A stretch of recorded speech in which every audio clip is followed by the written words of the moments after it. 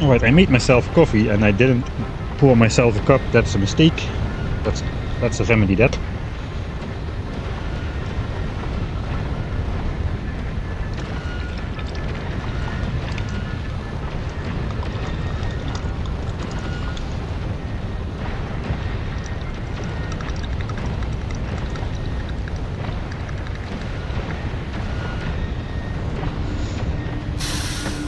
Oh. Thanks Can Doer J for your Prime subscription.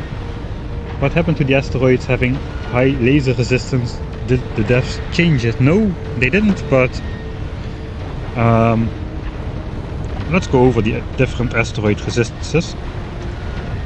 So starting from the huge ones, those are immune to everything except for physical damage from the railguns specifically, because they have 3000 flat damage resistance. Our railguns do 18,000 damage at this point, so we one-shot these as well. Going down to big ones. Okay, the other ones, they have half the hit points of Prometheum, so these have only 5,000 hit points. They break into 3 big ones. The big ones have also got 95% laser resistance and 2000 health, which basically also makes them immune to laser. Also immune to physical, so you cannot use gun turrets due to the 2000 flat resistance. These are supposed to be blown up by rockets due to explosion damage. Then we go down to medium. Medium ones are kind of immune to laser, but not entirely. It's only 400 hit points and 90% immunity. And with the damage upgrades we've got now, our lasers do like 130-ish damage or so. With the damage upgrades we've got now, we have exactly enough damage to one-shot the small ones, which have 100 hit points and 20% laser resistance. I think we do like 130 something damage. So the medium ones, we do like 13 damage a shot, but the lasers shoot like almost 5 times a second with maximum upgrades. So we actually do enough chipping damage to tear down the rare medium asteroid, which just makes it to the side of the ship over here. We got some small ones. Small ones are just zipped out of existence immediately. Some of the medium ones though, it takes a little bit of time, but the laser turrets can grind those down now with these damage upgrades we've got now. Let's see, exactly 136 damage. That is like a couple of infinite levels though. Not as much as the Doe is researched. I've got only like 11 levels researched. She's up to level 19 or so. And every level adds another 14 or so damage on top of it, if I remember correct. Alright, looks like we are still good. All asteroid types are bleeding out of the side of the ship, so that's fine. They're perfectly fine. The only thing that's not fine is the speed. I hope that doesn't drop any further.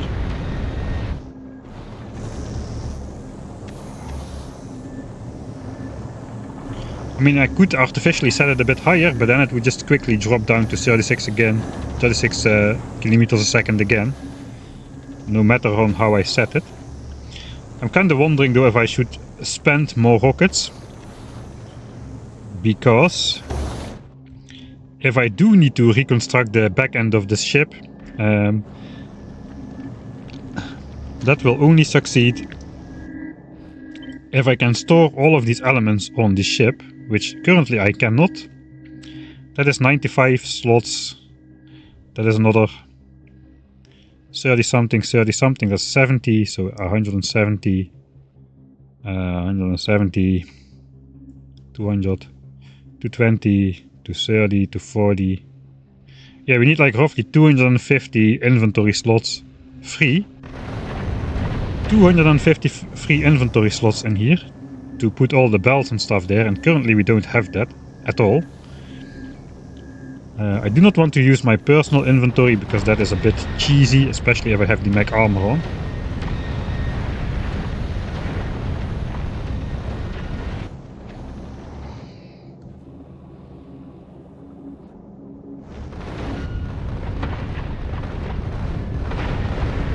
She's hit.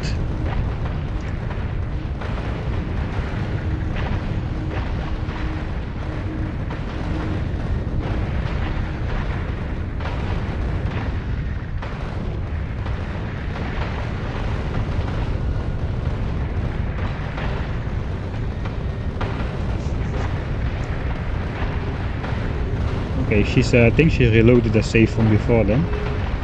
Yeah, looks according to chat the no rip ooch oof. What happened? Looks like yeah, she got hit by something.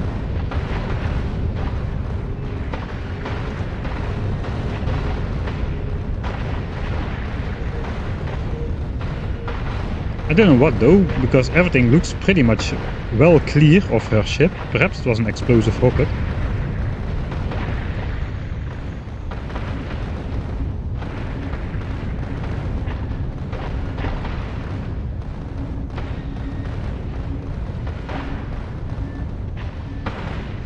Alright, I'm having again some frame rate issues. 345,000. There's 347 left to go. Let's upgrade this. I think we're gonna go into seeing how much Prometheum asteroids we can store. Railguns are bugged. Oh yeah, everyone's railguns are bugged.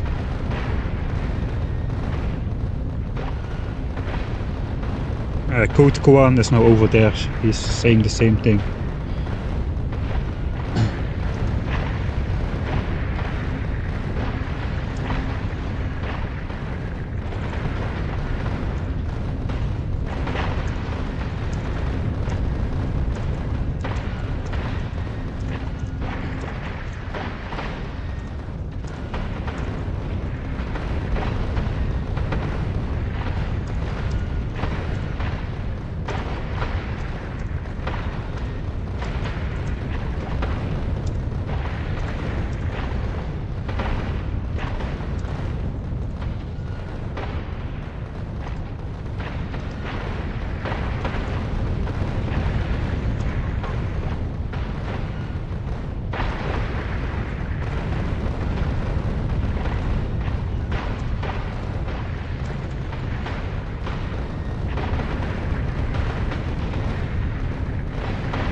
Yeah, I have weirdly specific filters set in my railguns.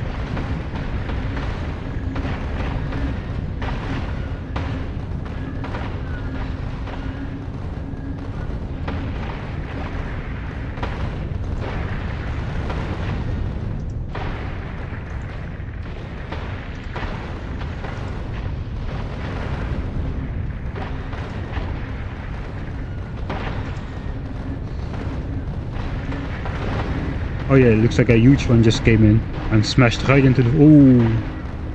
Oh, that is bad. Oh, she immediately reloads though. Let us enjoy the show. Let us enjoy how your ship gets blown up, man. Woman.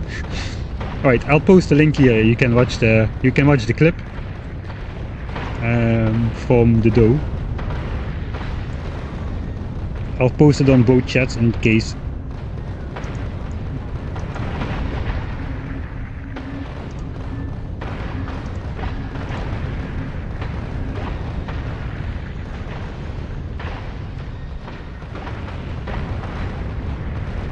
Oh, yeah.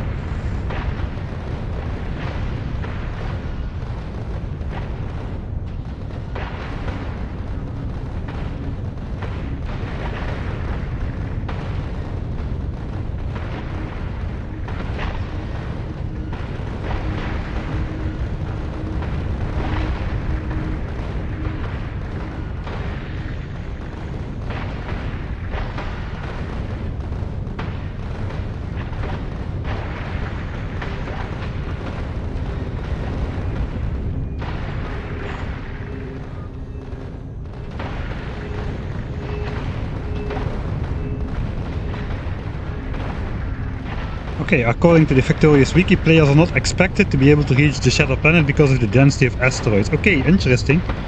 We're doing a pretty good job then. We're doing a pretty good job. It might bite me in the behind eventually that I did not research any of those asteroid productivity technologies. I hope that does not turn out to be the fatal mistake. How many rockets are we down to? 52,000.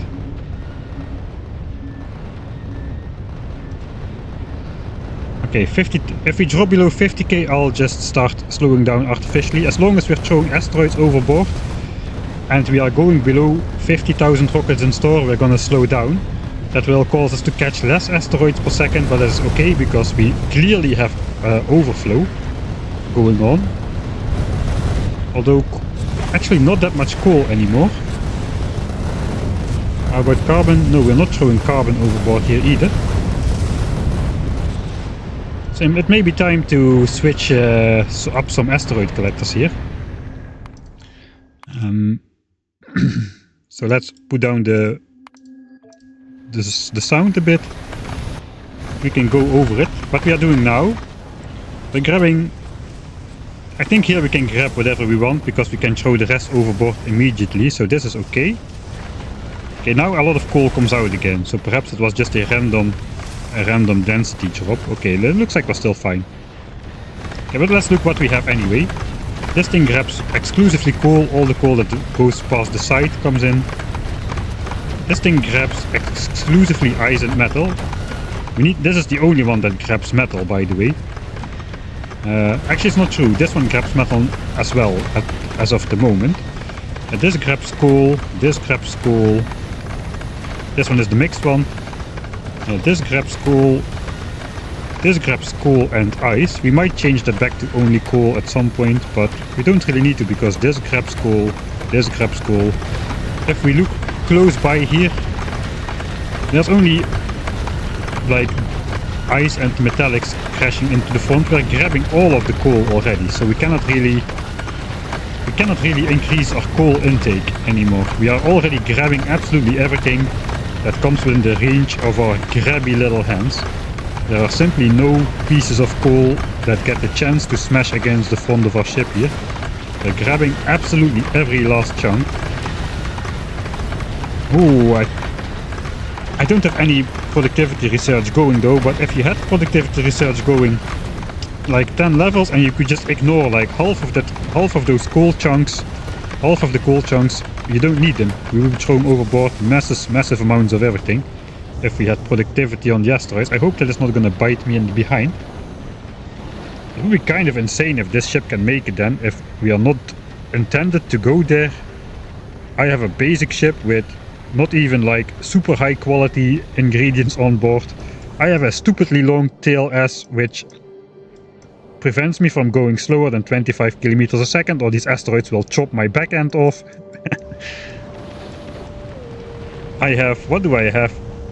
I mean, I have no research in the asteroid productivity technology. I mean, I'm quite limited with this ship actually, if you look at it like that.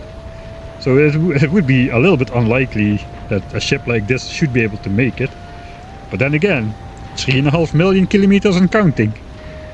And it's not gonna get that much worse anymore. Ice asteroids are at their minimum already, 23 per minute. It will be until the end, 22. And then the last 100,000k it falls off to 13, but yeah, metal chunks. I cannot click that. Metal chunks are actually going to go up again until the end. Carbonic ones are on the way down again. So currently we have like 44 per minute. That's slowly going to dry up to 34 and then drop off sharply to 28 at the end. I don't really see any big stumbling blocks, to be honest. I don't really see any big stumbling blocks anymore.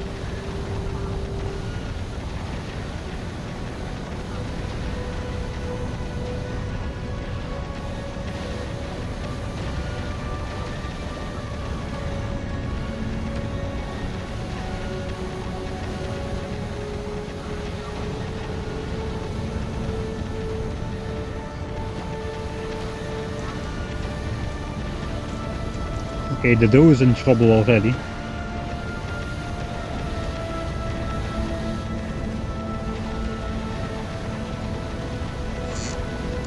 Oh, I see what's going on. Okay, I'm going to be mansplaining again, am I not? Oh god.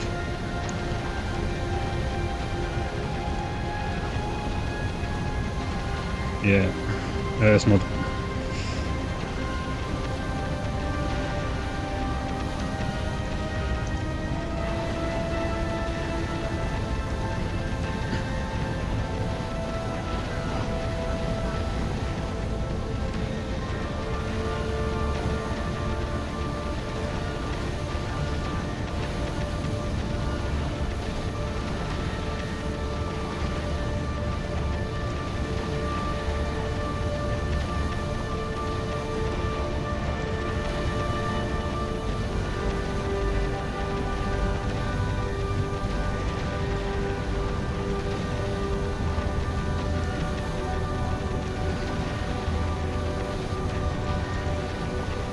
Okay, let's phrase it as a question. Do all railguns have exactly the same priority list?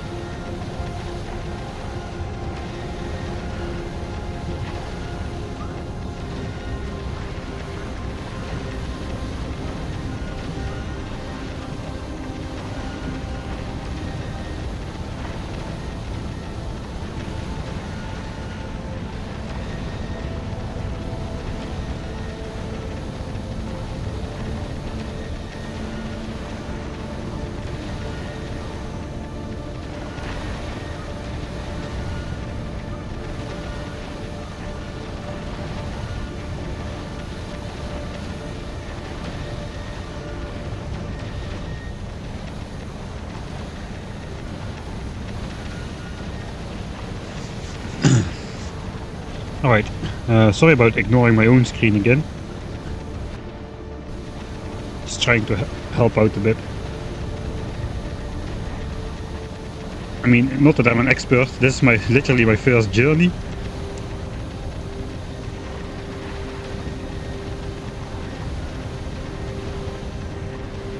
Alright, where are we at? 520k out, less than 520k left to go. Let's update the text at least.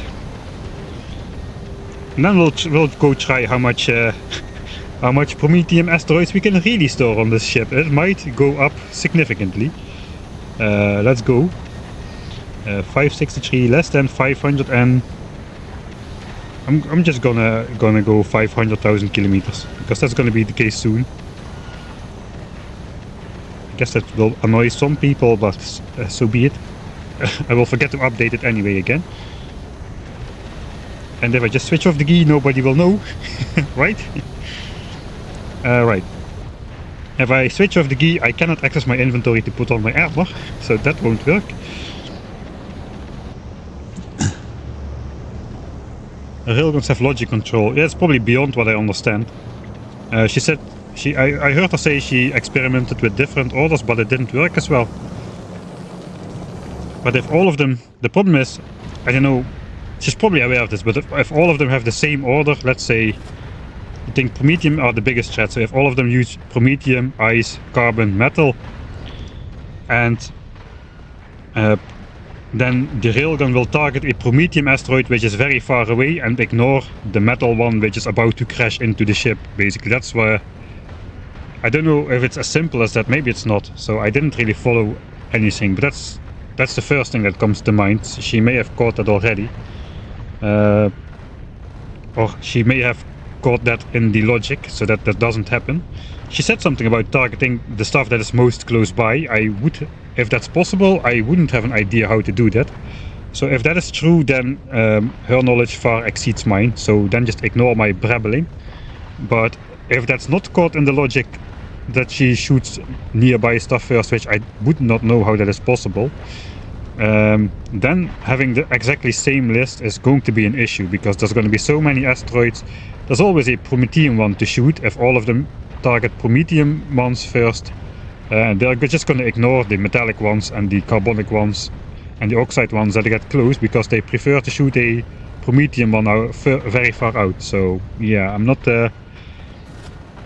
sure what is going on right there. Okay, we're gonna go crazy now.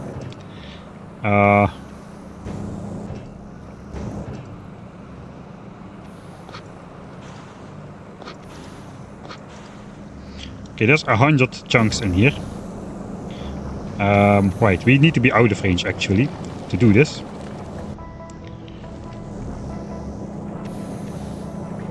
Right, so let's actually flip these belts. Yeah, we'll flip these.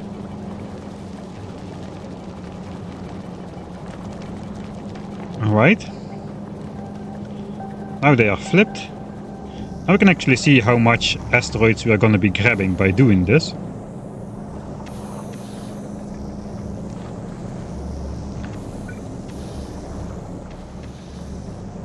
I guess we're going to do it only for one color.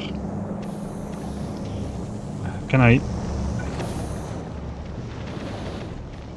don't really have space to put down one of these, do I?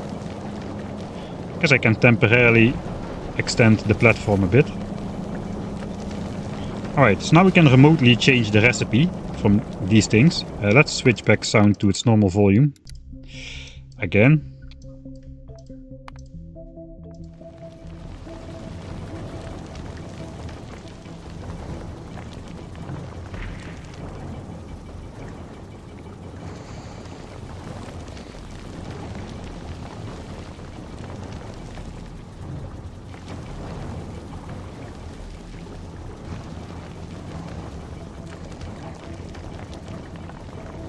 Alright, so the point now is, let's take a red wire. We'll connect both of them to red wire. I don't know why this recipe just got... Okay, it's still set to set recipe, that's a mistake. But now we've got 100 of these in the output slots. Plus 100 new ones in there. If we do the same for this one. Change recipe to battery. Now these are going to be in the output slot, those 100 that just were in here. And then we change it back to Asteroid.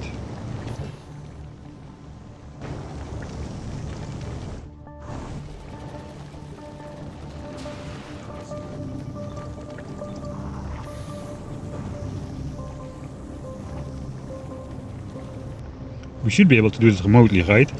Okay, so now we got again 100 in here and 100 in here. That means 200 Prometheum asteroids. This, by the way, this section here, that is 2 legendary cargo bays of storage all by itself. And it's gonna get worse, because we can simply do it again. Let's get out of reach. And if we now go look over here, there are suddenly 200 Prometheum asteroid chunks in the output slots. Right? Right. Alright, so this is actually not moving, because I forgot, I took the splitters, so that is not going to be moving at all.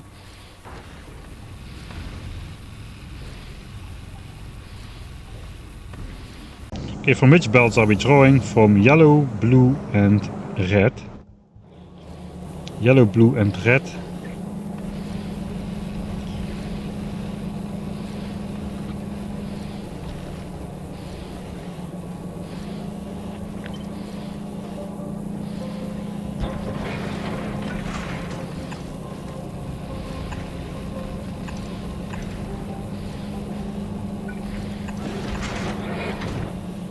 Ah, one more belt.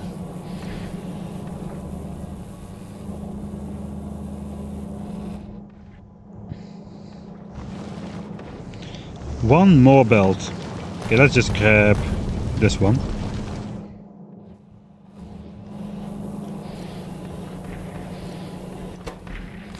Get rid of the output priorities. Now this can flow in there again. That means we're gonna have a visual representation of just how many chunks are in there. Everything that disappears from this belt is going to be stored into these assemblers or into these cryogenic plants. And if we hover over the circuit network thing and we read contents, we can see the red signal, which is the only things which are hooked up to the red signal, now contains 400 asteroid chunks into just these two. So now we can just keep doing this.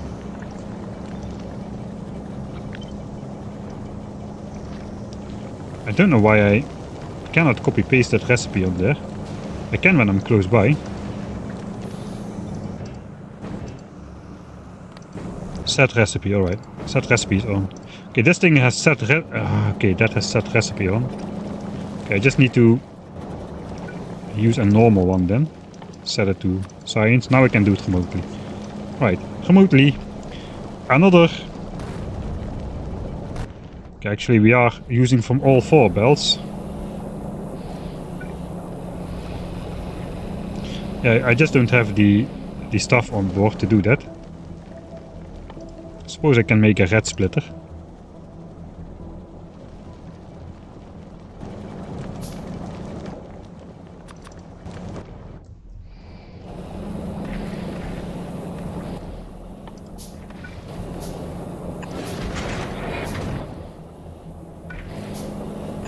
Temporarily. Just to throw all of the stuff in there.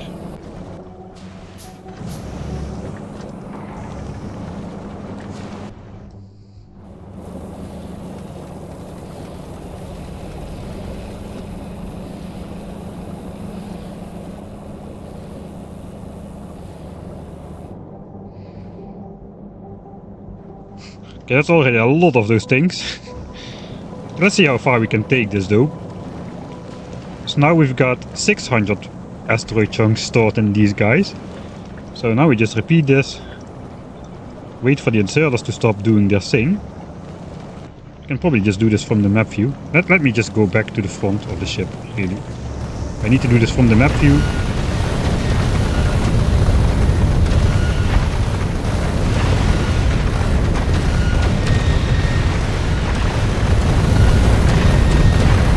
Sorry about that sound. Oh, that was loud. Because if I don't do it from the map view, we're going to have 600 Prometheum asteroid chunks in my inventory and all laying all over the ship at some point. Copy to battery, copy to here. Alright. 1000. I'm gonna make a save, because this may crash the game at some point. This is definitely very much unintended behavior. Hey, we're officially 497,000 kilometers away from the finish line. Can't believe it. We're gonna do it. We're gonna make it.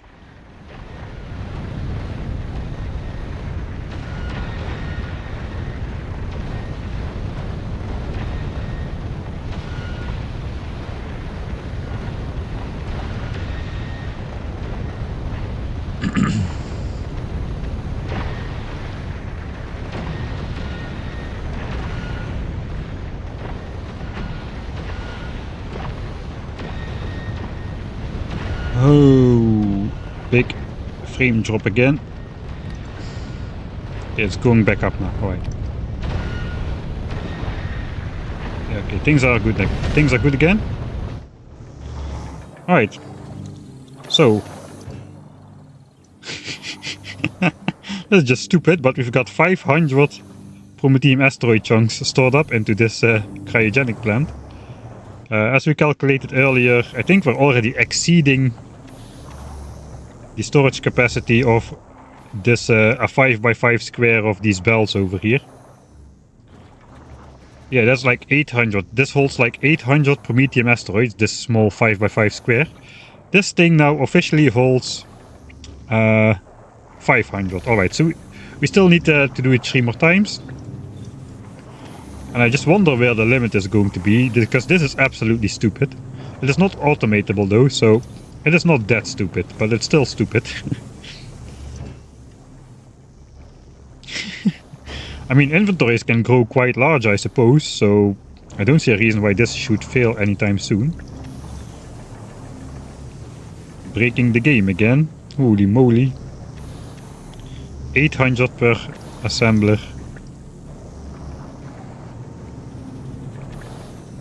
This one. 1.8k. Okay, so now we have 900 chunks per cryogenic plant stored up in the output slots, which it's not supposed to go. Science is supposed to go here. But that means we are now officially storing Prometheum asteroid chunks more dense into this single plant over here than we do on an equivalent portion of quad belt woven belts down the middle here.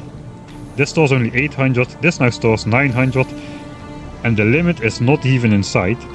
So let's just keep going. I don't know if the limit is in sight. We cannot see the limit. The limit will be hitting us out of nowhere with a steel pipe against the side of the head. We won't see it coming. Either the game will just simply crash immediately at some point, or it will stop. It will start spitting out these chunks all over the floor, just like happened on Norvis. Once space science could no longer be contained in this landing pad, it started spilling out on the floor. That is a logical thing to do though, because otherwise you would lose the stuff if it would just disappear. It does eventually disappear though. This seems to be the maximum distance out that stuff can spawn. So yeah, let's go. I guess we're at 2.2k. That's 1100 per assembler. This belt is probably getting drawn empty. Yeah, one side is completely empty, so we're drawing off the near side of the belt mostly, which I cannot really prevent. Let's just see how much we can store in there. It's a little bit funny.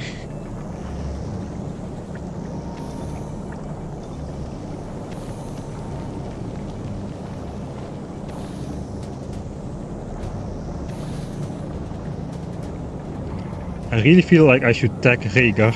Yeah, do it. Do it, because this is dumb. This should... I mean, there should be a limit to this, right? Maybe just not allow... I don't know what should be. It is not as simple as don't allow the player to change the recipe if there's stuff in the output slot, because that breaks several other intended mechanisms, and this is just... Who would use this? Who would use this, right? I mean, I would, but... Who in their right mind would use this method to store Prometheum chunks on a ship? This was already stupid enough, right? At least this is automated. This takes constant manual clicking, as you cannot do it with the circuit network. So, yeah, no. This is. I cannot deny I am having fun though. Let's just look at the. Oh man, this inventory is incredible. I guess we can just keep going for a while. Somebody said that would break at 65,000 Prometheum chunks due to the 16-bit limit. That might be the case. If it can store only a 16-bit number of things in the output, it will break at 65k. I don't think I will be doing this until 65k though.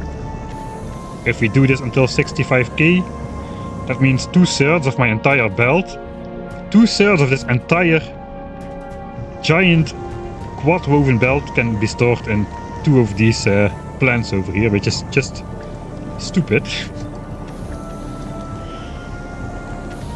Why can it... Yeah, the circuit network refuses to set a recipe if anything is present in these output slots, so you cannot do it. I thought you could do it with the circuit network, but I know the circuit network doesn't let you change a recipe mid-craft, but I thought it would let you change a recipe if something was in the output slots ready to be taken out by belts or bots or inserters.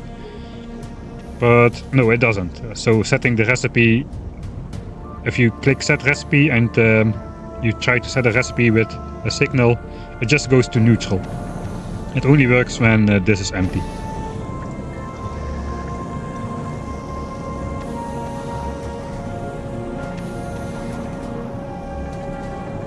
Ah, is this like recently patched?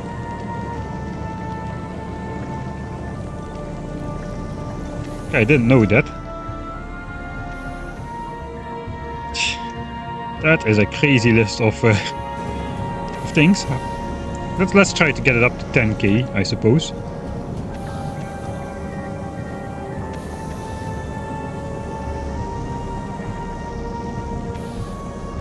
Factorial signal limit is 2 to the power of 31. Oh god. Oh god. Yeah, the signal limit, yeah, but I'm talking about like the inventory, the output, the maximum inventory output slots which will become available in this machine. Currently we're at 2,700 output slots. 2,700 individual output slots filled with Prometheum asteroid chunks. It's literally insane. We're only just getting started. I do not hope I can do this for 2 billion things. That is basically an infinity chest right here. Basically just an infinity chest, a legit infinity chest right here.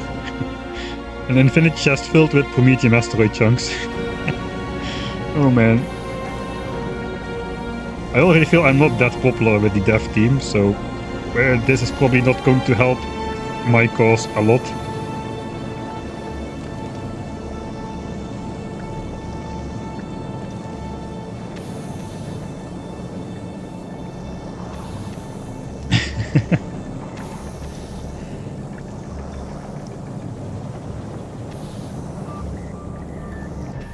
If I now... Okay, it has chunks inside, but if I now try manually deconstructing this machine, we would have a huge explosion of Prometheum asteroids all over the spaceship. I'm not going to do that. We're up to 6.8k for both, so now we're at 3,500 input slots per assembler.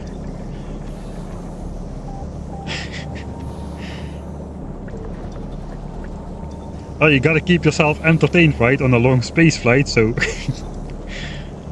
when you have not much to do, some basic things already quickly become very entertaining. 7.8. I'm gonna go to 8,000. Alright.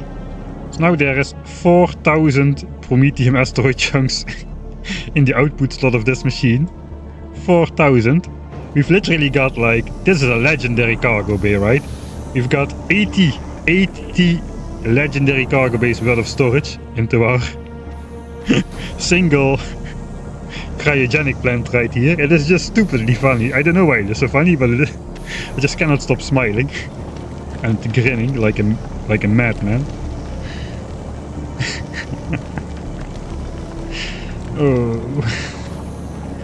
I'm just glad this cannot be automated, because that would be dumb.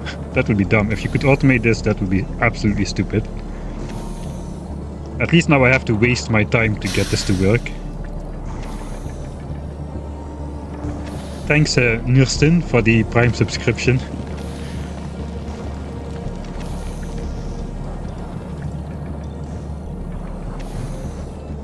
Save the progress, hydrate, stretch. Yeah, I should do that. Let's get the signal up to 10k. That may be a breaking point. So we'll save here. We're over 9,000 Prometheum asteroid chunks stored in both of these things. Right, just scrolling just takes forever already. Okay, let's save at least, because we already got another 25k of progress. 528k. That means we are 472k away from the end. And I'm probably just going to die. I'm going to die because I'm having too much fun with those assemblers to pay attention to my actual important area over here, and I'm just going to run out of stuff and blow up the ship, grinning like an idiot in the back of my ship, not noticing the entire front is getting taken out by asteroids. That is how this stream is going to end, I feel like. Oh god.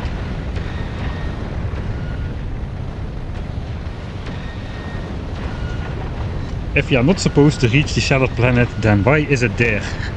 Right? That is true. I mean, Mount Everest was not meant to be climbed, but people did it anyway, because it's there. Okay, let me close some curtains and switch on.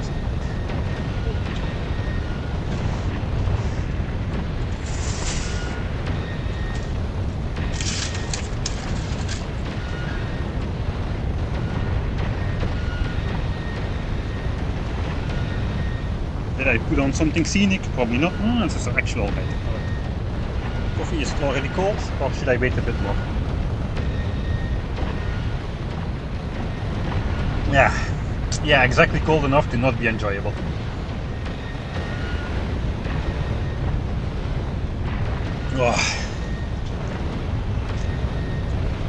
So let's put some new coffee in there so that one can get cold as well.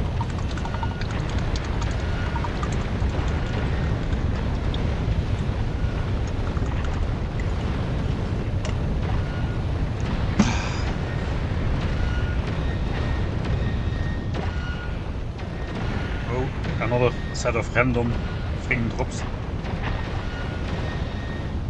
I mean, this poor laptop, it has been doing its best, man, to stream for... How long are we already going? 22 hours. 22 and a half hours, okay. This stream is gonna surpass 24 hours, I believe. In that case. We're not gonna make it in 1.5 hours for sure.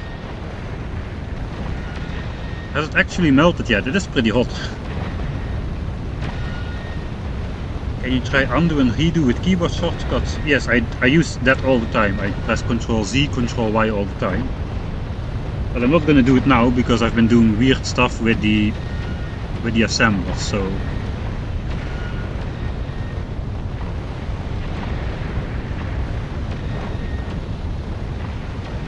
No, cold coffee is actually quite drinkable again, but lukewarm coffee is the worst. Lukewarm is like the equivalent of, I mean, wet is okay, dry is okay, but moist is bleh. It's the same with coffee. Like cold is okay, hot is okay, but lukewarm is like bleh.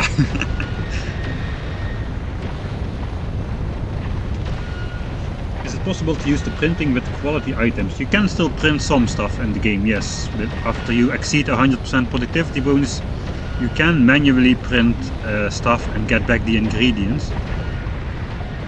Again, you cannot automate it, and you cannot do it with like stuff which you normally cannot get productivity on, because you cannot exceed 100% productivity on those things. But you can do it for like science packs and stuff, or blue chips, which is pointless basically.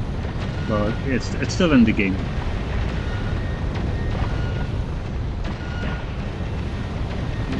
I pay a lot less attention to YouTube chat. The problem with YouTube chat is, so on Twitch chat, all the users have a different color as their player name, and some symbols and stuff, which actually helps a lot to keep track of what I've already read and what not. And the YouTube chat is like all white names, all white lines, so it's really a lot harder to read and to keep track of where I am. So yeah, that is the underlying reason. I still apologize for not keeping up as well, but I just have a problem in general with keeping up with chat. It's just a lot less readable, the way that YouTube presents me the chat. Also we have top chat on instead of live chat, so probably dozens of messages get filtered out to protect me from being a snowflake or whatever.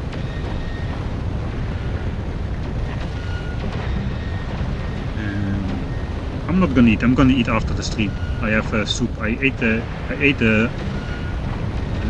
some bread during the sprint race.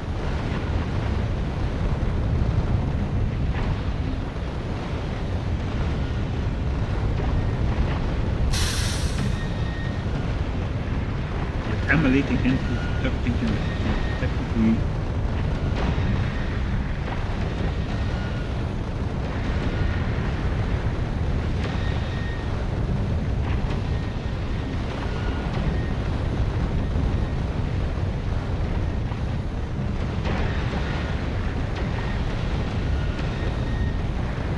I know there's several ways to patch the Prometheum storage thing. One way I suppose is to only allow the creation of Prometheum science packs once you're beyond the solar system edge, which is what Colonel Will suggested. I mean,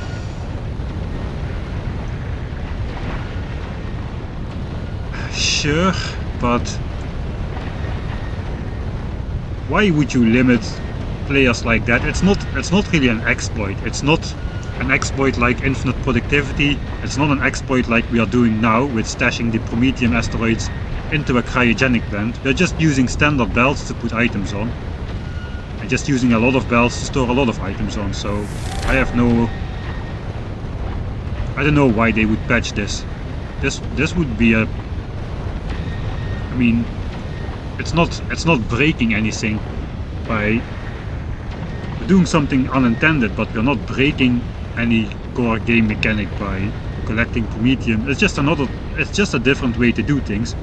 It's probably not even the best way to do things. The best way is probably just build a good spaceship which can fly fast enough, and don't waste your time building this behemoth of a ship for no reason. So yeah, I don't see why this should get patched really. Right, hey, thanks Trixane for the 100 Danish crowns. Kronos I think it's called, right? In Danish.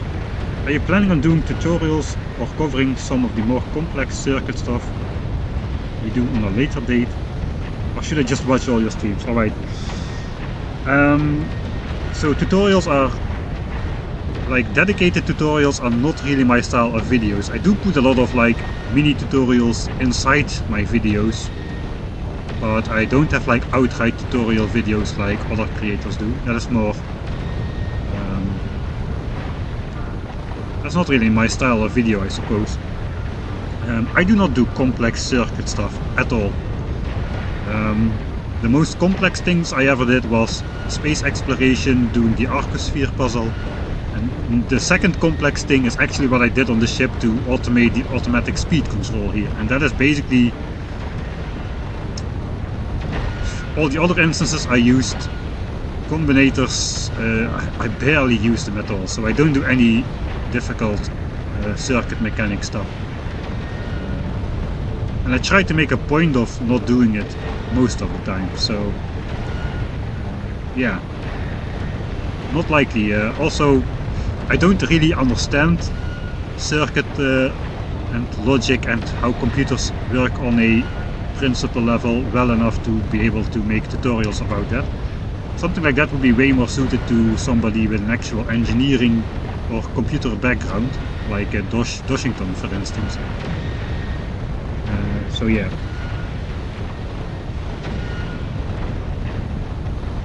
So I got like the mini tutorial about, I got like a compact, how to do a compact bus mini tutorial somewhere in some playthroughs. I got the how to like uses for buffer chests and how to do the logistics, pod mall stuff, where the pods automatically organize all stuff back into your chest, all that kind of stuff. That is somewhere spread out in the videos, I suppose, and I guess a bunch of defense stuff is in there as well. So yeah, the hand feeding masterclass King Crimson, that is in the I guess in every video series by now, god dang it. It started with the run where I did the beeline for rocket silo technology, where we didn't have logistics with underground bells and splitters. We didn't have those until after Blue Science. That was the start of the true handcrafting curse, which all went through my later videos, I suppose. Warptorio had its fair share of handcrafting and hand feeding in the beginning as well, to get through the earlier warp zones. And I still believe it's actually the best way to get things done fast, is to do it the way I did it in Warptorio. So yeah, I do a lot of things which are not the intended way, I suppose. We want to know if you can undo redo changing the recipes of the machine. Okay, I can check that out and on some other machine. So first, I guess let me just do something else. I have underground belts, so I'll just do this. And then deconstruct it again. Then I'll change the recipe to batteries. And then I change this recipe to whatever. Control Z? No, the Control Zing doesn't work for recipes apparently. Because the first Control Z immediately put this belt back up here. That's unfortunate. I had kind of thought it would work, so now I need to actually find my preferred recipes myself again. Right. Yeah, 9.2k in there so far.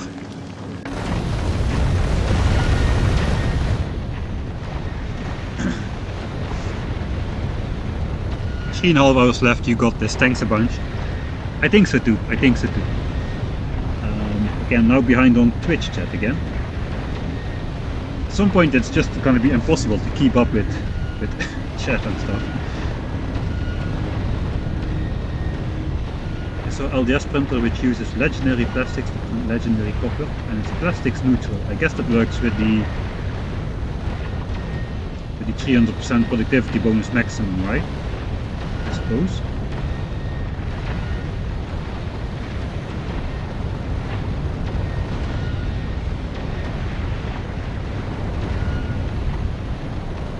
Thanks Mara Yoshwana for your Prime subscription as well. I'm missing a lot of stuff. I have my headphones off at the moment.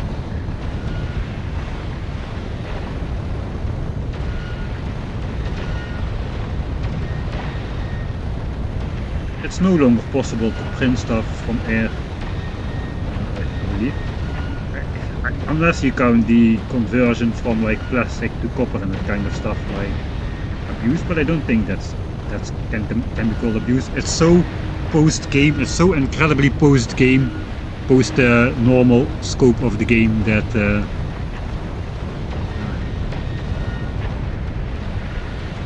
I'm going to go to the broken planet with 10 cryogenic planets storing 1 quadrillion meteorite chunks.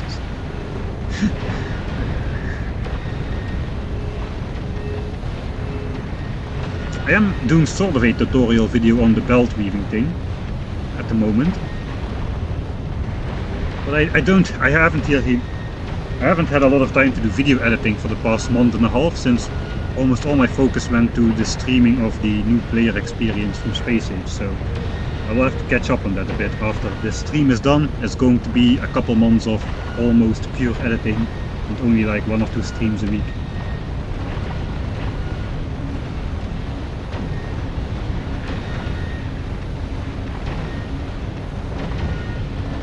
Yeah, I think you can build entire computers. You already could that. If you didn't see this ever yet, you should find Dave McW or just Google Factorio Sandstorm, and you'll find a guy who made a display in Factorio literal years ago when the game was still in its infancy, basically. And he just made a display which plays the video from Darude's Sandstorm in Factorio, so you can do a lot of things with that.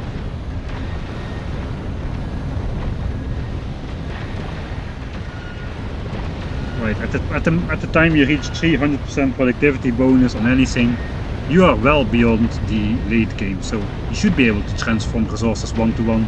You should unlock alchemy. You should be able to unlock alchemy in late game Factorio and just transform resources lossless into better versions of yourself or whatever.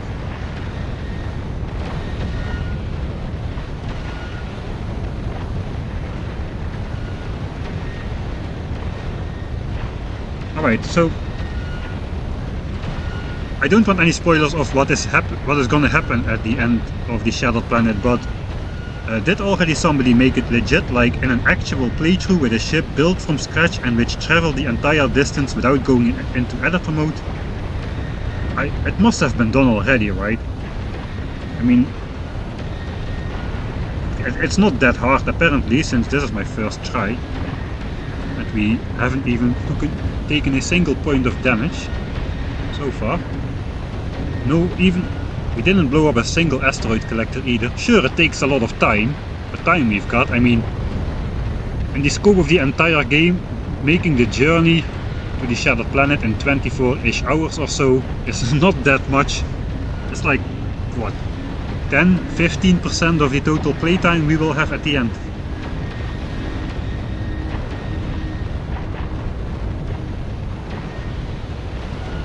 On Reddit, some people already did it and posted it.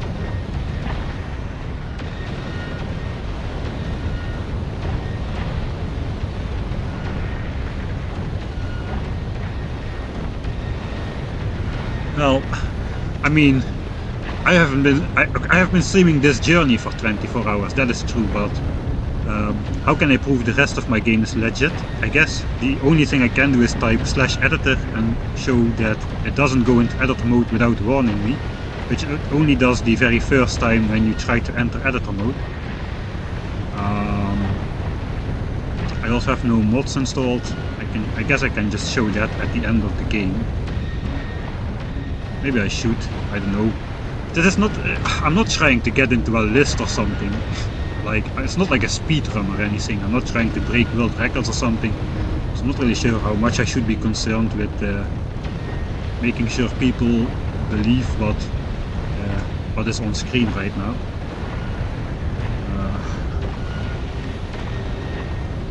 Yeah, I've streamed the entire thing. Except that I didn't stream the loading up of the ship, but I showed you how it was done, just cruising for a night through space in the inner solar system at a low speed, having the laser turrets take out everything, but we're going slow enough that nothing got damaged, almost. And we just produced 60,000 rockets out of the medium asteroids in the inner solar system by just keep going back and forth between planets and transforming the medium asteroids into resources. Yeah, I didn't want to stream the entirety of that stuff because it's just, this is boring.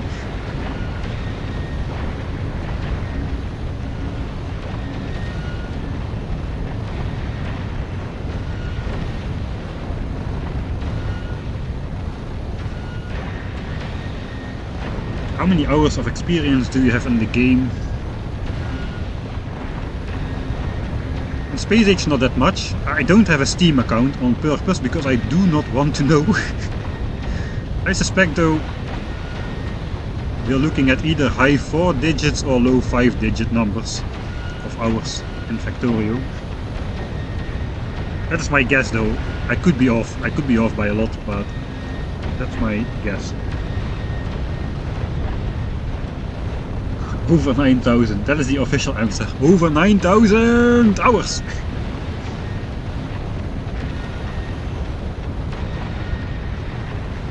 Factorio, raycasting engine that runs Doom in Factorio. I didn't see that, man, I gotta look it up.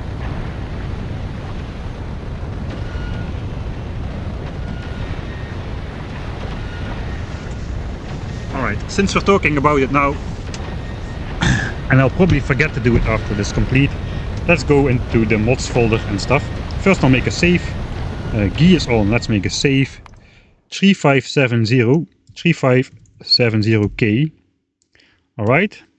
What are things people usually do? So I guess I go, let's first type /editor. And we can see that we won't go in editor mode. So Mike Handy, you try to use the map editor. Using the map editor will disable achievements. Please repeat the command to proceed. So that means I haven't been in editor mode at all yet during this entire 200-hour playthrough by now. I can share my save files as well if somebody wants to. I'll probably post it on Discord anyway, so people can evaluate what's going on if they really must. I guess we go into main menu. I did save. We go into mods. These are all not updated. These are my Factorio 1.1 mods. So we've got elevated rails quality in Space Age, which is standard. I'll just slowly scroll to the bottom.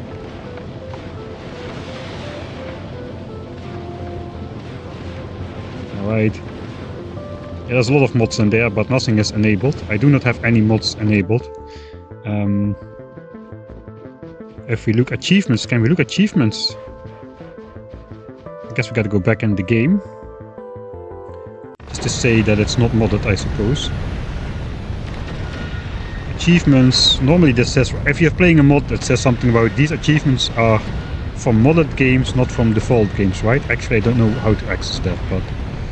Also, I reset my achievements halfway through the run by having Factorio 1.1 installed in the same player directory as Factorio Space Age now, so that kind of broke things a bit. So this is not even accurate anymore.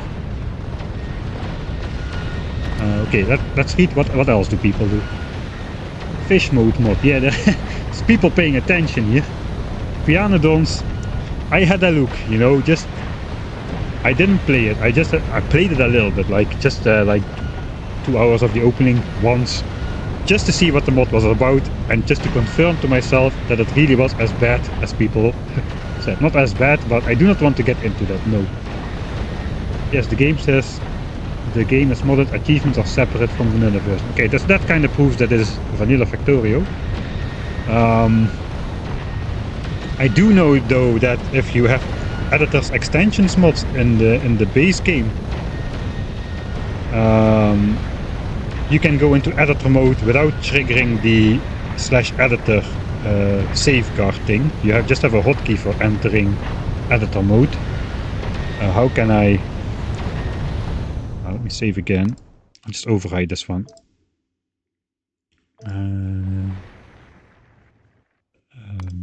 Let's see.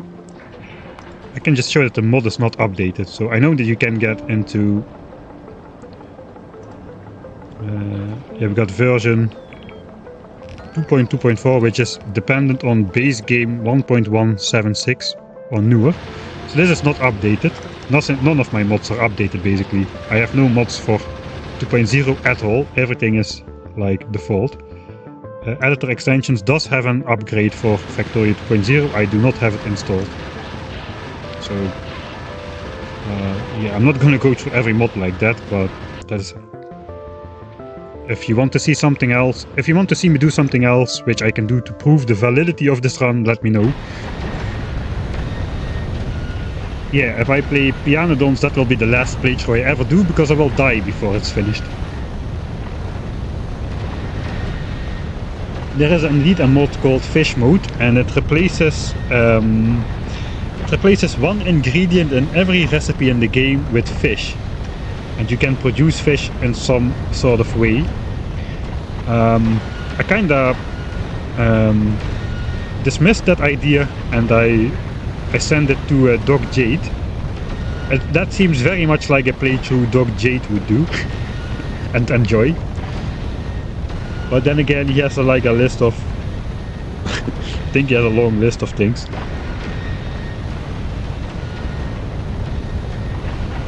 Alright, I know you guys, most of you guys believe what I'm doing. You were here the entire time, at least some of you. But I don't mind doing the standard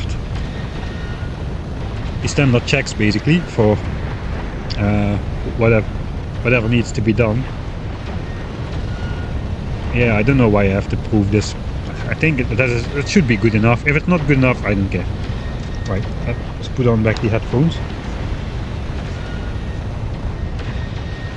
This mice guy seems pretty sus.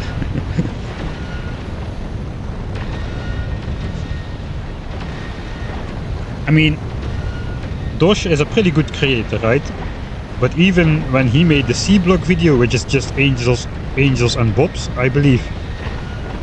Angels and Bobs on an interesting preset, it being C-Block.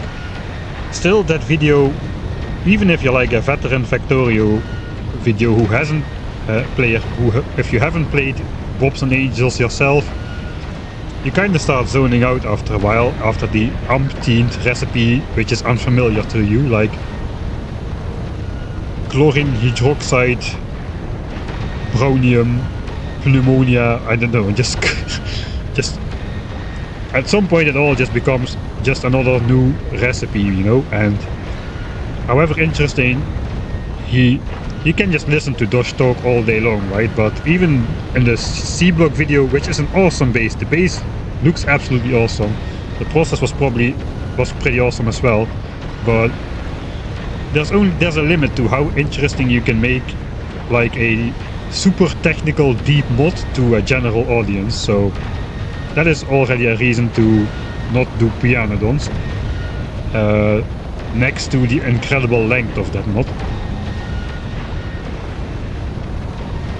Wait, we are 320,000 K away. I should update it. What?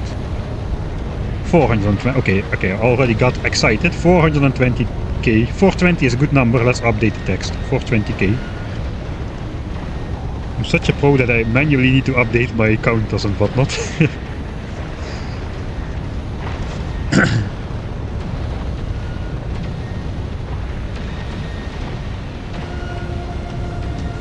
Yeah, Warptorius was really fun. I'm kinda done with Warptorio now though. I've played Warptorio and edited Warptorio for a year. That was a lot. That was enough Warptorio for me for a while. Okay, let me quickly check in on how the doe is doing. Okay, ship is flying. She's at 1.2, between 1.2 and 1.3 million kilometers. Looks like things are under control there as well. She has slowed down though. Her speed is down to like 75 to 85 kilometers a second.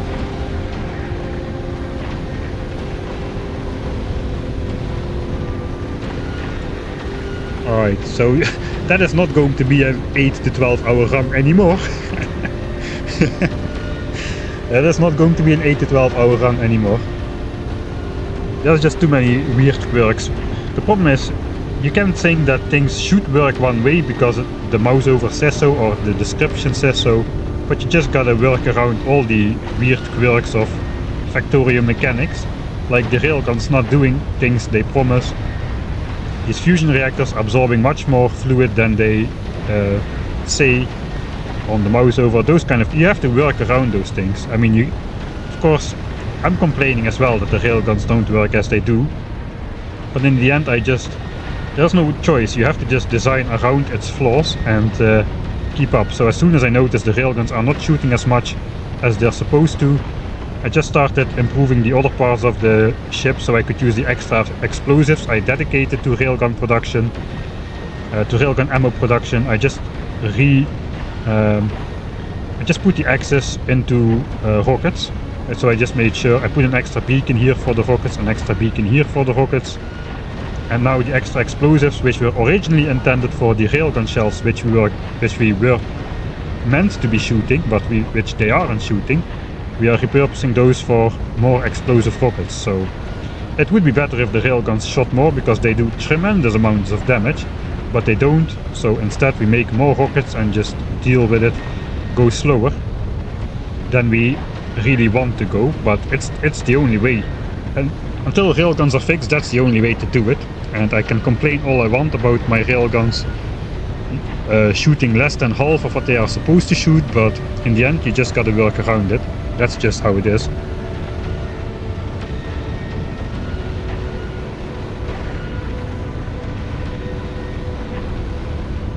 Yeah, Ultra Cube looked pretty fascinating as well.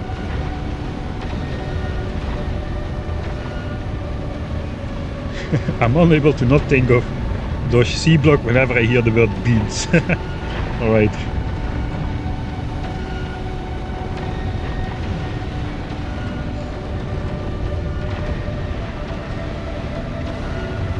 I haven't been talking about a single topic for 24 hours. Let's watch a little bit of close-up again. I guess I should do another base tour at some... I should continue putting chunks into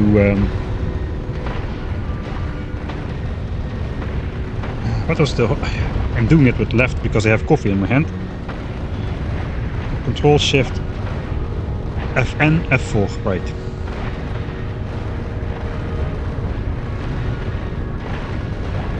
What do railguns do that's different?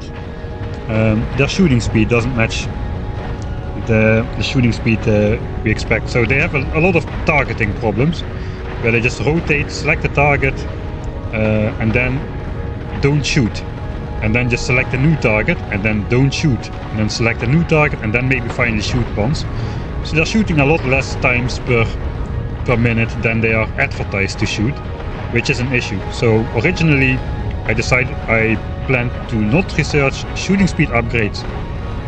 These railguns together, 16 of them shooting at half a shell a second, could shoot 8 railgun shells per second, which equates to 480 per hour. So I matched my railgun ammo shell production to match exactly 480 per hour. My ship can produce 481 railgun shells per minute. We're talking about per minute. 481 per minute with a maximum consumption of 480. Now there is tons of, look at the targets from a single railgun. There's always going to be a valid target. There's always going to be a valid target, but still the railgun doesn't shoot often enough. That is what's going on.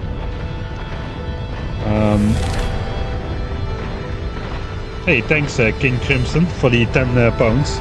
This is an impressively compact ship, the non-belt part. I would argue that the belt part is more compressed or compact than the rest, since it has literally got 4 tiles per tile. You're such a charming fella, thanks for all the entertainment. Well, thank you. There's a lot of music in this game which sounds a lot like other areas of music. It ranges all the way from reminding me of like Dream Theater to Lord of the Rings to other games. It's not like copies of the music, but some of the styles of the music do have some similarities to I mean, there is so much music out there. Everything sounds like something at this point, I suppose.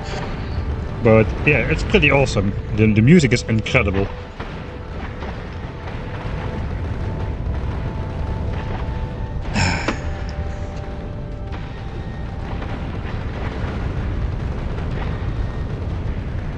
Alright, so let's do a mouse over. That's not the way. Control shift 4. Wait, what?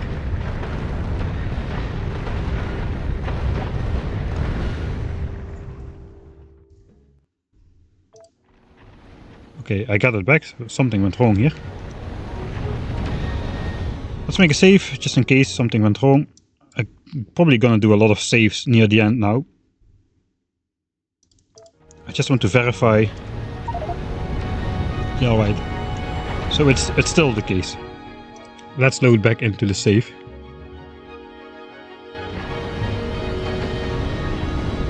Yeah, there's one Fulgora track which is incredibly dissonant. A little bit too dissonant, I feel as well.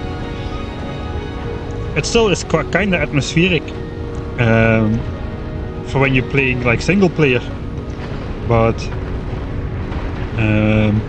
yeah, for having that music as a background for streaming is really distracting and interfering with everything basically. So that track I usually skip. It's the only one though. It's the only track I've skipped on any planet so far. I don't know actually how the asteroids are doing. In terms of UPS. UPS is normally fine. We just have some random slowdowns because the laptop is doing some other stuff in the background or whatever. FPS is not fine though. FPS is having a hard time. But UPS, we sped it up to like 2.5 times game speed earlier on at this density and it was fine. So the UPS is not really having too much trouble keeping track of what is everywhere. But the video card is having a lot of problems drawing all those separate chunks on the screen at the same time, I suppose. Yeah, thanks a bunch, King Crimson. Thank you.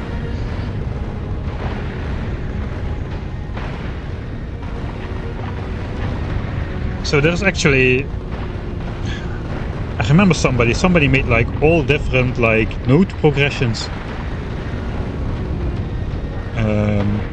and copyrighted each and every one of them.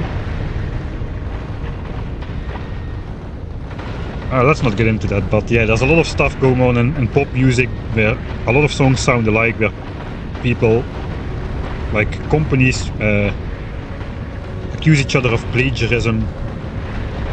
Mostly for monetary gain, not really for the principle, you know, but they just try to get it out of there, because as I understand in America, the people who decide you are guilty of something are just regular people, right? You just have a jury of like what, 12 people or so, random people, and if you can convince those people that, yeah, this, if you're a likable person and you can convince a likable character and you can convince those people that that is definitely plagiarism, even though our song already sounds like a song back in the 50s as well, but let's not think about that too much. If you can convince those people and the people say, okay, we agree it's plagiarism, then you just win money. It's like a free attempt at winning money, I suppose, so meh.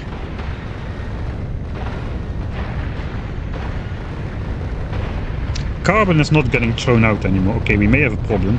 Actually there is over here, but on the right side at the moment there is not. I suppose I'll switch on the key again. Because we're gonna zoom in, we need to lower the sounds of the explosions and whatnot. Okay, carbon is coming out of here. Carbon is not... it's coming out of here, kind of. So, carbon, this belt should be backed up. Let's go over how this works, actually. Okay, so the asteroid just come in on a mixed belt, basically. They go through the splitter, metal is split off, and metal just goes prioritized into here. And this is all my metal storage. It's not a lot, but it's enough. Metal is the least used element on the ship. The rest of that goes over here and gets thrown overboard over here. That is metal. Then we've got the other chunks, which is not metal, that goes on this belt. Ice goes here and coal goes here. Then ice is split into two. I prioritize it upwards. For now we can do that because the belts are full, but in the beginning it needs to go towards fuel first. Now it goes here, this goes to the first explosive builds together with carbon. Then the rest of it goes here. We actually prioritize, surprisingly we prioritize the belt to go out of here. Why do we do that? That has a weird reason. So the rest just goes through here and is sideloaded on this belt. We've got another asteroid collector here, and that is the reason why we prioritize stuff to go out here. Because if this thing fills up completely with one type of asteroid, we can no longer grab the other type of asteroid. And I would like to be able to grab both over here. So here we will see this being output on the belt. So that basically means I just stop this belt from moving. Whenever this belt reads 8 or more pieces of ice, then it moves. Sorry, whenever this belt reads 4 pieces of ice, that means it's entirely backed up. Entirely backed up until this point. And then we're just throwing the extra ice overboard. But if we are not reading 4 chunks of ice, this belt is not moving and we are not throwing ice overboard. So that's why the priority output is on that side over there. For carbon, then we prioritize the belt here and then throw the rest overboard. Since we output priority on this side, we have another belt stopper right here. So this belt only moves when there are at least like 6 chunks of coal on this belt. So that's one side of the belt full plus 2 other chunks. And then this belt is moving. When not, this belt is just stopped. So this belt is not moving at the moment. So even if this backs up, the belt goes to here, it will stop working until this is also completely full. So that is how that is the logic of how to throw stuff overboard on the ship. And then this goes to the second explosives thing down here, as well as to the fuel area. And we use some other circuit conditions, like these only grab coal chunks of the belt if this belt is full, things like that. If this belt is not full of coal chunks, we're not grabbing it because we want to prioritize the fuel out of all things. 3.6 million K, 390k left to go.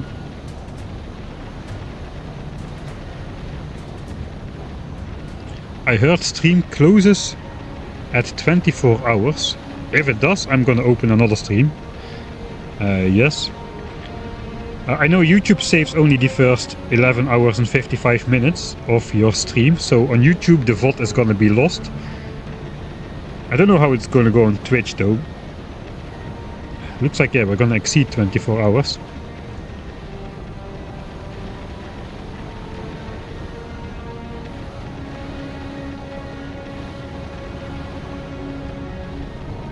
I guess I should maybe Google that. What is the maximum? Twitch got 48 hours of VOD. Yeah, I heard that before, so I think we're gonna be good then. I can just upload it to YouTube in segments after I have the Twitch VOD. So it's watchable on YouTube as well. If only if Mike was a real streamer, yeah.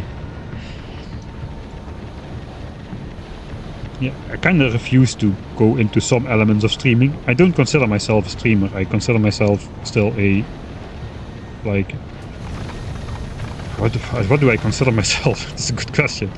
Like a sort of a content creator, I suppose, for YouTube.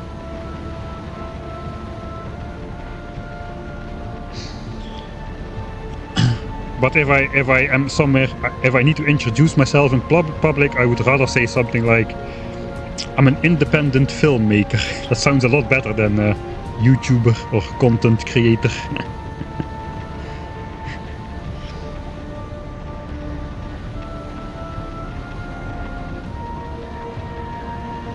I would call myself a video editor before I would call myself, I don't know. I don't know, it's terms like YouTuber and content creator and especially influencer, that just has such a negative ring to it, right?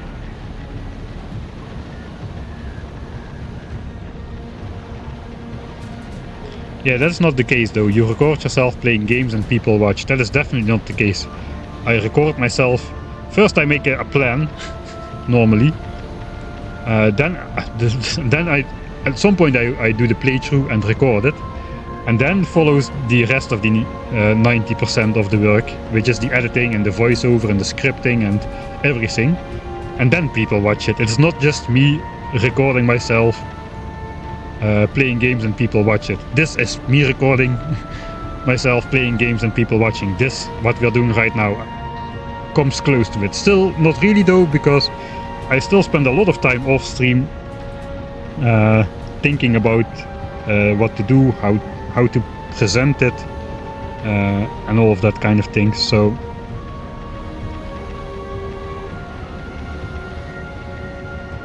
even in the streams, there still goes a lot more time into than the time I actually stream.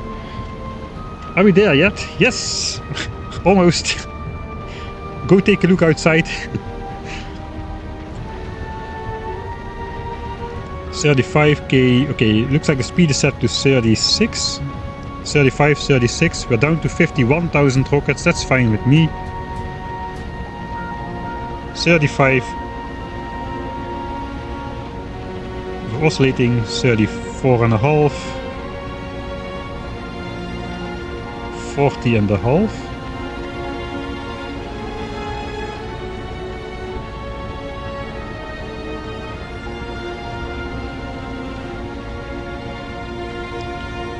Looks like 37.5 kilometers a second. Okay, let's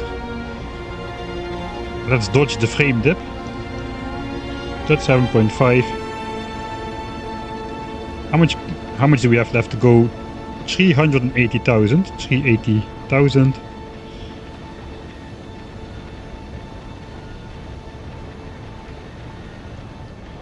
Almost less than 3 hours. Less than 3 hours to go until the end. It's like 2 hours and 48 minutes projected. Alright, frame rate back up. I guess we can alter the text again. We're gonna try to fill that cryogenic plant with some more asteroids in the meantime. We do need to keep an eye on the front though, because we are in dangerous territory here. We should not get too distracted. Getting distracted is my specialty.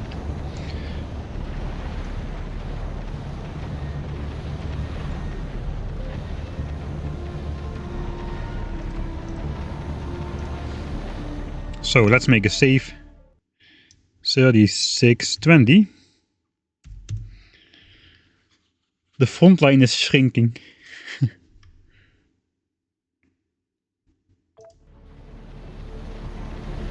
Yeah, the blueprint will be on, if this trip is successful, which I am now 95% confident that it will be on my Discord. I will also put I will just put the save game on my Discord, I suppose. Then you can also watch through my other bases, at least how they were supposed to work. Most of them are switched off now, and you can just. I will share the version of the save before the flight, and you can just do the flight yourself if you like to, with this ship. Because it's gonna take you dozens of hours to build this ship in a real playthrough. So if you don't have that time, but you do want to experience the flight yourself, I'm just gonna upload the save where the ship was still at Norvis, ready to go, and you can experience the flight for yourself. The first 2 million kilometers you should be able to just get through without altering anything. Yeah, for the rest you kinda can play a bit with the like things like we've been doing, changing the priorities, changing the settings on the asteroid collectors, deleting the Prometheum collectors at the front in order to get more resources out of the front in resource poor times. Those kind of things.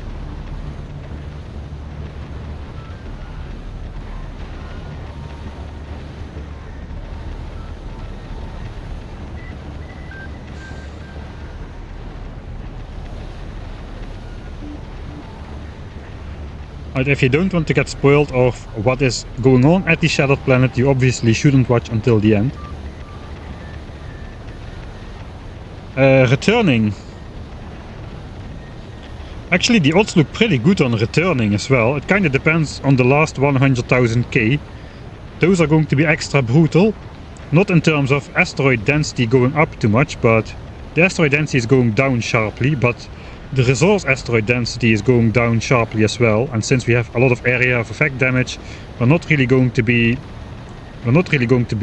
shooting much less to destroy stuff, but we're going to have a lot less resources to replace stuff during the last 100,000k, and that might become a problem in the end. So I'm not sure if we can make it back again. There and back again. That is the goal. I did bring enough fuel cells for power to achieve that goal. How much? Let's look at some stats. We left 21 hours ago. Here I put the ship in sleep mode. I actually slept during these hours, so I put the speed to an artificially low amount. And then we continued again.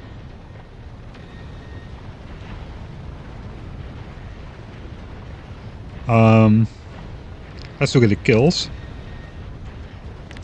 So this is Prometheum. This is Prometheum the last 10 hours compared to the other 3. That is why it's so hard to get resources out here. Let's switch off Prometheum, then we can see the other ones. So carbonics were high, they are now slowly going down until the end. We need to keep an eye on that. Carbonics is our main source of resource for explosives. And it looks like oxide has been going down for a long time now. So this is oxide over the last 10 hours. It just has gone down to near nothing. Metallics are also meh. Carbonics had a small spike at 3.2 million K. I think they had a small spike, and now they're gonna drop off as well. But during the last 100,000 K, all of these are gonna drop off sharply, including the Prometheum. But as mentioned, that doesn't really change the equation much. We'll still be shooting just the same to destroy everything. So we will be getting even less resources than we are getting now. This is such a huge difference. It's just not funny anymore. Look at the difference. It's like nothing. Nothing. This is not even this is not like the relative density. This is going up slower. We keep slowing down, so the amount we destroy per minute goes down as well. So the absolute amount of asteroids that are spawning per distance is going up stronger than what we are seeing here. But yeah, this is the resource production trio of asteroids here is absolutely tiny compared to Prometheum at the moment. How the heck are we at? Alright people, what are you doing? why are you watching now? I 700 viewers, right? I've never had 700 viewers in my life.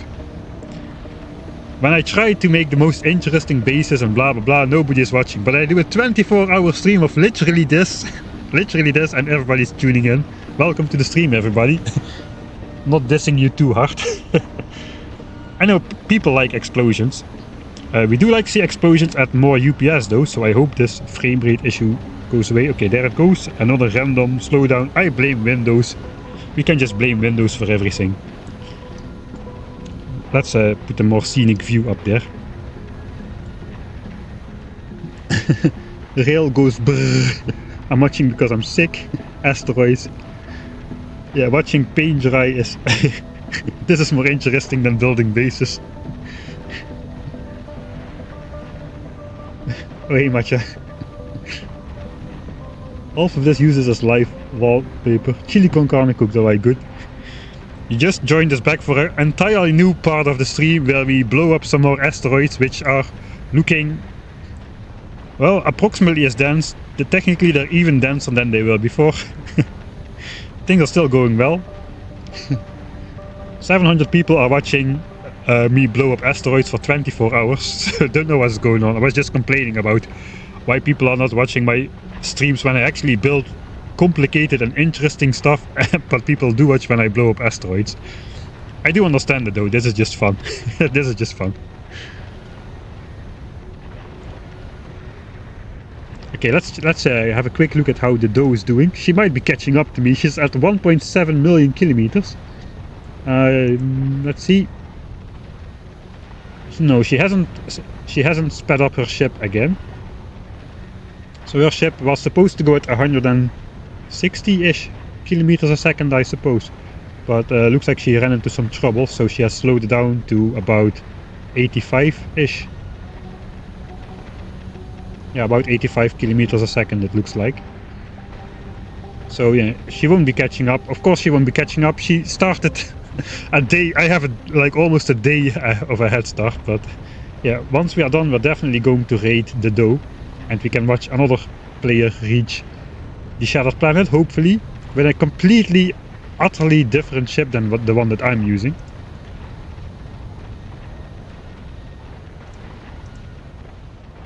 What is the speed of my ship? At the moment, we started out at 106 kilometers a second for the first million kilometers or so. Then we started slowing down slightly, and basically the further we get, the more we have to slow down, because we need more rockets to blow up all the debris. More rockets per second, and we can only produce a certain amount of rockets per second, and we have to match rocket spending with rocket production. So our automatic speed controller basically slows down the ship if we are spending more rockets than we are firing, and the way we're doing that is basically measure the amount of rockets which are in storage. If that number goes down, then speed goes down. If that number goes up, then speed goes up as well. That is, in short, the easy version of the logic which is going on. So I'm not actually measuring how many rockets I shoot or how many rockets I produce. I'm just look at how much is in storage. If less, then speed less. That is basically the entire equation. But it does sound a lot cooler when you say my ship speed automatically adjusts to the rocket spendage on this ship. It's super hyper intelligent, and yeah. Most of my logic is like that. Like in my 1000 signs per minute base, the first one I did, I had like the perfect ratio of signs assemblers, like everybody knows: 5 red, 6 green, 12 blue, 5 military, and then 7-7, or an alternate version of 7-7 with productivity modules and beacons, but essentially 7-7. Okay, then came the space science equation. Now I need to produce exactly as much space science as I do the other science specs. How do I do that? If space science less than yellow science, then shoot rocket, produce space science. That was my method for aligning space science production with yellow science production, and the rest of that accordingly. So it does work. It is stupidly simple, but yeah, you can make it sound as intelligent as you want, I suppose.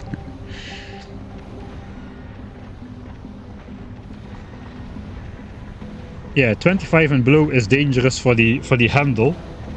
We've got a very useless handle on the ship, which stores the Prometheum asteroid chunks, which are completely useless for this purpose of reaching the Shattered Planet, but which can be used for science on Novice. Originally, this ship was intended to go out only slightly. Man, look at how close we are. That is awesome. We were intended to go out slightly, collect some chunks, and go back to Novice to cheese Prometheum science in a different way.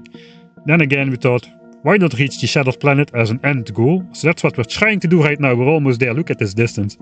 This is a tiny distance, man, compared to what we already traveled. It's insane. Wow, I just cannot believe it, man. We're actually doing it. We're actually doing it. It feels so weird. This line is to scale. It's not to scale to the rest of the solar system, but the position where we are at this line is to scale with the travel distance between these two planets. Let's look at the relative asteroid density. If the kill graph didn't convince you just yet, you can here again see confirmation that it is absolutely stupendous. Absolutely stupendous. And we're just doing it somehow.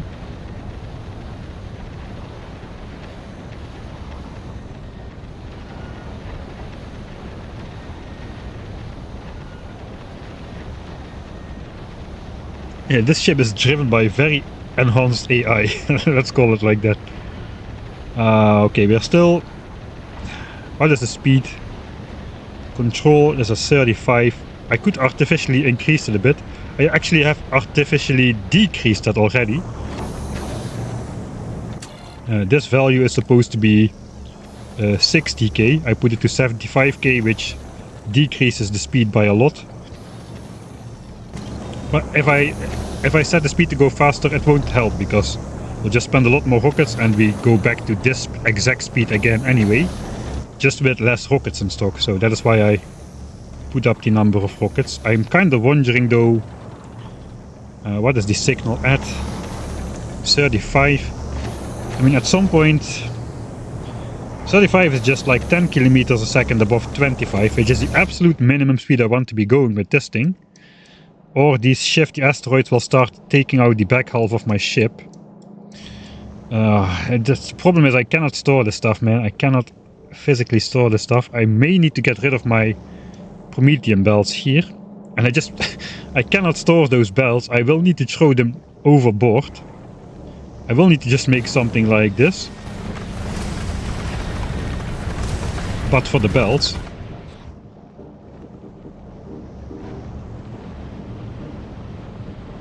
Alright.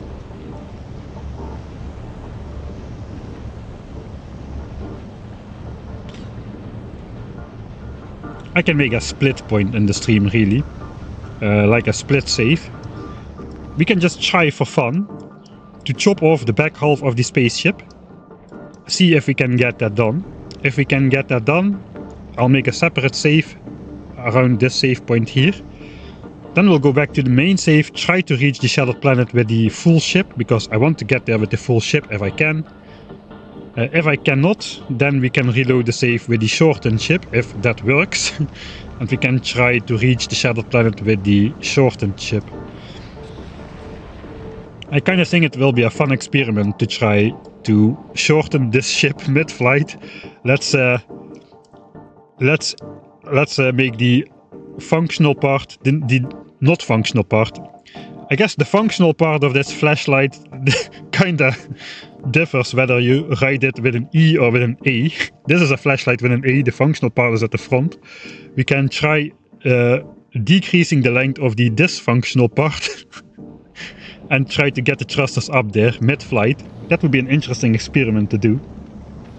Just casually chopping our ship lengths in half, for like 3.6 million kilometers out towards the Shattered Planet.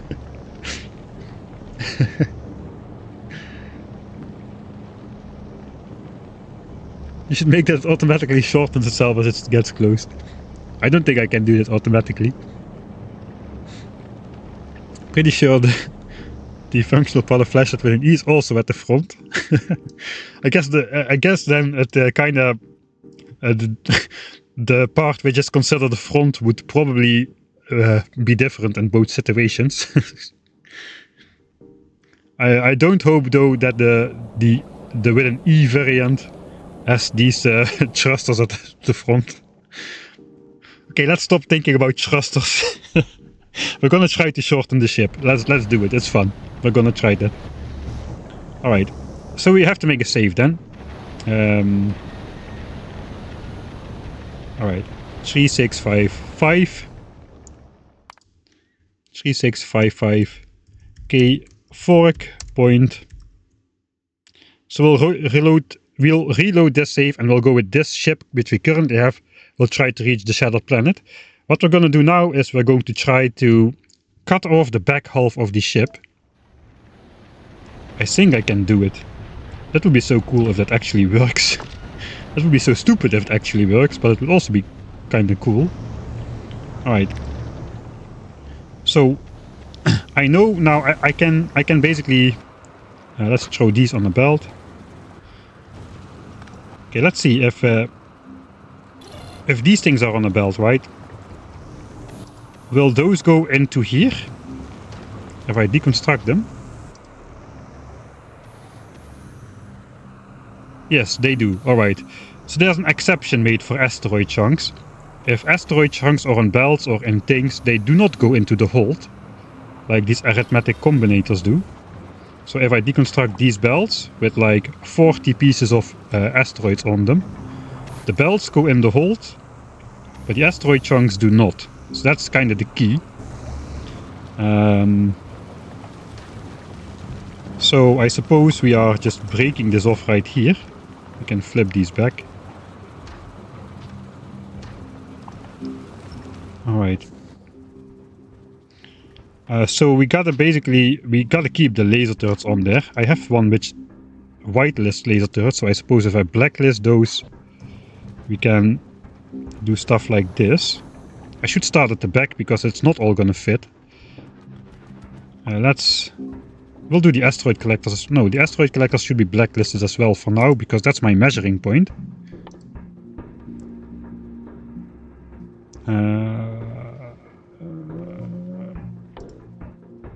Alright. I did save, yeah, but I am winging this. That is definitely true. Let's delete stuff from my inventory because it's going to fill up at some point. Okay, so the plan basically is this. I'm going to delete the rest of my stuff as well. This is how it's going to go. Stuff is going to get deleted into space. So these arithmetic combinators going to be thrown into space. As soon as they're into space, I click like a maniac. I can no longer grab them. These are now just like drawings. They are not actual items anymore. They cannot be grabbed. They cannot be retrieved. They just will disappear. So we got to do that with the belts as well. The belts just go in here, but we cannot store everything in here. We don't have the space. So we got to just throw it off the side of the ship. All those expensive belts have got to disappear because we need the space for rockets, basically. First of all, we're gonna just empty out our inventory. Alright.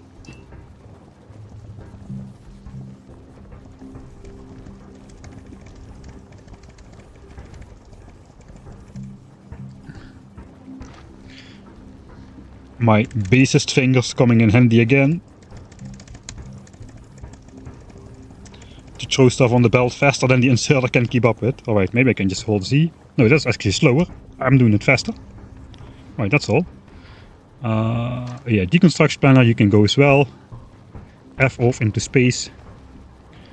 I think I have... This is a custom book. I just put it in here for now. Delete it. I'll reserve one slot in case I need to pick up something. The bots are actually in the hub. I picked those up by accident. Inserters go back there as well. I think we need to use legendary inserters to throw everything into space. Alright. So let's go. We'll start with all of this. It's gonna disappear instantly, I think.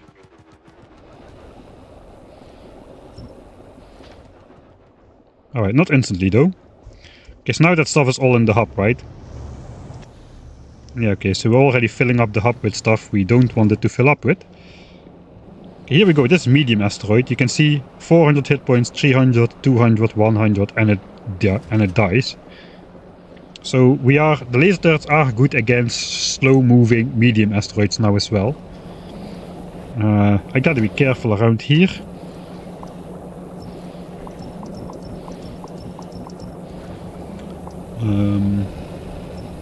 We gotta keep all the stuff we need for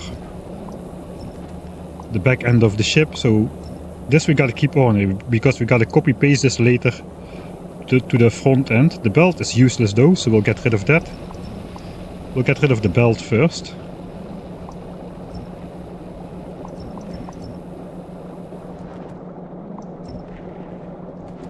Okay, belt inserters.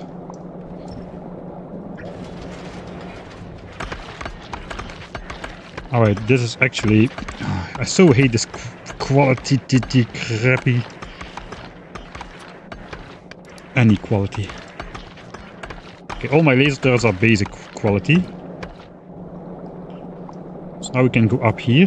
This is only belts and inserters. Alright.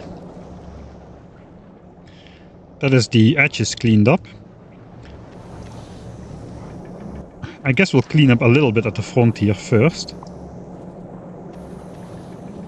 We are reading those belts, but I guess these belts are gonna disappear, so goodbye.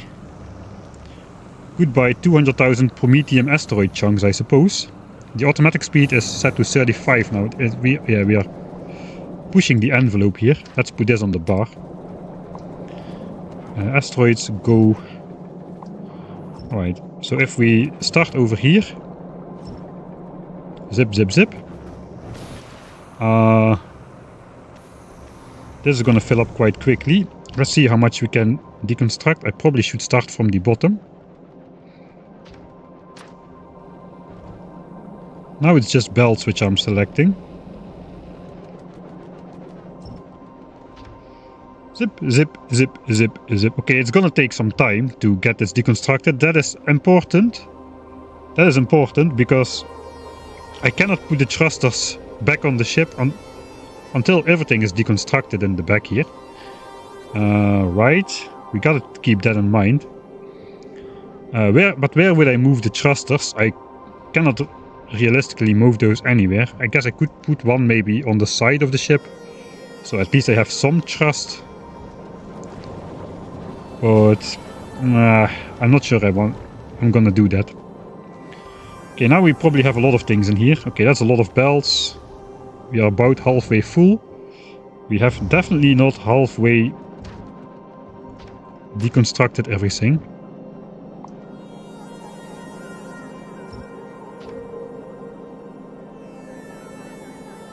Alright, so what happens if I deconstruct more than I can store in here?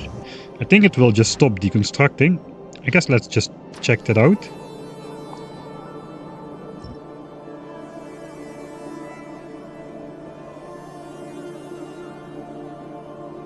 Okay, apparently that still fits. I hope. Alright, yeah, still like 18 more slots or so.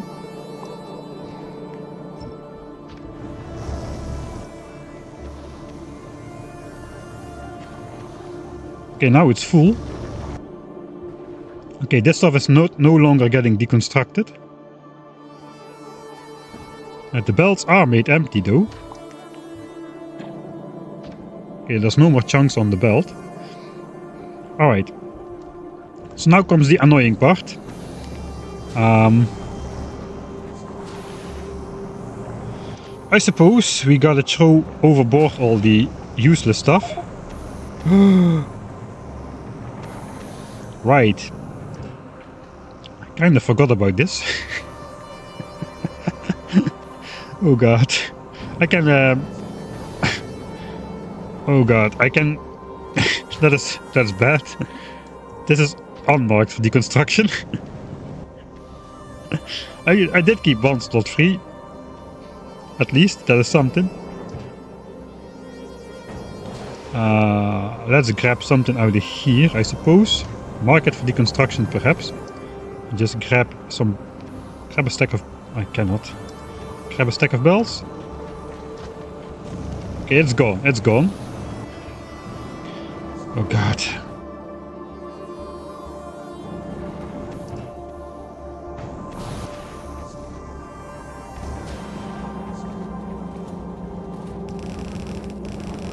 I cannot put the rest in my inventory. So I gotta place it all. Okay, let's just throw some of these over on the belt at least.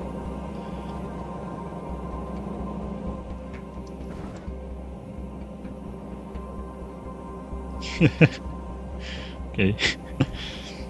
I guess I'll throw the rest on the belt while I build it. Alright, so we want some legendary blue inserters. We want these splitters.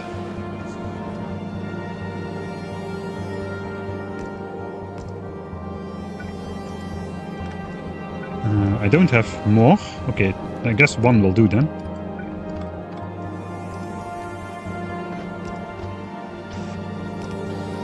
And I will just throw these into space. Alright, Promethean asteroids can be thrown into space. That is no the point. Now though, this is entirely useless. We gotta throw stuff away. What do we want to throw? Let's start by throwing away yellow belts, I suppose. Those are the least expensive. I suppose we're gonna be throwing away almost everything though. So, yellow undergrounds, red undergrounds. Let me just like grab 4 stacks of each. So I can still do something. 2 stacks of belts.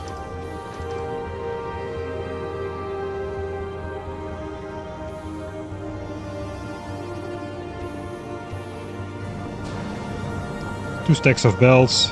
And I guess, yeah, that's gonna be it. We're gonna throw the rest overboard.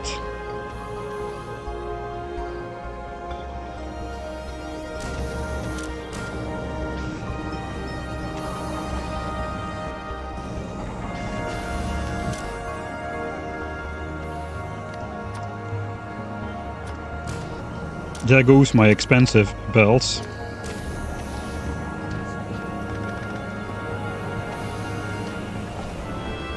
Right, if I'm smart, I'll try to do something like this. So each half gets forced onto a separate side of the belt, then they don't mix up. Yeah, there we go. Alright. Oh god, this is gonna hurt. It was so expensive to make these belts. No. No. No. Okay, that's actually connected. That is bad. No. Oh god, this is so expensive. No. Ground back to dust. Oh, this makes me feel sad, man. Alright, but we are reaching our goal. Our goal is to free up slots in here. It's working very well.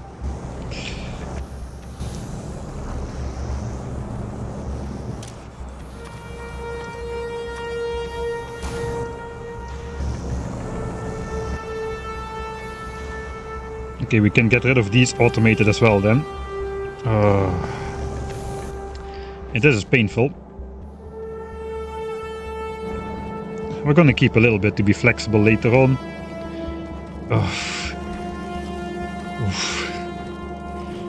This is like, just like that Batman, the Joker scene in Batman, where the Joker just lights that giant stack of money on fire. That meme clip. We are just doing the same. We're just doing the factorial equivalent of that. Producing so many super expensive belts and just throwing them overboard into space. Oh god.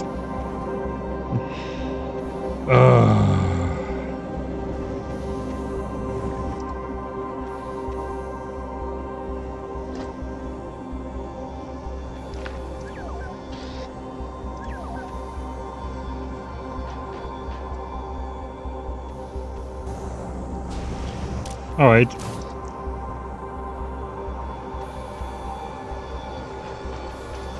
I guess we'll add the belts to the mix.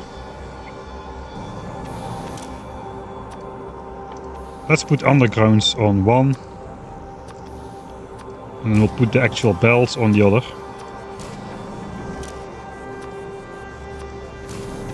Oh, this hurts. Oh, this hurts.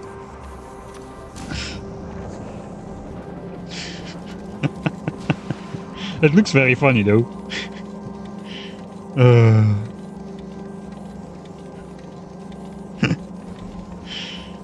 Oh my god.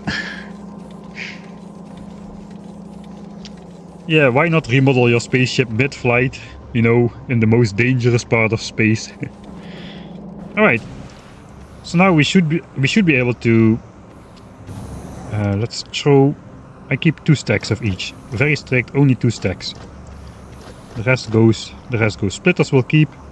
Well, we can make those at will, but we'll keep the turbo splitters for sure.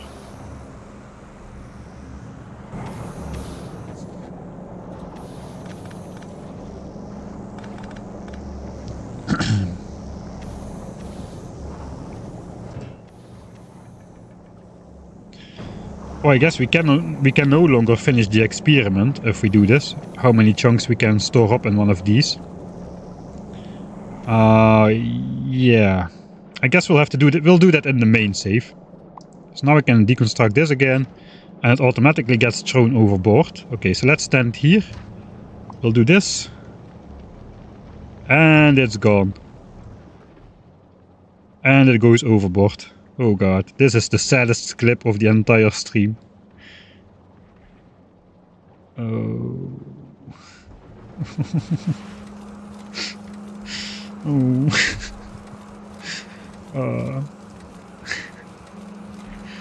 This is just not right, man. I don't know. I mean, I do not even shoot chests full of wood in my regular playthroughs, and I'm throwing green underground belts in space. Do you have any idea how those are so expensive? I even keep my chests of wood, or use them like to smelt stuff in my OG starter base, which uses steel furnaces or something.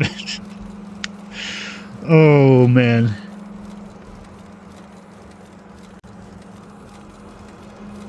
That's a sight you don't see every day.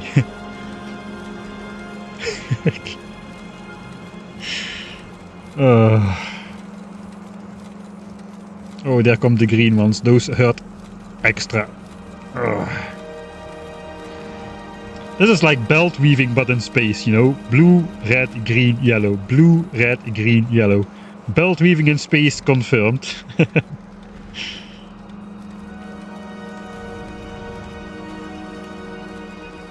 A whole new type of belt weaving. Okay. Ooh, that's gotta hurt. Yeah, that does definitely hurt. Alright. So. We'll get rid of this thing as well.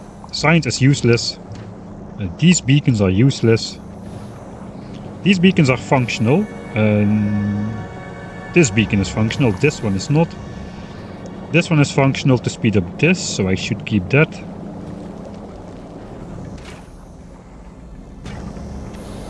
What is this belt actually doing? Is it doing anything? Is it like a leftover? It looks like it's a leftover of an earlier design. It's not connected to anything. There's nothing on the belt. We need calcite and iron ore. And water, I suppose. Calcite, iron ore is over here. I think I routed stuff differently before, so this is actually not doing anything either.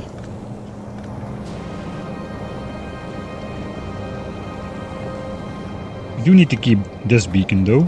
Let's get rid of this and this. That was not part of the ship. Okay, then now comes the dangerous part. Oh, wait, we're not done yet. Right. So this is looking awfully empty now. Ship is still intact though, just the belt is gone. Some more splitters in the back.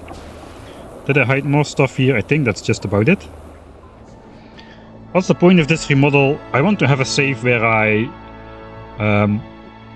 shrink the spaceship size before it's absolutely too late to do it, because it takes quite a bit of time to do it. So I'm just going to save this in a separate save point.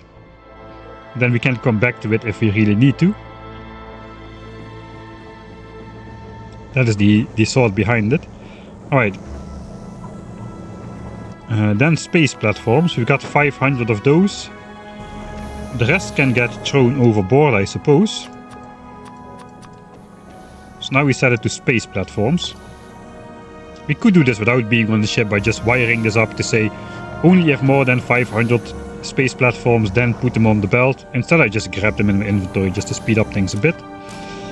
So space platforms, where are those things? Here, both of them. We'll watch it happen live on camera, I suppose. So take one belt. Okay, this is going to be tricky because we have these asteroids coming in and I cannot fully disconnect a part of the spaceship. So I suppose I'll start. I gotta keep some of these asteroid collectors as well. At least this part, I suppose. If it's gonna be over here, I can probably bring it up much closer. I just need to reconnect the pipes myself. So technically all that we really need is this part, right? This is the functional part that we need. If we can connect this to the fluid pipes over here, we can bring this up all the way to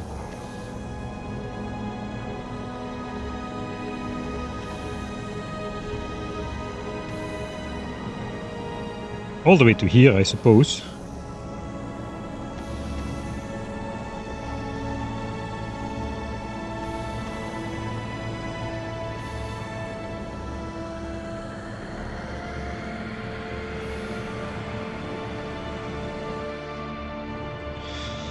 Alright, so how do I do it? I guess we will just cut out this part. All the way, as far as possible, basically. I'm just gonna cut a big hole in our ship. This might kill me. Actually, I don't know if that kills me.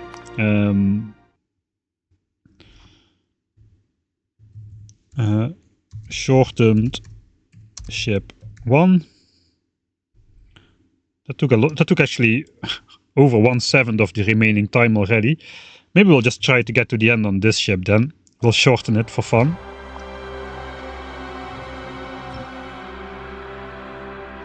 Alright.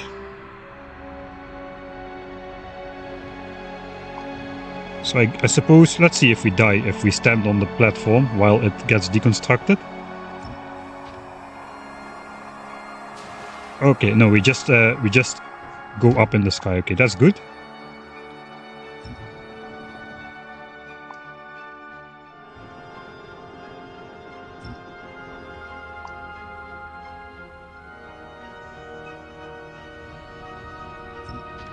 Okay, so technically my ship is still connected, right? That's quite funny though to see. Look at this empty part of space in between this. So many asteroids smashing into the side, and this is completely empty. This is quite funny. Okay, now we need to find a good moment to just deconstruct all of this. We do need to start sending those platforms overboard. There goes all the space platforms. Oh god. That is also very expensive. Took me so long to build all of those. Is this modded? No, this is completely vanilla. I think you have breached your hull. What are you talking about? My cargo hold is infinitely deep and extremely empty. Just the stars are visible in the background. Actually, one chunk managed to get inside somehow. I don't know how he did it, but he got inside. Alright, so now, are there no mediums drifting in. It doesn't look like it. So let's take this down. How much is still in here? Quite a lot, but we have space. We have space. We need to wait for that. Let's Control Z that. Laser turrets back. We need to wait for this to empty out.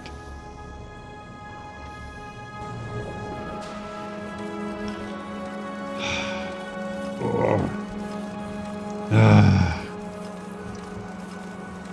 20 steel and 20 copper cable per piece.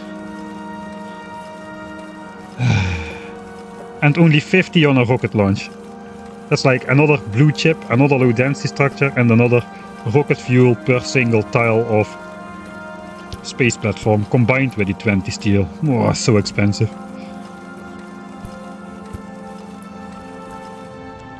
All of this, what I'm doing now, can be done remotely as well, but this just makes it a lot more pleasant to watch, I suppose.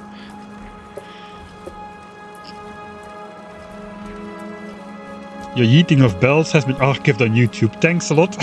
No, really, that's a nice clip to have, I suppose. Oh man. It takes a while.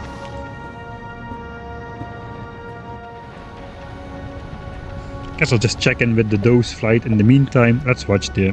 We've been watching asteroids getting blown up all stream. Let's just watch this getting thrown into space. 2.4k platforms left to go. 2.3.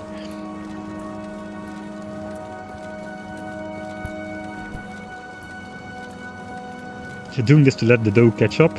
Who knows? Is she flying fast again? Looks like no. Looks like she has confined herself to the 85 kilometers a second speed. Where is she? She's currently doing something else. Okay, 1.5 million kilometers out already. Pretty good.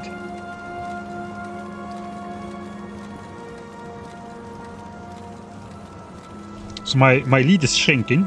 I'm now only 2.2 million kilometers ahead. I think before it was like 2.3, 2.4? I don't remember. Right, 1.1k. The problem is we need to get rid of this belt as well. We need to get rid of this belt. Okay, so the plan is put this in the front somewhere. Perhaps over here. If I put it over here...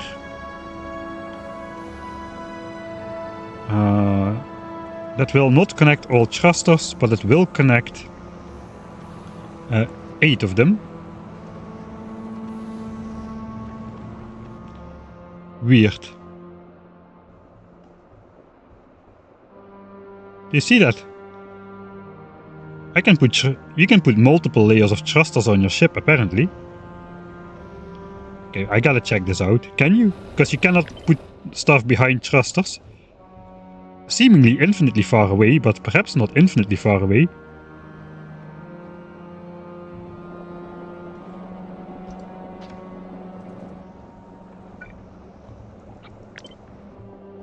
No, not infinitely far away. There's a limited distance to that, and then you can just place thrusters like in layers then. I could have built 3 times as many thrusters on my ship if I hadn't had that belt storage thing all along. Oh, then we can do this very safely. Just then we can do this very, very safely. Do I want to do it safely though? I don't think I want to do it safely. I don't think I want to do it safely.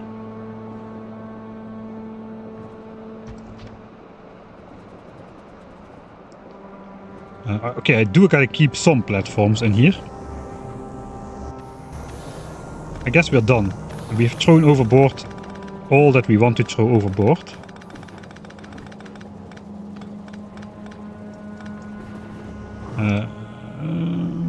Okay, I do have some space. I can put these things here. We can... Oh, god dang it. Somebody said something with the alert sound. Safe. Safe. You are all too safe.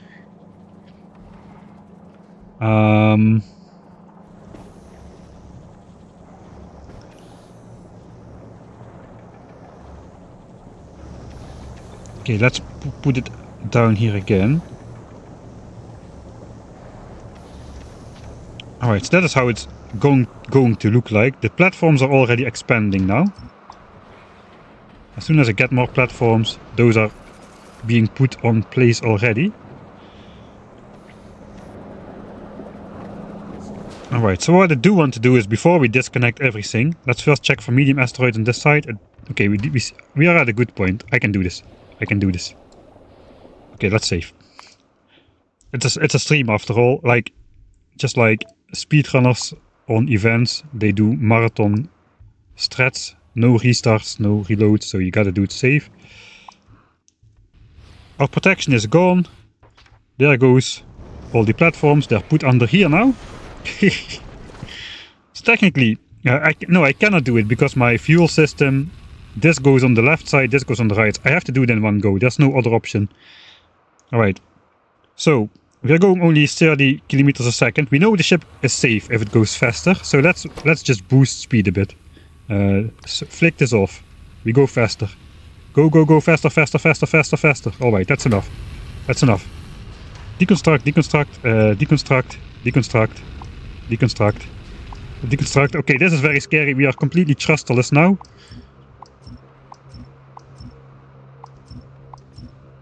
Oh, this is such a long ship. Come on. Oh, speed is going down too much. Oh god, oh god, oh god. Maybe I should have done it in steps. Oh god. Everything is there though. It's just not connected.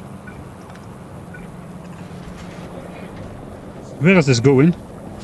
Where is this going? It's going here. Oh god, this is the wrong one. What the heck? Chesterfield's supposed to be on this side. Connect, connect. No, no.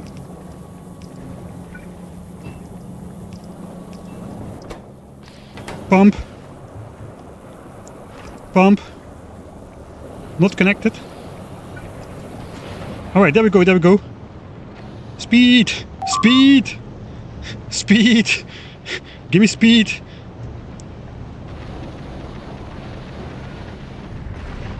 It did look like we got a break. Okay, not too much speed, that's too much speed. Stop, it's too much speed. Too much speed. Automatic.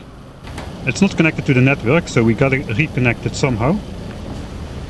I guess this will do it.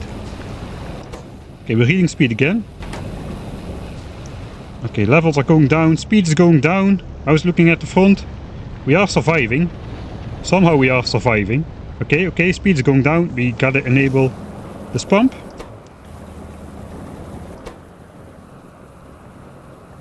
Signal A is 33 at the moment. I guess we spend a lot of rockets. Alright. We're gonna get signal A bit higher. 38. Alright, 38 looks good. Think we did it. Think. That is so stupid. That is absolutely stupid. Okay, this can go. We can tidy up this a bit.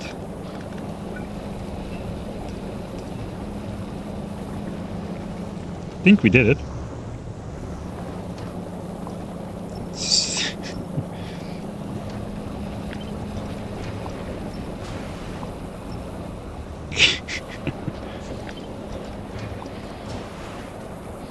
Think we did it.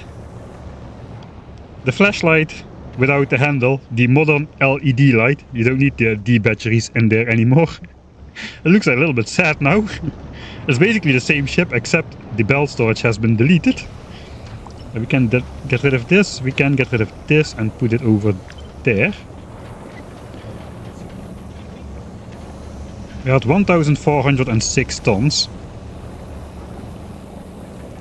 Okay, I think we can do better.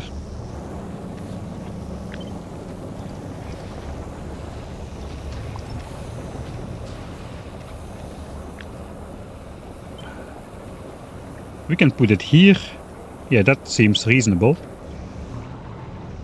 Alright, let's try this again. This time it should go much faster. We will just let the pump go freely, go faster, faster, faster. Stop it, stop it, stop it. Delete everything. Delete everything here. Put it back. Right here.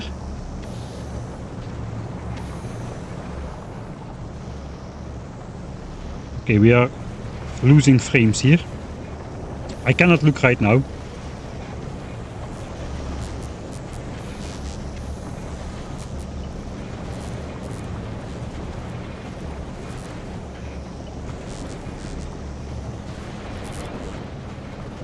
Our speed is dying. What is going on?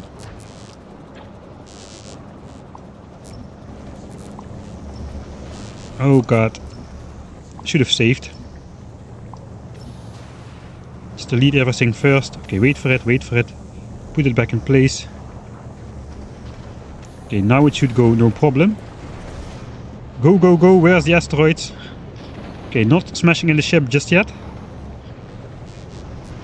We're at minus 10 kilometers a second. Go, go, go. Come on, come on. Pump. I guess all of them need to go. Yes, we... Ignition. Alright. Oh, this thing... Whoa, this thing goes way too fast. Stop it, stop it, stop it. Okay, it is stopped already. But of course now we have a way lighter ship to propel. It was 3,200 tons, now it's 1,400. Oh, look at this guy. Oh god. No, no, no you don't. You do not crash into my ship. Okay, we gotta go faster, or that guy will crash into my ship. Just a little bit of gas. Okay.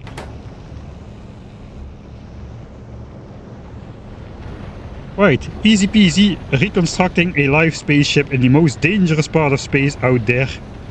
Not a problem. Oh god.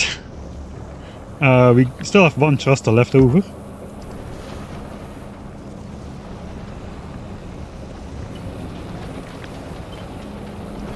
Okay, we can get back up to like 1,400 tons, I suppose.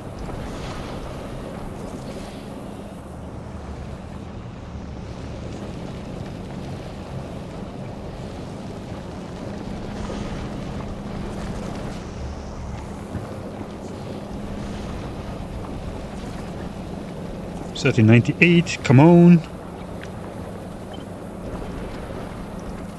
$13.99. 1,400 tons. Okay, that is good. Now we just need to put some laser turrets on there. Whoop, whoop. And I guess this can go now as well.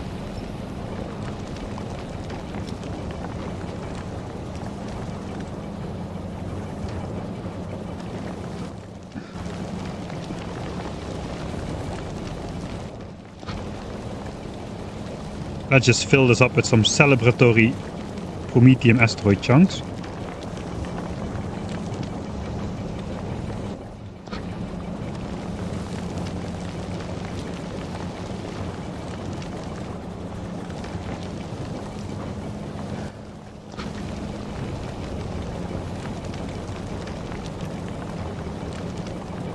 Alright, that is enough celebratory belts, I suppose. Or not, apparently.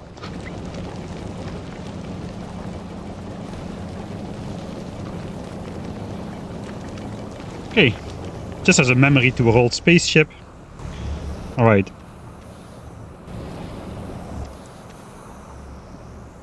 Okay, I suppose I should throw the rest overboard. For now I won't. If we need to reload the save, I can still do that. But for now, I'll just put some laser turrets on the edge here and call it a day. And then we'll go back to our main save. Or should I continue with this one? And this is not symmetric. Or is it? No, it is. Alright. Okay, my chat is gone again. What the heck?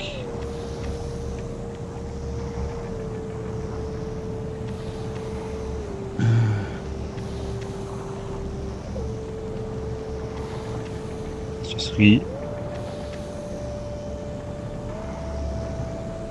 That might actually be the cause of my stream disconnects. Just my phone interrupting.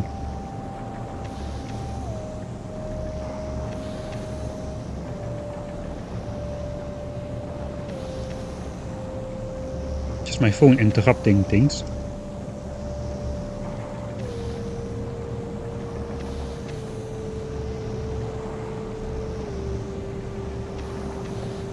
I'd go main save. That was so many resources thrown away. Why not continue with this? There's nothing wrong with this save. There's technically nothing wrong with this save.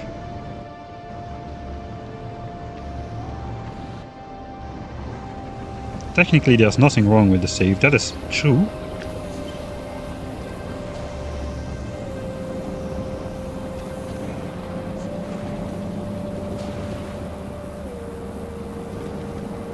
I suppose we don't need this anymore. This can just go out like here.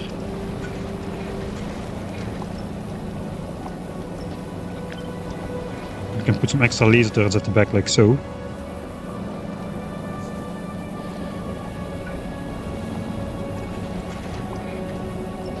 Even looks okay.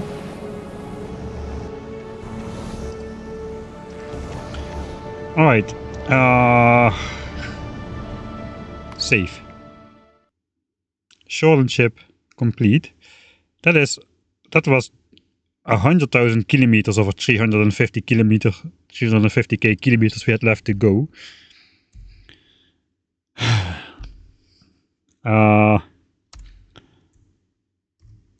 Shortened ship complete. So that basically took like 40 minutes or so. I thought it would take not so much time. Alright. Flashlight is more fun than flash. No longer flashlight, shaman muscular. Okay, that has been blocked again. Do I need to do that every stream?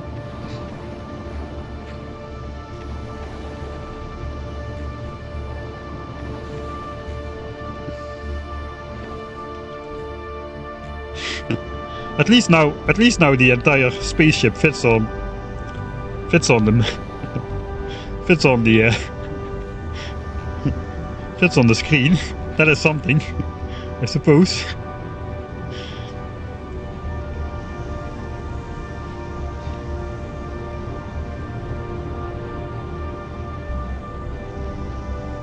Just joined. Why is the ship shorter? Well, at some point the blue pill is gonna wear off and it just shrinks down to normal size.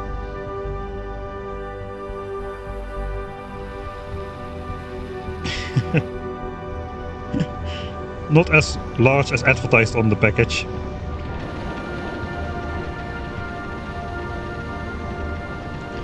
Alright, so in terms of functionality at the front, nothing changes. We still need to shoot the same amount of asteroids. We just run less risk of asteroids chopping off the back end, especially once we need to stop at the shattered planet. We've also to get a nice round weight again. We had 3,200 tons, now it's 1,400 tons. I guess we're gonna continue, right?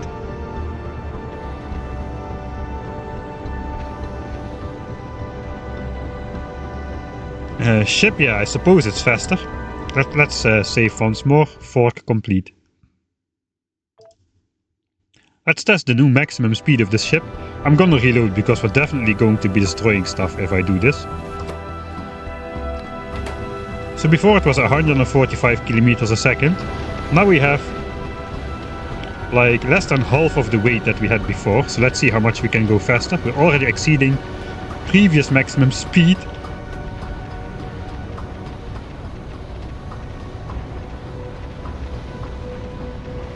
We're actually not that much faster. That's like 15 kilometers a second faster than it was. That's kind of disappointing. Yeah, fluid is full, we're going maximum thrust. Alright, so I had like more than twice the weight and we're going 15 kilometers a second faster as our top speed. I suppose now we're losing these asteroids. No, we haven't lost a... Okay, let's slow down,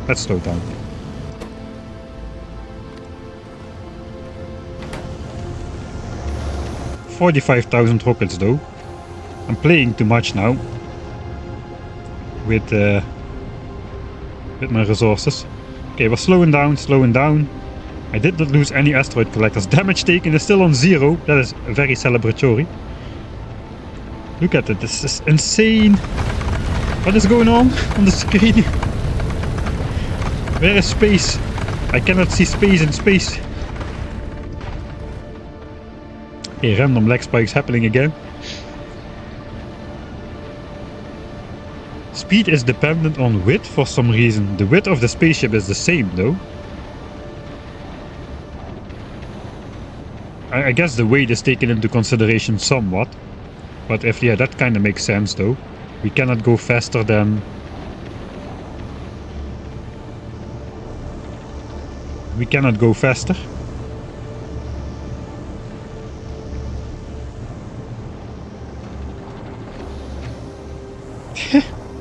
Okay, let's continue with this ship. It is kind of fun to do a full ship reconstruction like mid-flight.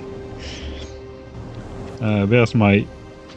We can delete this now, the deconstruction planner. In space, no one can see space. No one can hear you space out in space.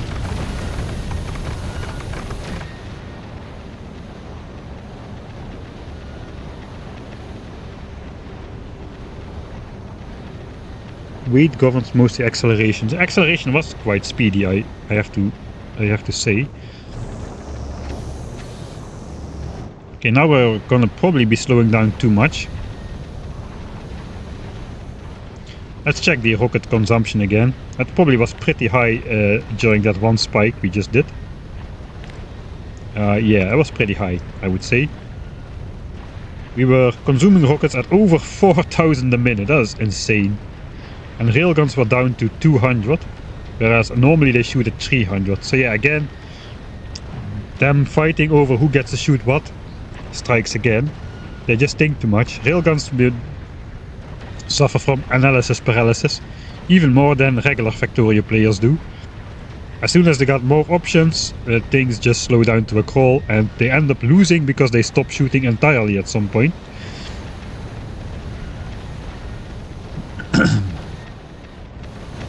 And then the question is, I got like 45,000 rockets now.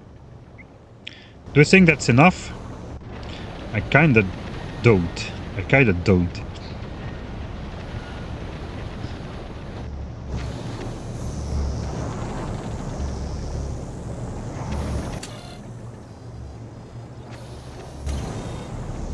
Speed is set to 33. We are going faster because random bunches of pumping, right?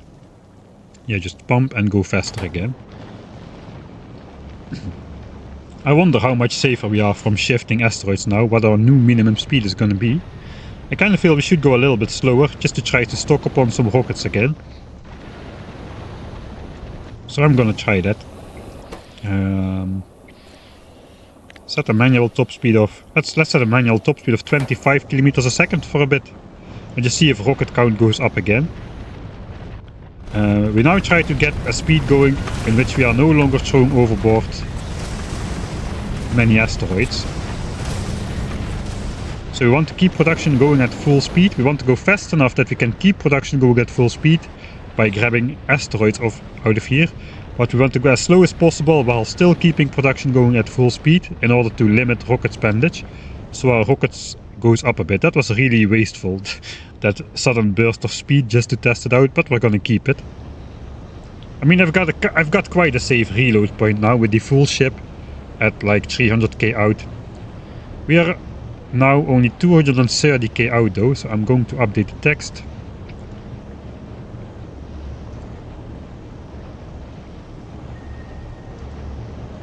$230k to go. 230 is a funny number, in the Netherlands at least. There was a commercial in the Netherlands years ago.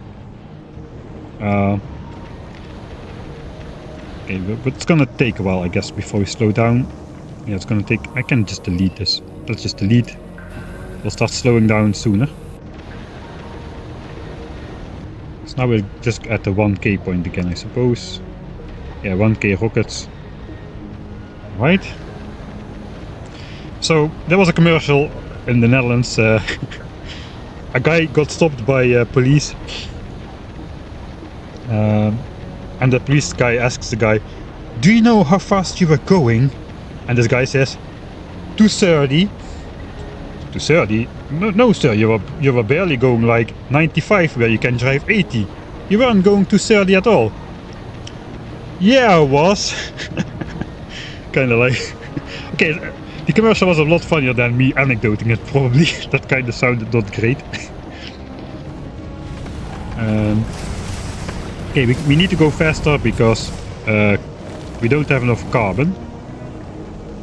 Okay, if we need to go faster already before we even slowing down, then this doesn't make any sense. I may have just shot myself in the foot. So this pump can just pump. Even at 33 kilometers a second, we are not getting enough carbon. This may turn out to be a mistake. I should have kept my rocket stashes nice and full at 60,000. Almost. Now we're down to 43 and it's gonna fall because we are no longer able to grab enough carbon. We're grabbing all the carbon. Every single piece of carbon, which you can see, will get grabbed by one of these arms. This one gonna get grabbed, this one gonna get grabbed. These four all gonna get grabbed. This is all gonna get grabbed. No piece of carbon will be left ungrabbed, basically. So there is nothing we can do to grab more pieces of carbon. Okay, we're still throwing some overboard, apparently. How the heck did that work?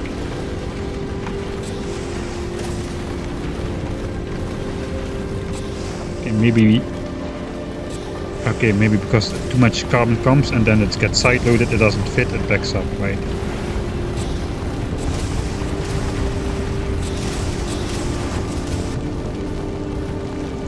So carbon is actually, it is still backed up. It is still backed up.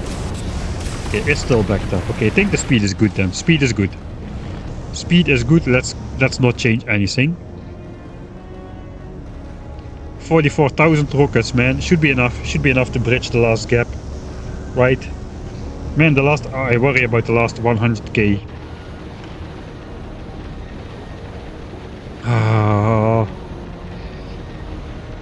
It is just entirely red now. Everything is red here.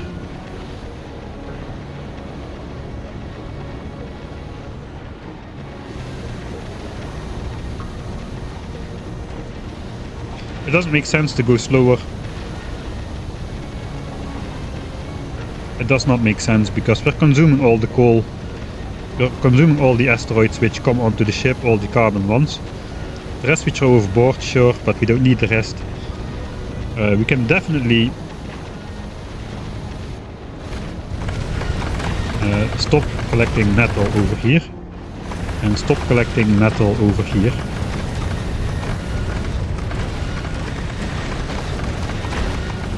Okay, we already were not collecting metal over there.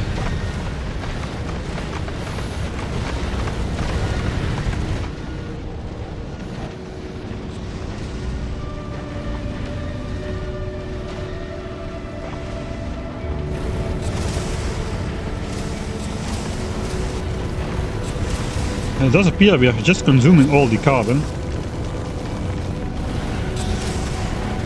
Hardly anything gets thrown overboard, so we don't need to slow down for sure. Slowing down won't achieve much. We just gotta check consumption. Oh god, consumption is high. Production is down.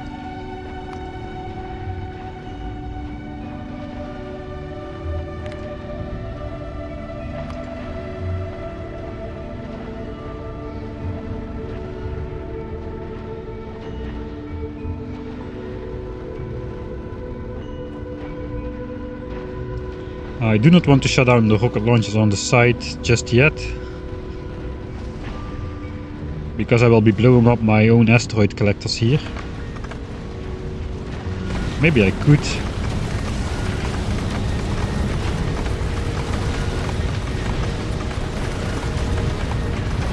Let's target cars or tanks. Cars. No, no. No, no, no. Only mediums. Mediums. Okay, we could do it like this. We would be shooting a lot less to the side if we do this.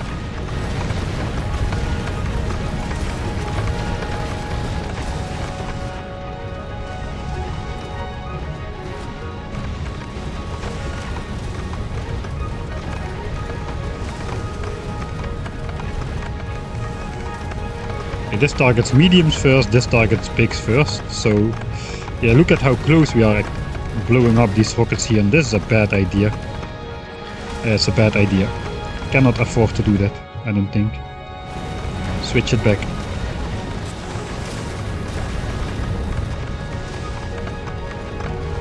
It's just getting too close, man.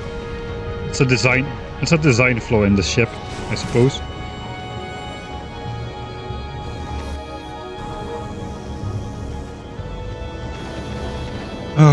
Alright.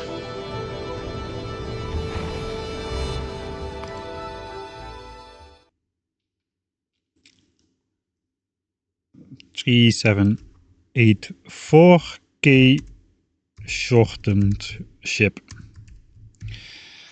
Okay, I got a decision point, man. I've been handling the asteroids not great. 3784. We have 216K left to go. At the speed we're currently going at, that is 2 hours. 2 hours at 30K. 2 hours at 30K. The other option we have is just to take the pre-forked ship, which is going faster and has more rockets on board. Let's quickly load it again. I think I should take this ship, really, because we're going faster. This will also take 2 hours to reach the end at 40 kilometers a second. We do have the full shape, the full glorious shape to bounce around with at the end of the universe. And more importantly, we still have over 50,000 rockets in here. And I didn't spend those into a giant burst of... I didn't spend those in a giant burst of production. And I can actually, I'm still at the point where I can slow down a little bit to use up all my chunks here. So let's do that. Yeah, I think I should, sorry guys, I should be going with this ship really. I just made the other one as a fork point for fun. At least we can continue this experiment with how much Prometheum chunks fit in here. That's a lot. Okay, so A is 35.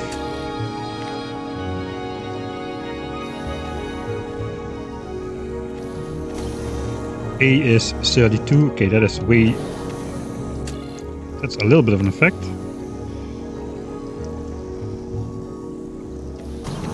A equals 28. I think we can try that a little bit. Just try to go a little bit slower so we can use up our asteroids here, because we're throwing them overboard now, and as you saw, the asteroid density is really gonna go down to a point where we can no longer keep the belt saturated with... Oh, this hurts. Stop throwing this overboard already. Okay, I'm just gonna flip around those belts real quick.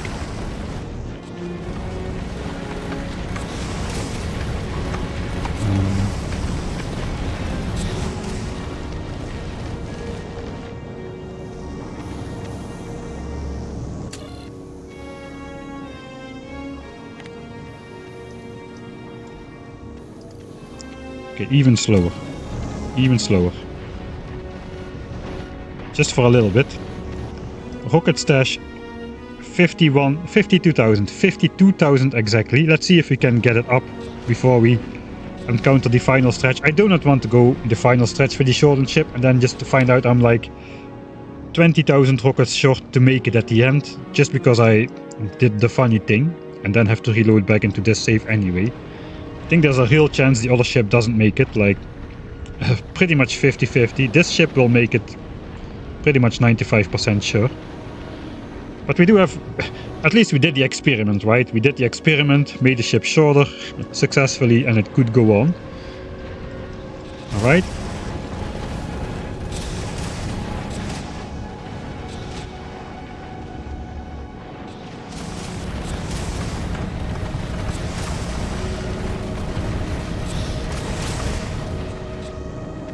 Okay, let's see, is it going up? Yeah, 52,200. Okay, so now we're at a good point. We're at a good point. Rocket spendage is down to about 800 a minute, and rocket production is still at maximum, 1,000 a minute, or 1,050, I suppose. Yeah, almost 1050. So that is good. That is very good. We're also very safe at this point. So I want to just stash up rockets before we enter the last 300k. Should probably re-update the overlay then, because now we've got 333,333 kilometers left to go. Let's go with that. And then I re-chat a little bit, because I have been ignoring you because I was in half panic mode. At least the dough can catch up a little bit more if we reload the save as well. we may be arriving behind each other, not too far apart. Right. Yeah, that was probably the weirdest thing I've done so far in Space Age, is reconstructing this ship mid-flight, 3.7 million kilometers out towards the Shadow Planet, and just ripping the ship in half and putting the thrusters back here. And doing it without sustaining a single point of damage somehow. That was kinda cool. Alright.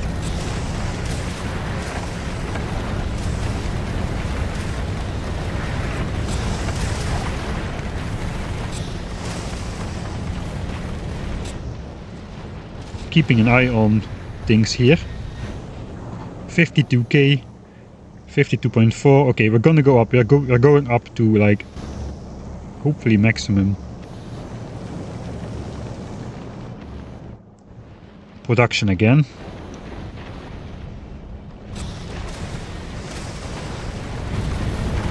Ice is still excellent. I blocked Cole from going overboard. Cole will just back up on the belts a little bit now. So I have to make sure that Cole doesn't fully block any other asteroid types, which would be bad. Yeah, I think we're gonna be good, man. At least we're back in the proper flashlight with an A, the functional model, which you know, has a very strong beam of light coming out of the front. Obviously, we are penetrating the deep dark of space very well now.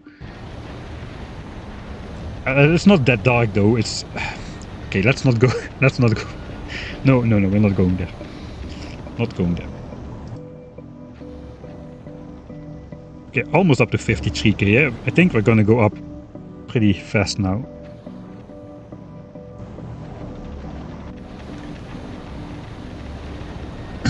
Current pace, yeah, but we're gonna be speeding up again. Now we're just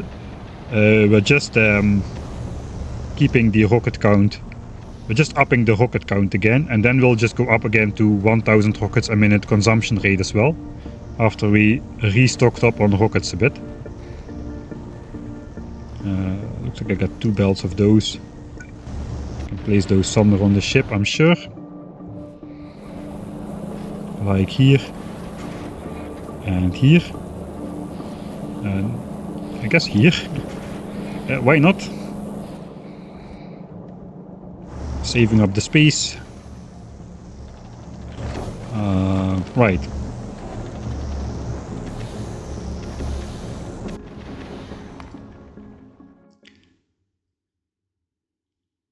Uh, 3666k proper flash light.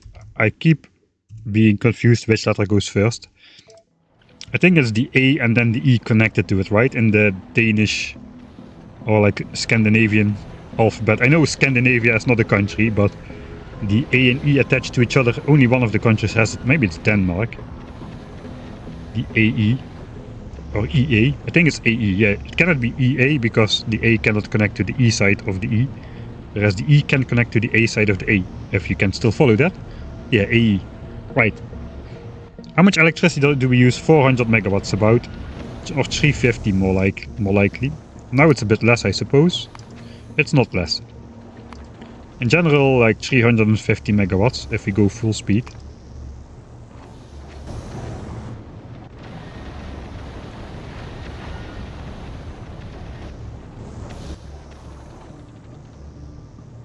Alright, are we still producing rockets?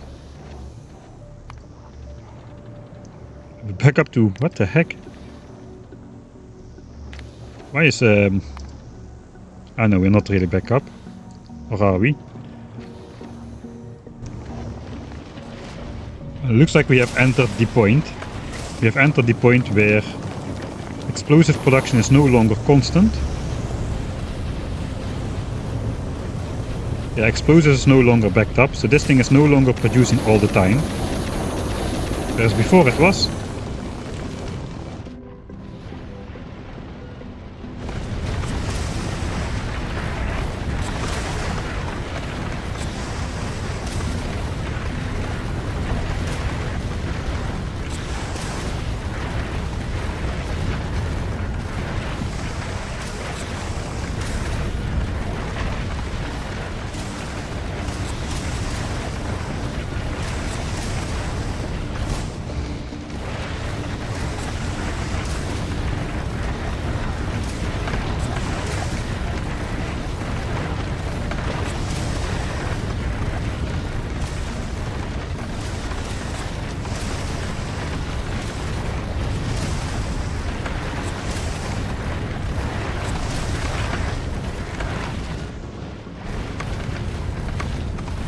Alright, we are now using up every single piece of carbonic asteroids we can get a hand on. We kinda crossed the point which we reached with the shorter flashlight as well.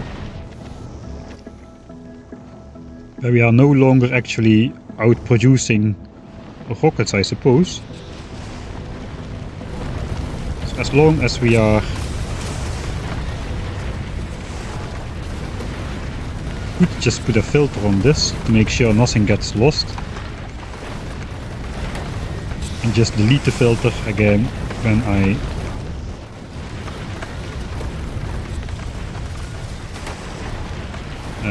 I want to. I can just delete the filter and that should work. But now we won't send out anything out here. So we keep a hold of all carbonic asteroids on the ship. I think that's important now. Alright, let's save here. That's a good point. 3672. Keep all carbon from here on out until the end, probably. Okay, we've got a better shot at this though. We've got more rockets.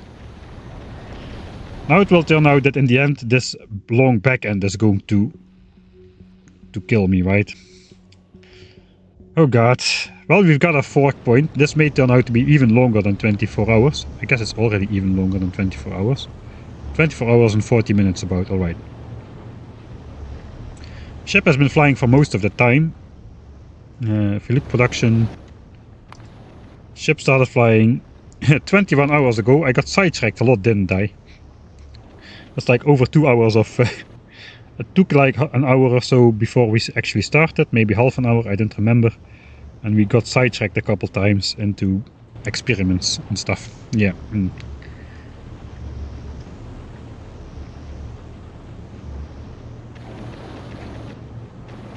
Swedish uses the dots on the A instead. Alright. This stream is no longer safe to work with.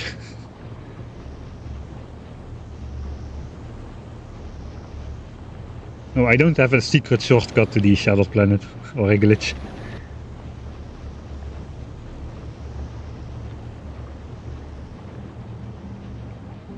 So 25 kilometers a second is kind of the... like an average speed of 25 kilometers a second is about as close as I want to get towards these asteroids going past the edge here. 25 is still fine. 20 is mostly possible, but not really. I don't know. I haven't tested it for long enough. Alright, I guess we can continue with our experiment. Currently...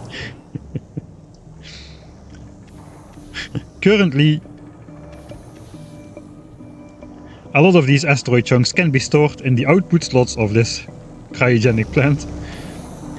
There is 4,600 chunks in each of these science assemblers, which is even like, I don't know, 6 times as dense already as even the storage on this Prometheum asteroid belt storage. How does the asteroid got here? How did you get here? That is cheating.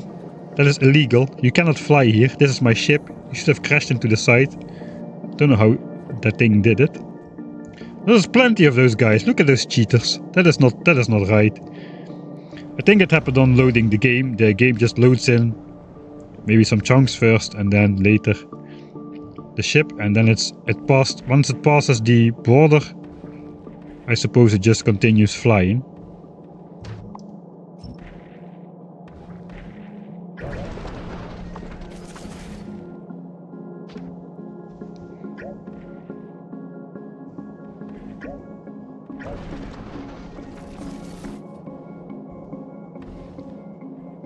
No, maybe not. I don't know what's going on there. Speed is still okay. How's production against consumption? We're gonna look at shorter timescales now. I think railgun... Yeah, production is falling. We are still outproducing though. We are back up to over 53,000. We started at 52 once we slowed down. And carbonics is the bottleneck. I guess we can go slightly faster, theoretically.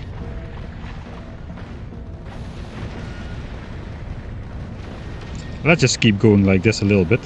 And we can enjoy ourselves with the great Promethium asteroid chunk storage inside the cryogenic plant. Let's see how far we can take this before it breaks. That means, yes, yet another save. We'll just override the last one. We are again at 320k out. Yeah, that is... Okay, the overlay is still roughly correct, so let's keep it. Alright, let's see how far this can go. So we copy battery on there. And then we copy this on there again.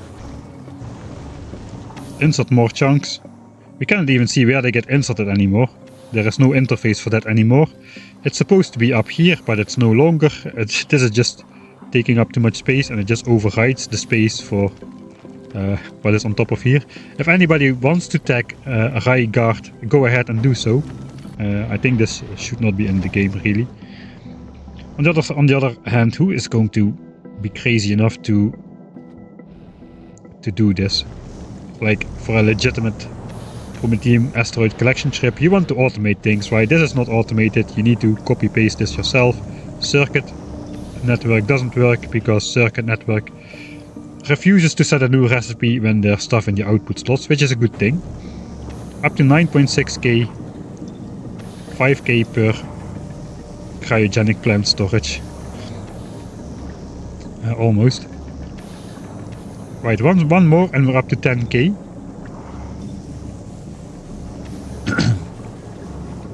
That means that at this moment,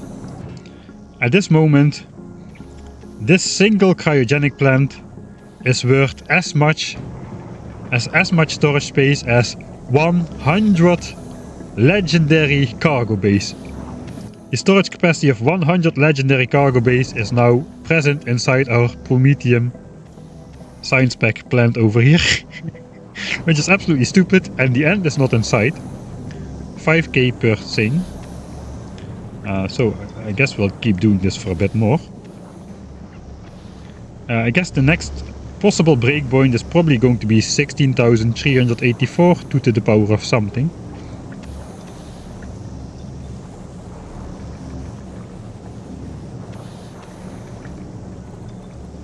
I mean, you don't need to do this. I mean, this is not an exploit. This is just regular belt weaving.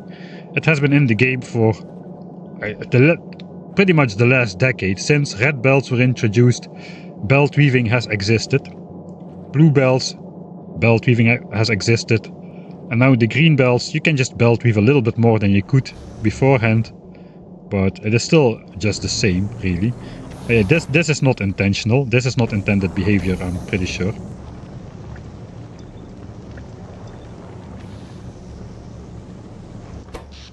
I cannot really get an accurate readout of the signal. I cannot mouse over. Can I mouse over signals here? I cannot.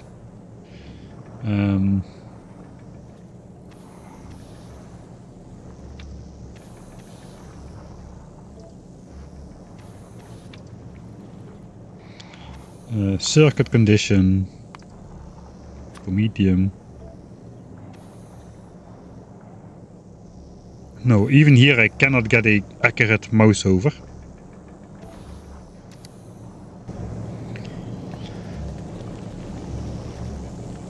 yeah, we can get it out of here. So basically, if I flip this inserter, it will just grab promethium chunks from the output slots over here. I don't really want to do that, because I want to have a nice round number in there, so I know how many are in there. But in generally, if something is in the output slot, inserters will just take it and put it on the belt. It works like that everywhere. So we gotta just keep looking when this goes up to 11k, I suppose. 11k. Okay, 5.5k per assembler. Okay, I guess the logical point for this to break then is yeah, 8,192. Which means 16k and a bit on this thing. Oh, this is broken, man. Maybe this just keeps expanding pretty much infinitely. I don't know how many bits of data are reserved for that part of the logic. Not that we get a Tetris-like situation where the level colors just start to glitch out after some point because data is written to places where it should not be written to. That could happen very well, because how many output slots are you realistically going to need in any assembler? Like normally it's one, then there's maybe a couple more for byproducts, a couple more for unintended recipe changes where stuff gets stuck in your output slots. But yeah, that is... I don't know how much further we can take this. We should save regularly. Or the dough will catch up even more to our spaceship here. Alright, 12k and counting. Just gonna take it up to 15k and then I'm gonna save. I'm not going to be doing this until the end though. This is a little bit too boring. This is something you should figure out in your own time. I mean, me.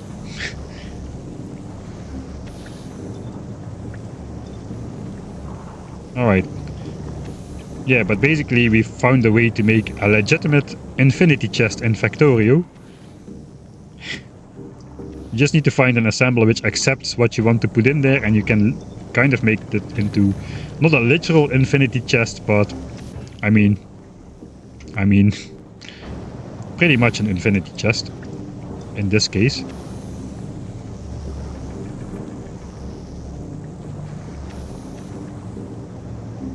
Yeah, the UI is keeping up, man. This game, so many ultra weird edge cases which this game catches. It's impossible. It's like, how the heck did the programmers made it so that the game just does not crash, man? It just does not crash.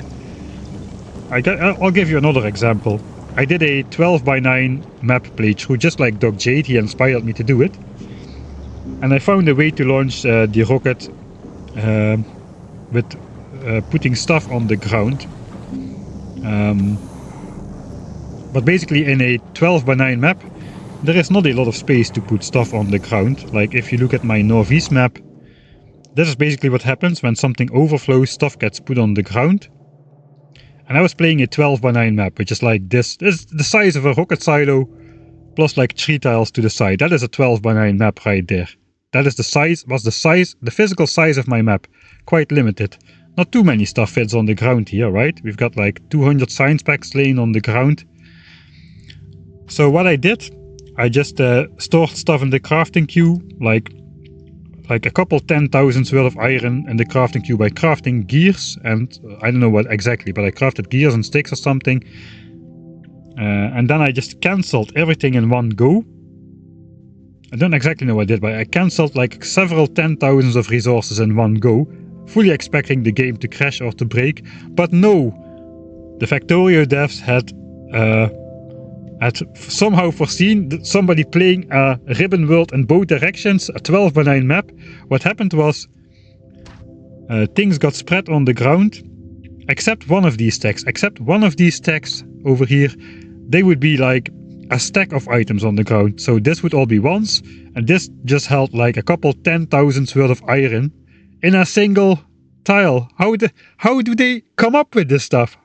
How do you come up with this stuff? Okay, we gotta put stuff on the ground, but we gotta take into account there's not an infinite amount of space to put stuff on the ground. Even though the map is practically infinite, We need to catch this weird edge case and put 10,000 plates in a single tile in a stack on the... How do you come up with that?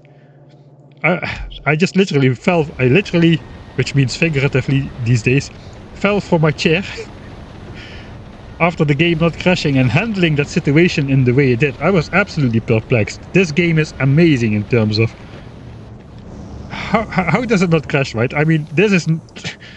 thousands more slots than there is supposed to be in there. How does it not crash? I don't know, but it doesn't. 14,000 chunks in there and counting. We're gonna put the entire belt in there by the end of the stream. The entire 200,000 Prometheum chunks are gonna go in there. This belt is already long empty. I guess we can send this belt in there as well. If I had one more belt, I could do it. I guess we can just cannibalize these belts now. We can actually just keep collecting it with these asteroid collectors. Why not? Yeah, let's do that. Yeah, then these needs to go like so as well. This needs to go so as well. So I am short on a couple belts. 1, 2 for sure. 2 belts for sure.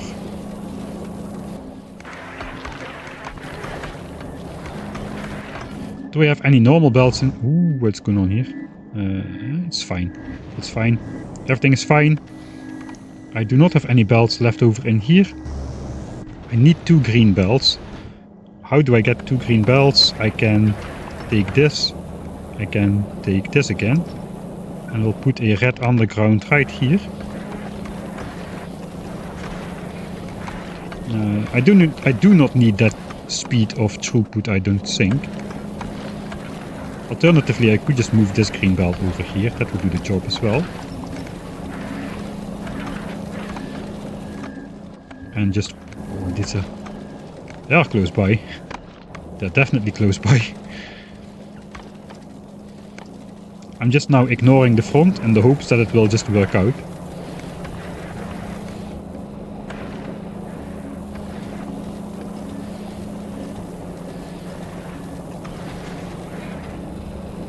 We can put these back. So they... Whoa. I just keep being... This is a little bit close by. Right, we're getting up to 54k almost now. So we're still outproducing consumption. So it's still worth it to keep going at the slow speed we're going at, I suppose. 300,000k left to go.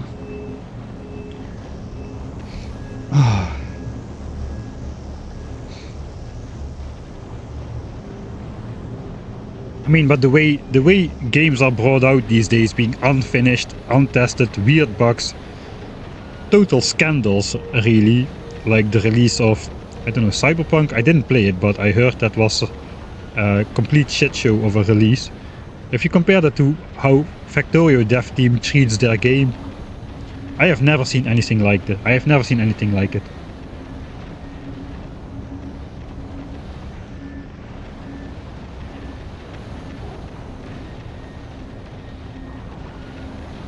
I have just got regular green undergrounds in stock as well, yeah.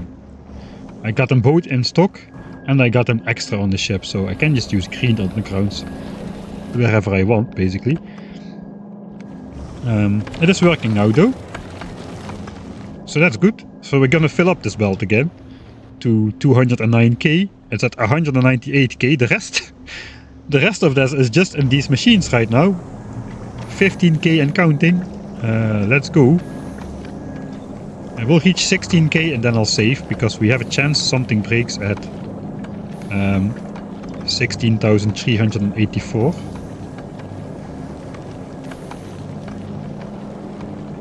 Still 15k.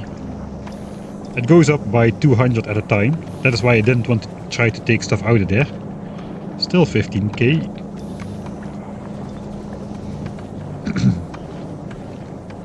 Okay, 16k. And 299k left to go. We'll update the text as well. Okay, we got 3,701k. 16k. prom chunks in collector. Not collector, in cryogenic plant, but yeah, whatever. I'll change the front end a little bit. No. Hotkeys. This one, right. Get out there. It's completely red now, man. It's completely red. Yeah, this is the point where that asteroid productivity technology really would have come in handy. We could have been making twice the coal and twice the explosives out of the carbon asteroid chunks we're loading. But we, somehow, game did froze. I just pressed T for text. Somehow we are doing it without any level of asteroid productivity or any productivity at all, really. I don't know. It is so weird. And we're not supposed to reach the shattered planet. If we are not supposed to reach it, then why does asteroid productivity exist even? If we are not supposed to reach the shattered planet? Because that makes it so much easier to reach the shattered planet. Because now we basically gotta tread lightly everywhere, look carefully what we collect, what we use, what we produce, etc, etc. But if you have asteroid productivity, you can just throw all of that out of the window and just don't care about the thing. Because you will have enough resources anyway, even in these very resource poor areas. You just compensate for that by using the pay-to-win technology of asteroid productivity, I suppose.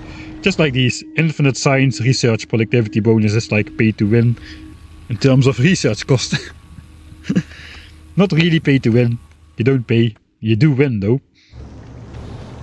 You pay in technology. You pay in technology.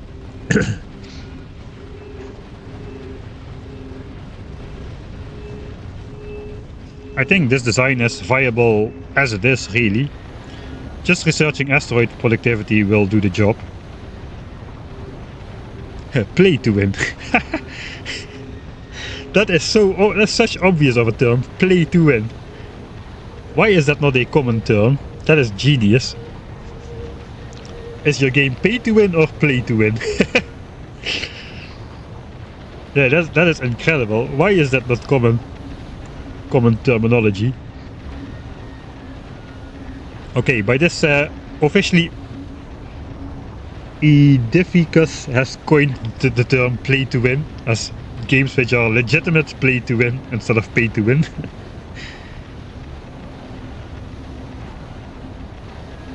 I did not expensive. I mean, it's easy to get 10 levels. If we check the technology cost for the first 7 levels or so, 1500, 2250, 3000, 5, 7, 11, 17, 25 for level 8. I mean, I spent like 64,000 or 63,000 research packs on just increasing explosive damage upgrades. And this technology, level 7, which gives 70% productivity bonus on all the asteroid crushing. It costs less, you know. I guess level 10, I cannot really look right now how the formula goes up, but I don't think it's gonna cost more than like 30k, 35k maybe to research level 10. So definitely viable to just blatantly double the resources you get from those coal asteroids. Okay, we got another frame drop moment. Let's wait until it goes up to 60 again. Yeah, it's incredibly powerful. It's incredibly powerful. And it kind of totally negates the resource. Look at this, we're almost there. Almost there. It totally negates the resource scarcity at the end. If you can simply double production.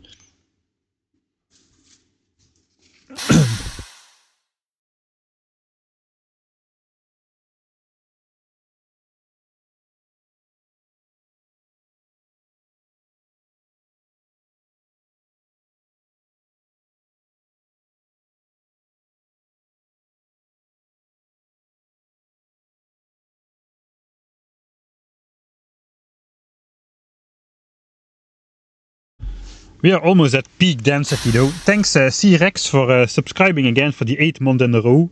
And for, I guess, starting the train. The train which is as long as... No way. I thought you subscribed again, Suicidal Sheep. But this time you did the hydrate and get up and stretch redeems. Which indeed I should do. I should get up and stretch a bit. Thanks Nisimble for the level 1 subscription as well for the 2nd month. Thanks a bunch.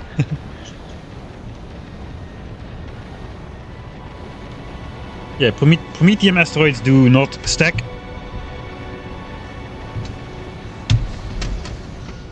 The doe is also going, yeah. Is the doe AFK at the moment? She was not AFK for a while. The stream crashed on my PC. I was keeping up with the doe as well, a little bit. She's on lunch break, she's back. She will be back after like 10 minutes or so. I don't know how far she is along then. Guess we'll just check back with her in a little bit. She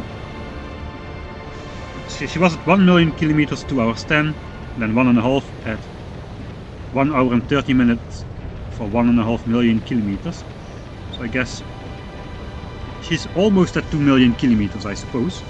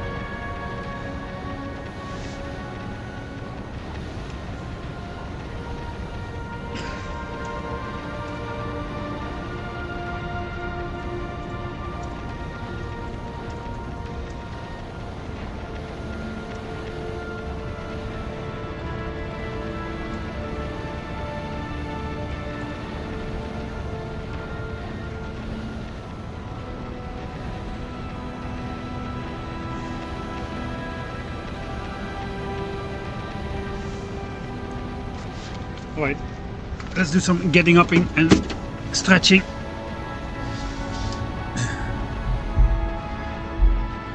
Oh yeah, I feel it, man. Oh, that muscle, one muscle in my back is... Whoa. Yeah. I should definitely do some more getting up and stretching. Just don't have too much space around here.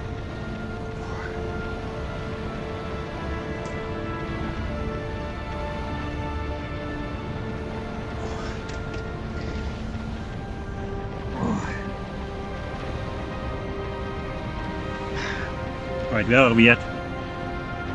281,300 kilometers left to go.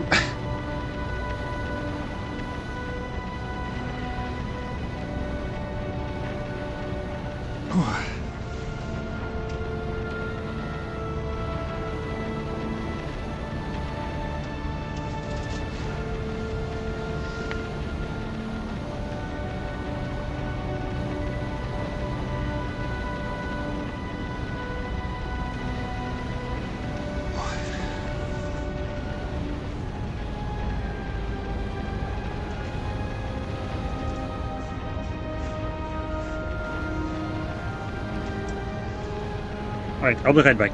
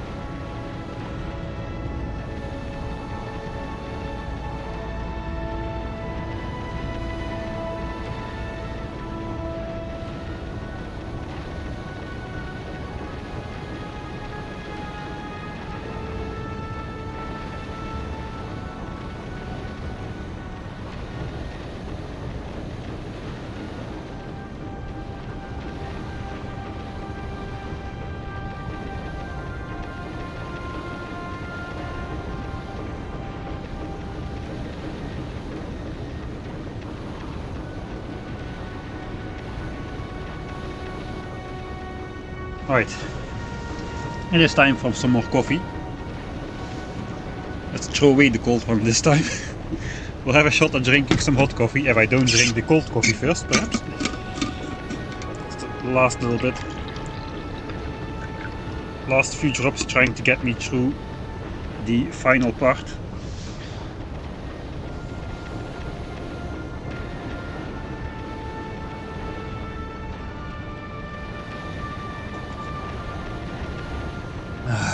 Yeah, that was good.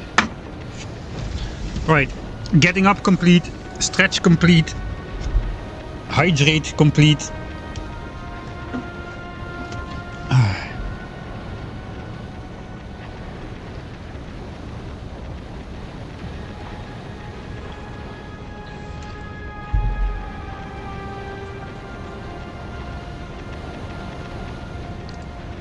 Chat in the window. Editing mic will... I'm just gonna record this entire flight again, except I'm just gonna be standing where I'm standing right now. Perhaps I'll do it from the map view. I haven't decided yet, but I will just film it again overnight, letting the ship go by itself. And then I'll just use that as a basis to speed up the entire thing. I don't know exactly, maybe I do want to get like a good asteroid density comparison at the different distances out, and for that I need to stand in the same point every time. The problem is if I just stand here on the ship, which is the most I can get into the front as possible, the game won't let me zoom out far enough to see where the asteroids spawn in. For that we actually need to go up quite a bit still. So yeah, I would rather like hover around in this area over here, but it's quite hard to get to the same point on the map view every time. I wouldn't know how to do that. I thought about making like a marker and then just using the marker to go to that specific point, like so, and then zoom out. But it depends where you zoom out. If I zoom out here, it stays in the center. So again, I need to put my mouse pixel perfect every time, because if I zoom out here, I'm just gonna zoom out in this direction, and as if I zoom out here, I'm just gonna zoom out in this direction. So I cannot get a fixed point in view, I suppose. Maybe if I go further out. Oh, maybe that'll work.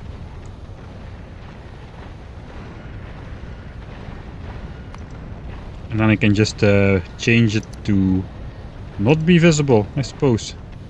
I can still go there.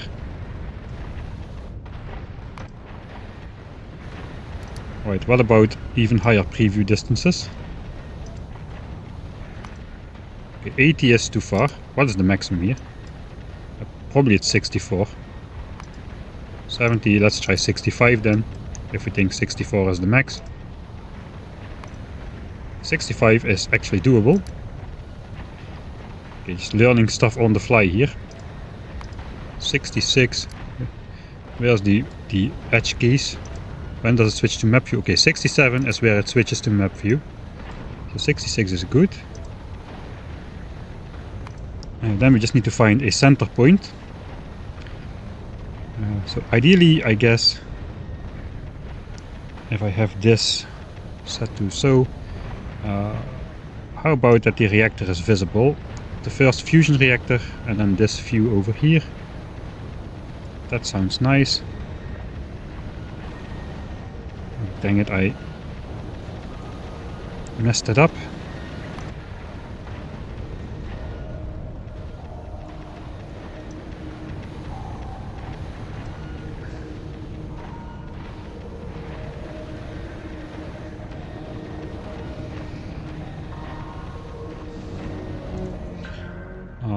I guess I need to be on the center line somewhere.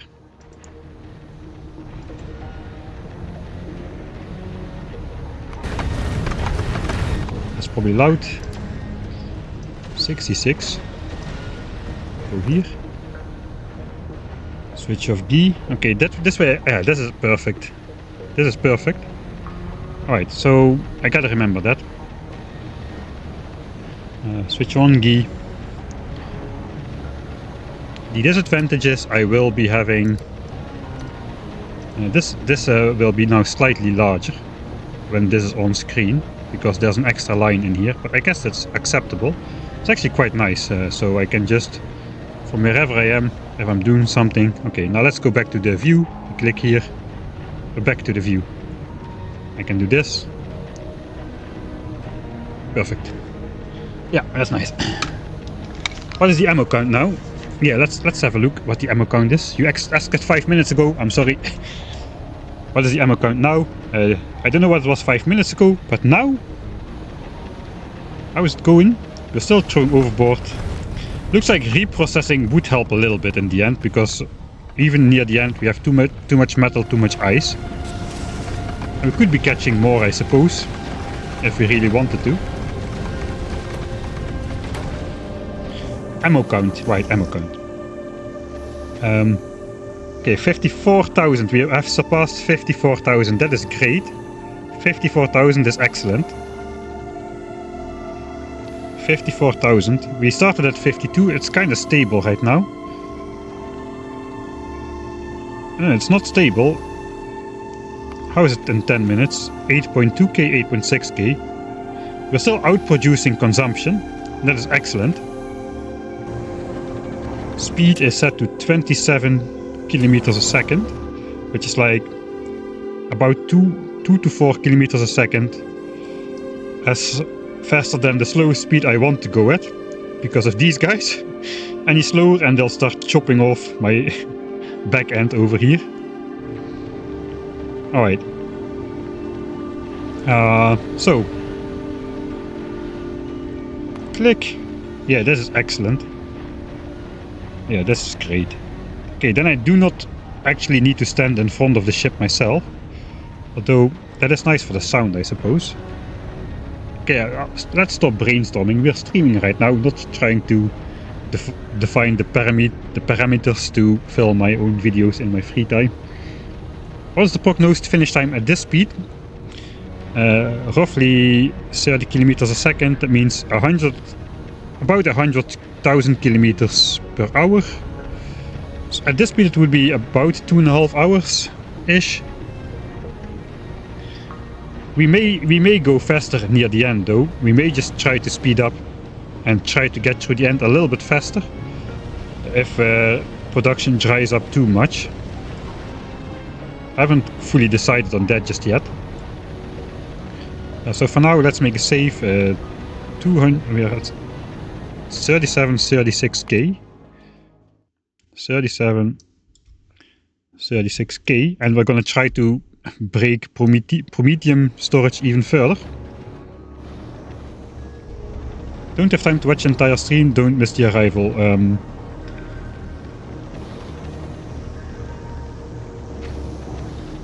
1 hour and 50 minutes from now is definitely safe. So I don't know yet what speed we're going to go at, but it's not going to exceed 40 kilometers a second, I don't think. If we go 40 kilometers a second, we go roughly 150k per hour. So let's say 1 hour and 50 minutes in. I'm definitely not going to be finished before that time. So that's a safe alarm to set if you want to not miss the arrival.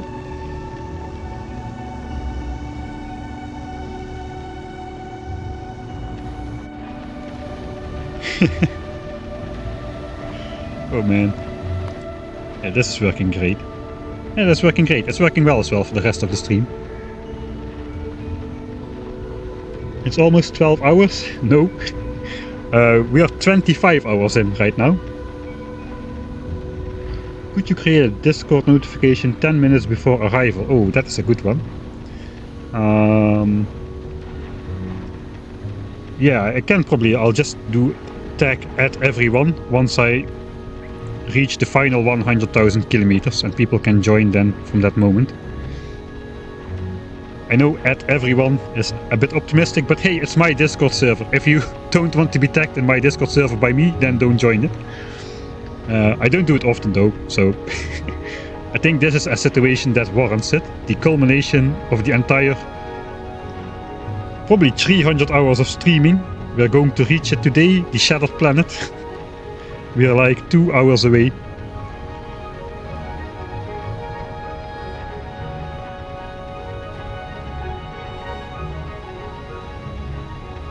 The live broadcast time, yeah, we've exceeded 24 hours now. Let me quickly check.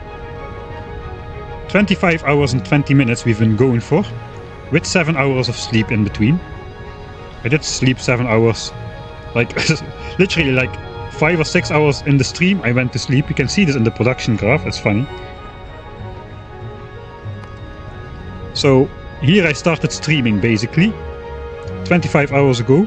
We had some sidetracking, so the actual start was like an hour into the stream or so. This was like normal streaming, then I went to sleep. I put the ship in night mode, basically reducing its speed, sort of like we're doing now. Reducing its speed, then I woke up, we went further, and now I have again reduced the speed so that we can go in with maximum rockets. Now we are not in night mode, but yeah, this is the part where I slept. So there's the evidence for you.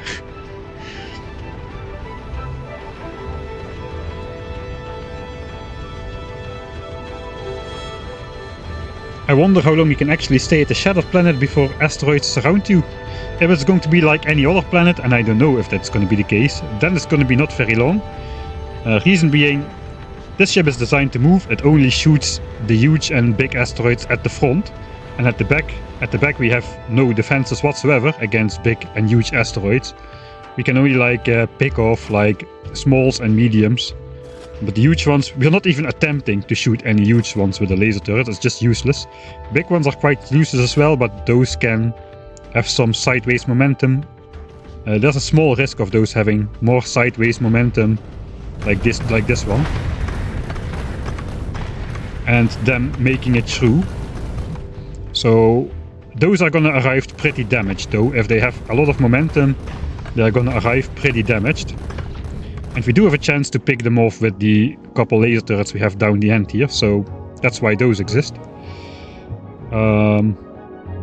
Yeah, in general, it's just some smalls and mediums which still need to be cleaned up. But in general, yeah, only the front of the ship is defended. That is the entire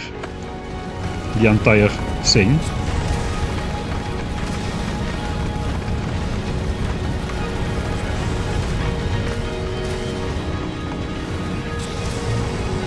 Okay, Carmen is doing well. I suppose we're producing mechs again at the moment.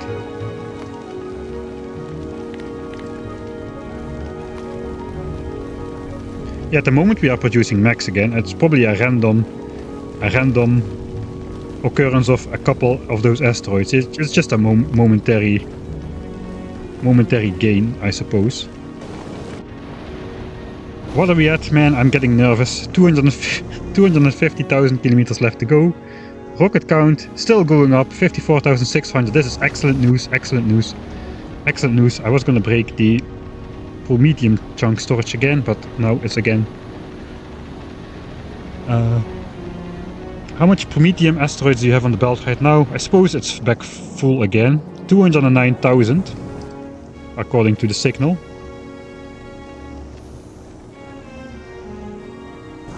So when it's full, it's 209,000. We're just measuring it from here down. I have another 16,000 asteroids stored in this machine at the moment. So we found a new exploit during this stream. It is really stupid. There's like 8,000 chunks in each of these things. That is literally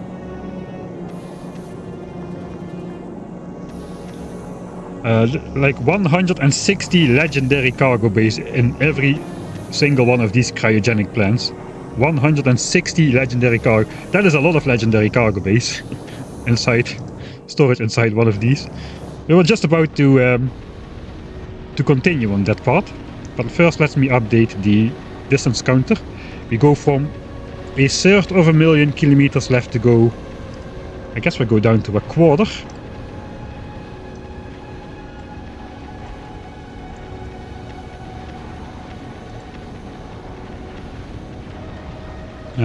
How? Yeah, we're gonna go over that again. Let's look at the asteroid kills a little bit still. Do you plan to spend another 25 hours going back?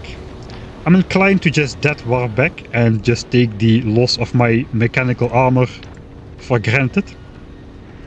I can try to send the ship back with my mechanical armor back on board, but I'm pretty sure it's gonna be faster to just make a new mechanical armor than to take the 25-hour journey back. No, I am going to take the journey back. Obviously I am.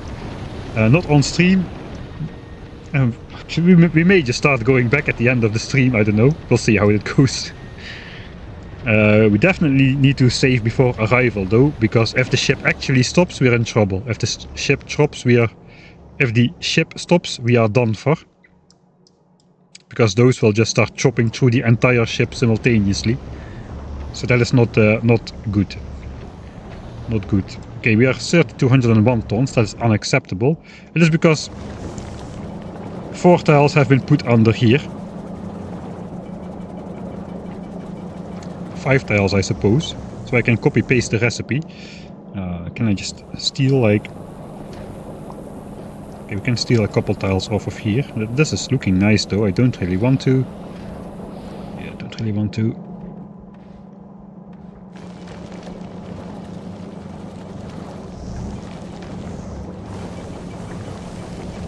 Alright, it's temporary. Let's not worry about it. Alright, so. Kills, asteroids, right. Sorry about that, I forgot about it. Kills. 10-hour asteroid chunk kills. Okay, so we slow down. When we slow down, the asteroid kills goes down as well. So this is not an absolute measure of how much spawns per time. More of per distance. This is what spawns per time, and that is affected by the speed we're going at. So we started slowing down an hour ago to increase our rocket storage again before the last stretch as much as possible. But yeah, you can see it's basically almost entirely red asteroids. These are like 50 a minute. If we ignore Promethium, we can get a relative density going. Carbonics are going down, which is why we're going slower now. Carbonics will be going down all the way until the end, so that is not great, because we rely on those the most. Oxides is going to stay stable. Metallic I don't really know, I don't really care, because metallics we hardly need. If we look at the total asteroid kills, you can see this is the spike. This is the spike of asteroids you need to kill to get to the edge of the solar system to win the game. This is the win condition, solar system edge. These are the asteroids you need to kill on the way to the edge of the solar system. And we were going like thrice as fast then, so we encountered those asteroids thrice as fast as well. If we also enable this one, you don't even see it. It's not even a grain of sand anymore in the graph. It's just absolutely crazy. The difference between the win condition and getting to the shattered planet is insane. We're up to... I don't think we're quite gonna get 1 million Promethium asteroids.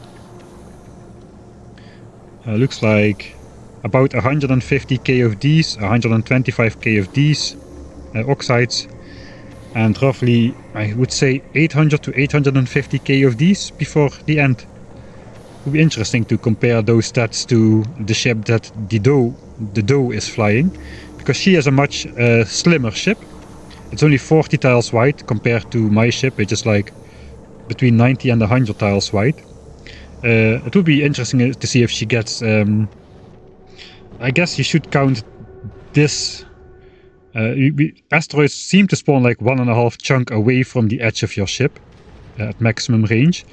So that is basically 32, like 96 tiles. So 96 tiles plus 40 tiles for her ship is a spawning width of asteroids of roughly 140 tiles, let's say, whereas mine is almost 200 tiles. So theoretically, if width is a factor in asteroid spawns, my asteroid kills should be roughly 50% higher than hers at the end of the trip. We already established that speed is a factor. If you go faster, you get more asteroids. You can clearly see that in where I went to sleep and we slow down. The asteroids go down as well because we go less fast. They spawn less often if you go less fast. Speed is a factor. That is very clear now. But the width of your ship, that is not completely clear yet. I didn't test for any of that. So does she just get the same amount of asteroids compressed in a smaller area, or does the increased width just means more asteroids? Do asteroids spawn in a fixed number per chunk width, or per total, or are they compressed into whatever it takes to fill up the spawn space? I don't know. It's gonna be, if the Doe will have a similar kill rate at the end of her stream like I do, so that means roughly 850k Promethiums. If she ends up at roughly 850k, then width is not a factor in how many asteroids spawn, then the game just compresses it. But if she ends up with roughly 500 to 600k asteroids of the huge Promethium variant, then width is a factor, and then it means the wider your ship is, the more asteroids spawn. So that's going to be interesting to find out.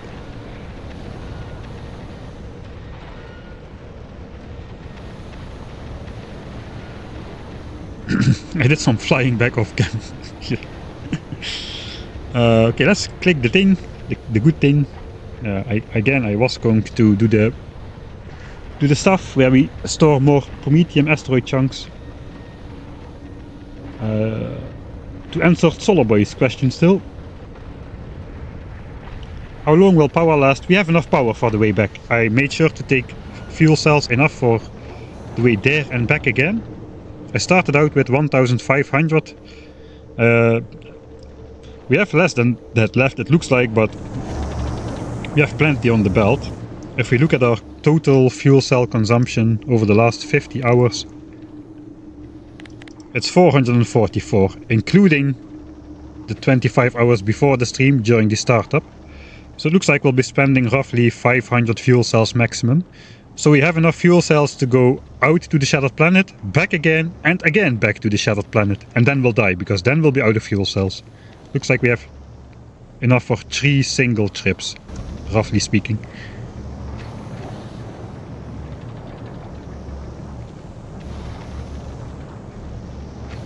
Yeah, I think 25 kilometers before arrival I'm going to switch to the short... No, I'm not going to switch to the short version of the ship. We're gonna go with this one. Unless there's a reason why we could not do it. But right now it doesn't appear that there's a reason why we cannot go. How is the rockets doing? 54, 300, still going up, still going up.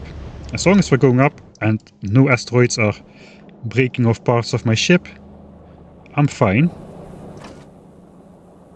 At which asteroid was this guy shooting? There must be something behind there.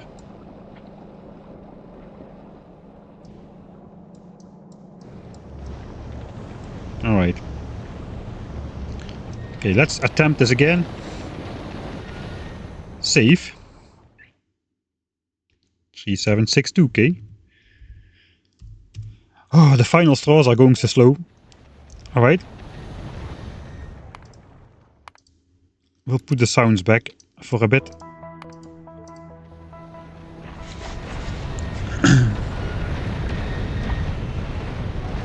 Yeah, it's a good thing that we don't actually have to turn around. My wife earlier watched the stream a little bit, and she said something like, why are we flying over here?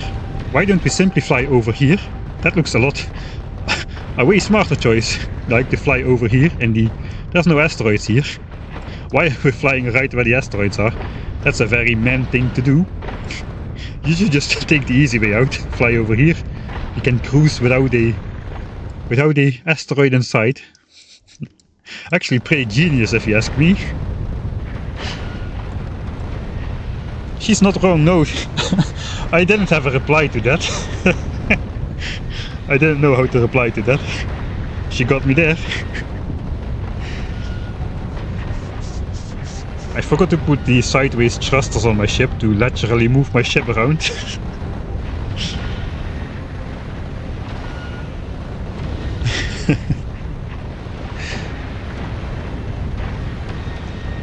I don't know, I feel we should be moving backwards just because of the power of the railguns shooting forwards. And we're shooting so many rockets forwards and railguns forwards, we should probably be moving backwards instead of forwards.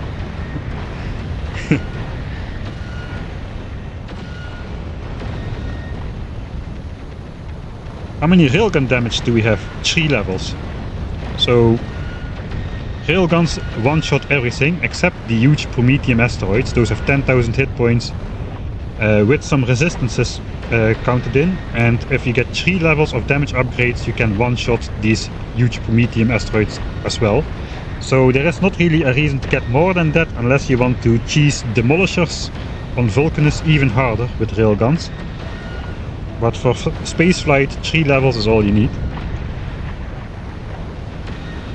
And 4 levels of shooting speed to get these things up to the maximum supposed shooting speed they can get.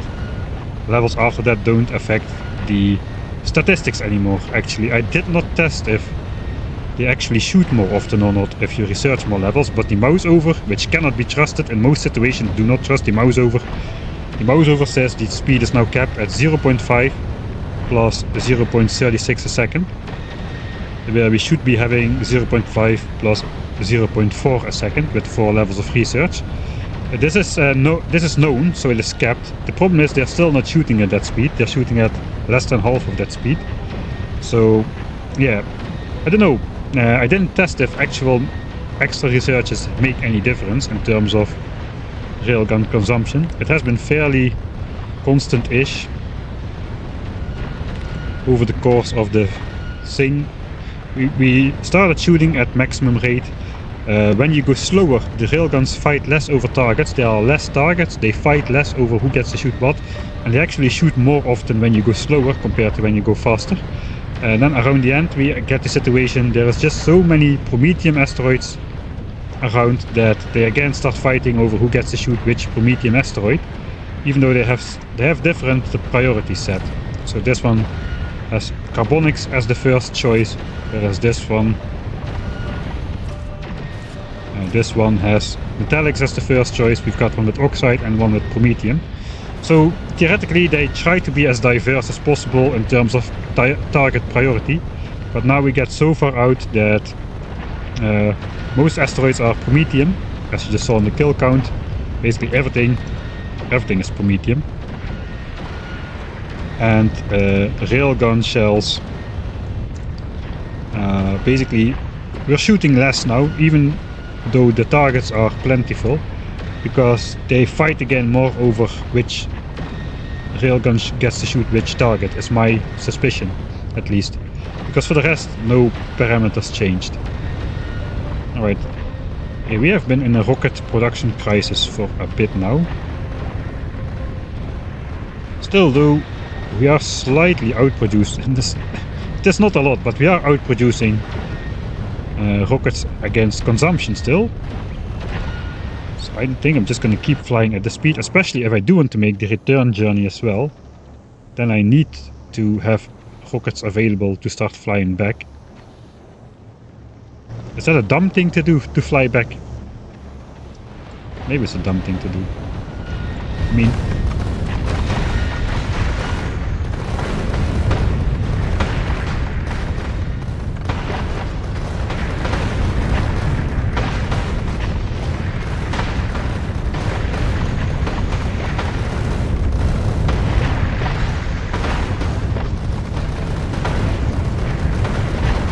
are you gonna try to do world peace, like galactic peace?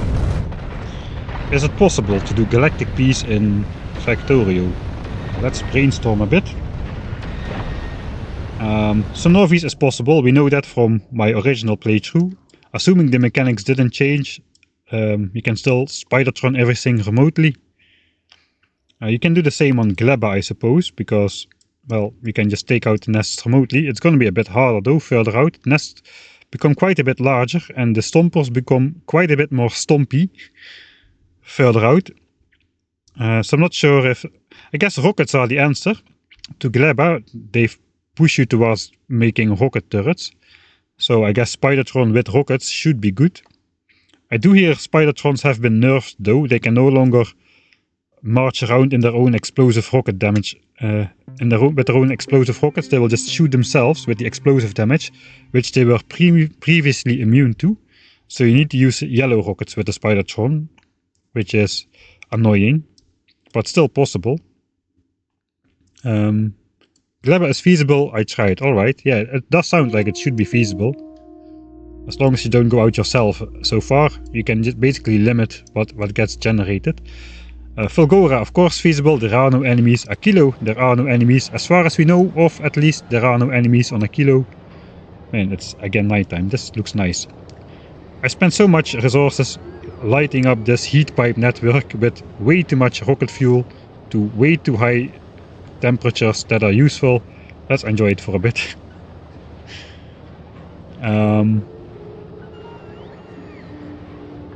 Yeah, so Aquilo has no enemies.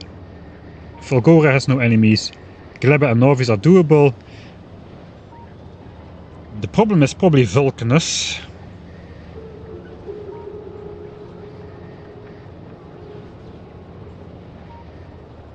Like in Vanilla Factorio 1.1, there was no way to unload a Spidertron remotely into a chest or requester chest or however.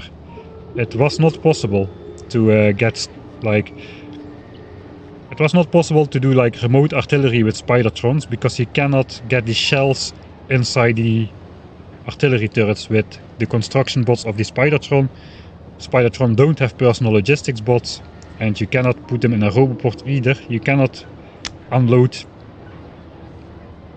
You cannot put things in a requester chest from a Spidertron. Perhaps that has changed. That probably has changed actually, because now everything has trash slots, right? So if we click this chest over here, it has got trash slots, and then we can actually, okay, we can do it remotely then with Spidertrons. Now you can set up artillery remotely with Spidertrons. That means you can set up railguns remotely with Spidertrons. And that means you can kill demolishers remotely with Spidertrons and railguns. So yeah, Vulcanus is viable too. World peace, galactic world peace is possible in Factorio, I would say. Thanks to the addition of the trash slots, which gets added to everything. We can now unload a Spidertron by moving stuff into the trash slots. No, we cannot, because there is nothing to pick up. There's nothing to pick up the stuff from the trash slots. That was the same problem in vanilla as well. Oh, god dang it. I jinxed myself again into thinking it was possible, but yeah, nothing. We can put it in the trash slots, but nothing will pick it up, because we're out remotely, there are no logistics bots around. Spidertron does not have personal logistics bots, I don't think it's possible still. But maybe it's possible. Let's see if somebody in chat said it's possible. Yeah, you can do it manually, but the point is you need to do it remotely, or because if you do it manually, you will be generating chunks up to a distance of 20 chunks away around the player again, which definitely spawns new demolishers. Then again, you could somewhat argue that demolishers are very peaceful. They are not really the enemy.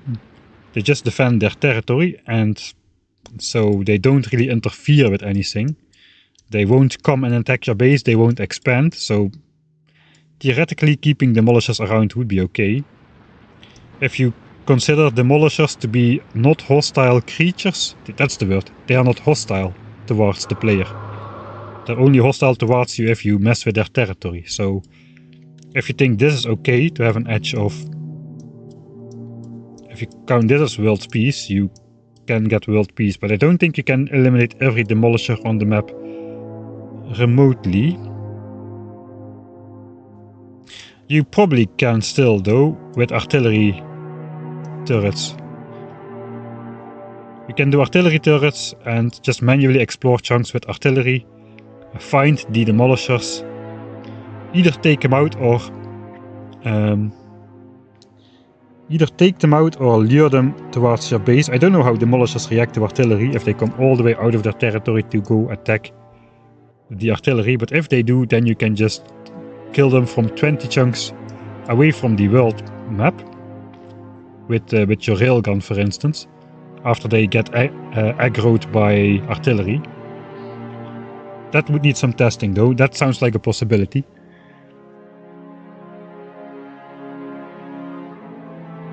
Spidertron. Do Spidertron... Yeah, can Spidertrons have personal logistics bots now? Logistics, are you sure? I didn't try it out, but I didn't read about that change at least.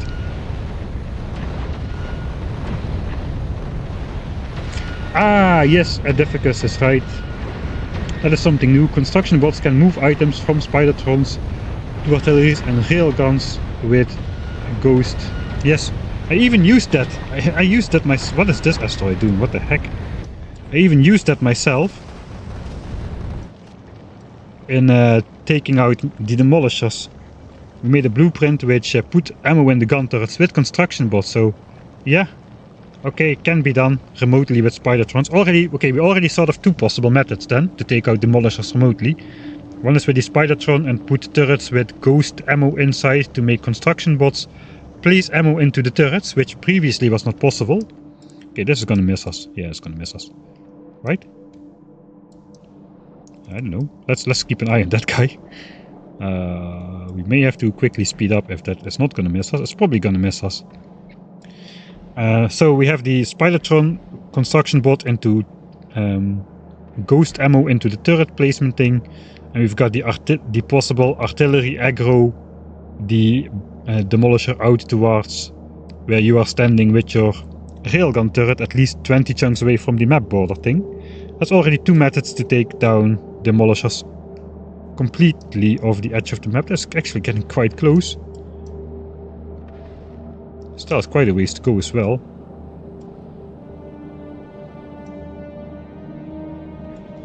I think it's still gonna miss us, but it's gonna be pretty close.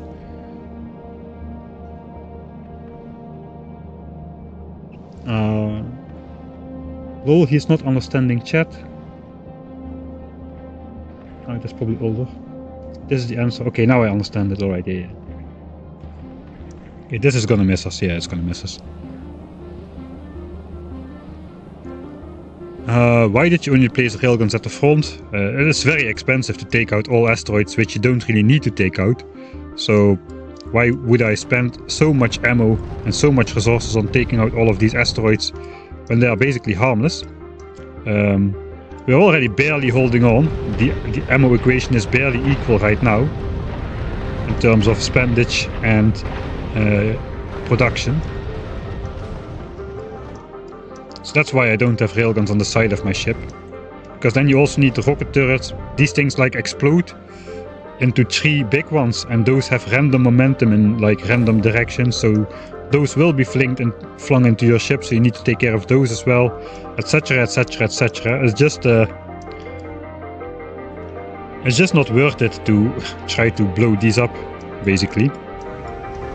That's why my railguns are not angled outwards either, because it just doesn't make sense to blow up all of these asteroid chunks.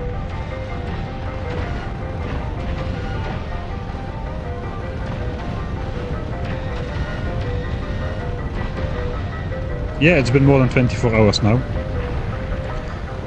We are approaching the last 200,000k. The first 100,000k of that will be approximately like this. The last 100,000k is going to be very scary. That's going to be very scary for sure. Because then the resource asteroids drop off, so we can grab even less asteroid chunks. The Prometheum asteroids drop off as well, but our ammo spendage is not projected to drop off much, because area of affected damage and halving an entire screen full of asteroids is still an entire screen full of asteroids. It's basically, what we are looking at now, it approaches like halving infinity, still equals like infinity in terms of how much we need to blow up. Basically, we need to blow up the same areas. Now we're just blowing up more per rocket. And then we'll be blowing up half per rocket, but we will still be shooting almost the same amount of rockets to blow everything up. But the amount of stuff we can grab is going to halve, and we already are not grabbing enough asteroids as it is. So the last 100,000k is going to be incredibly tense. Yeah, this basically has flatlined for the entire trip almost. There was one more very poor spot. You can see that in the graph right there. Right here. We survived that, we optimized the ship, but now we're getting into the constant area where resource asteroids are poor. And that may throw some kinks in the cable. Let's check the rocket production. Okay, we are barely above consumption still because of artificially slowing down. But no, we are not. We are now expanding 860 rockets a minute over the last 10 minutes. We're only producing 800. So rocket stashes are going down again. Rocket stashes are going down again. Yeah, we've dropped below 54,000k. So if you see that we are spending 50,000 rockets per hour, 60,000 even if we go normal speed, and given that the fact that our storage is 60,000 rockets maximum, we definitely are not out of the woods here, because we still have roughly 2 hours to go at this speed. So maybe the way back is going to be very unlikely. Maybe we'll just completely run out of rockets getting to the shattered planet, because the last 100,000k is brutal. It looks like you made it. It looks like you made it, just like over here. No, asteroids start dropping off at the last 10,000k. It's like victory lap, you made it. But it's not the case for this one, because of the resource shortness. And actually this drop off happens over a distance of 100,000 kilometers, which is a terrifyingly large distance. We need at least 50 to 60,000 rockets to clear that area, which is basically my entire storage. And all of these asteroids are dropping off sharply during the last 100,000k. It's not immediately obvious from just staring at this graph, because it's such a small picture, man. You should be able to enlarge this. But yeah, we are getting near max density now, but the last 100,000k is going to be where the problems lay. that is that is the critical area, even though it looks pretty tame on the map. That is going to be the critical area. The last 100,000k are going to be nail-bitingly close. I'm even thinking I should just really limit the ship speed to a hard 25 kilometers a second here.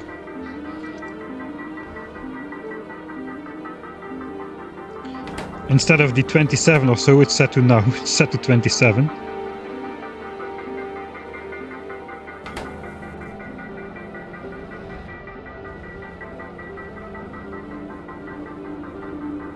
I will let it go for a little bit, I suppose.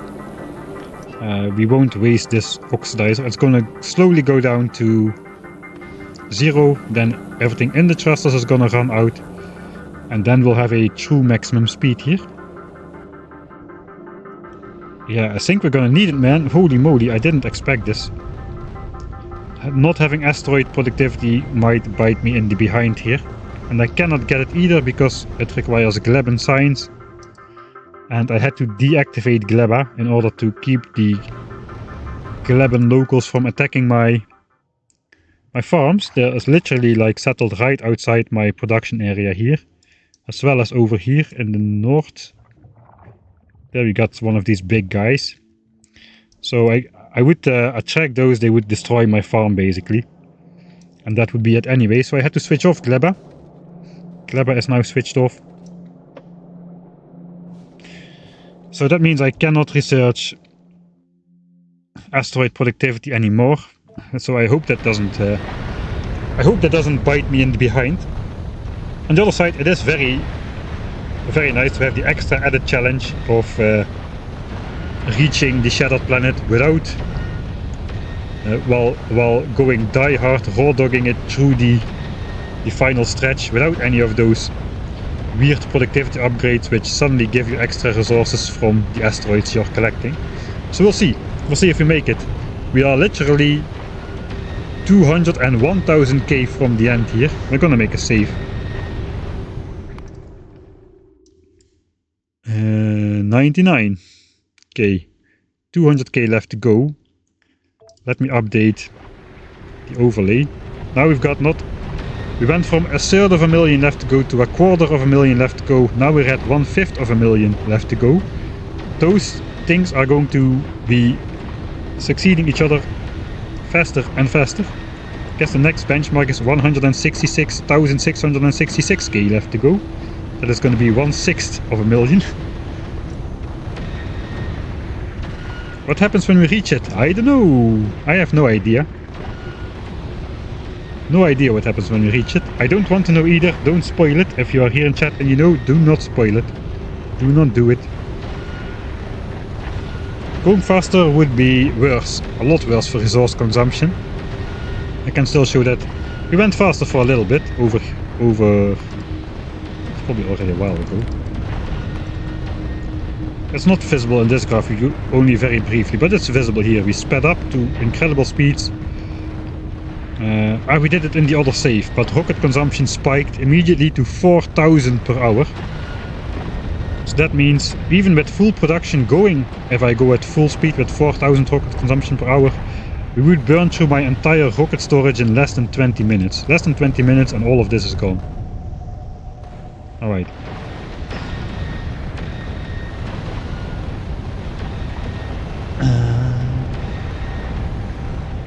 Yeah, I slept for 7 hours earlier on. So now it's 9 o'clock in the evening.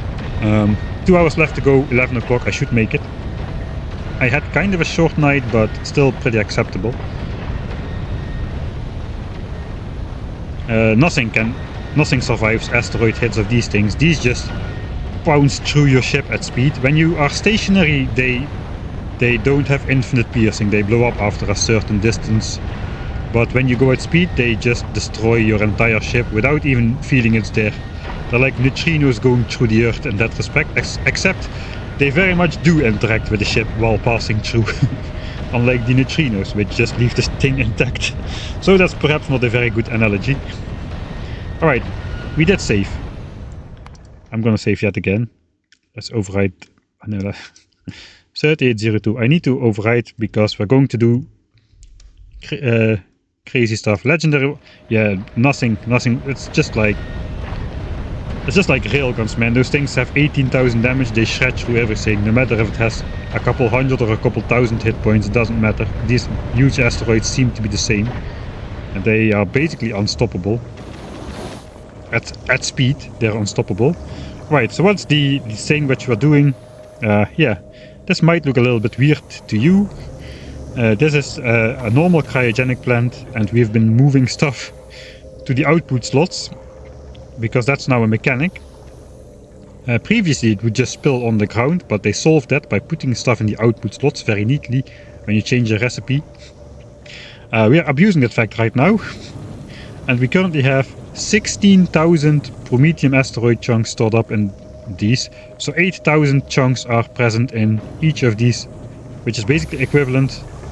Each of these cryogenic plants now has the storage capacity of 160 legendary cargo bays, which is insane. It's even much more dense than what I have over here on the belts. I think it's already 16 times more dense storage in this machinery compared to my quad woven belt system, which was the pinnacle of engineering in terms of storing items of storing asteroids on spaceship, at least. Before we discovered this glitch, during this stream actually. So now we're just taking this as far as we can take it, and yeah, currently we've got 8,000 items in the output slots here. So let me save again, because I cannot stop blabbering on instead of actually doing some stuff. I won't read chat, I just will start doing it right now. So we copy this recipe to here. That moves another 100 to the trash slots, and then we'll copy this. Wait, let's copy it to both. We copy the science recipe again, then these inserters will start inserting even more Prometheum asteroid chunks. Alright, so those are inside now. You can no longer see them. The input bar is no longer visible. There's just too many output slots. But we can hover over this power pole here, and we will see 16k on the red signal. The red signal is connected to those. Red signal has 16k. It is only significant to like 2 numbers. So we need to do it 5 times to go to 17k. We did it once now. If it overflows, it's at 8,192 per lap in terms of number of output slots. We're gonna crash now.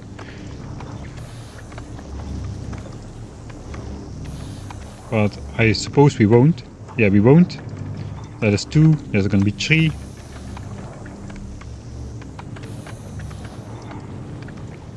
4. And then we should, on the 5th time, we should get to 17k. Now it will go up to 17k after the inserters finish. Yeah, there we are, 17k. Okay, so now we need to do this a bunch of times. 1, 2. Let's check at the front a little bit, at least. Yeah, everything looks okay. Everything looks okay. Surprisingly, everything looks okay. 3. Is there a limit to how much storage there can be in there? 4.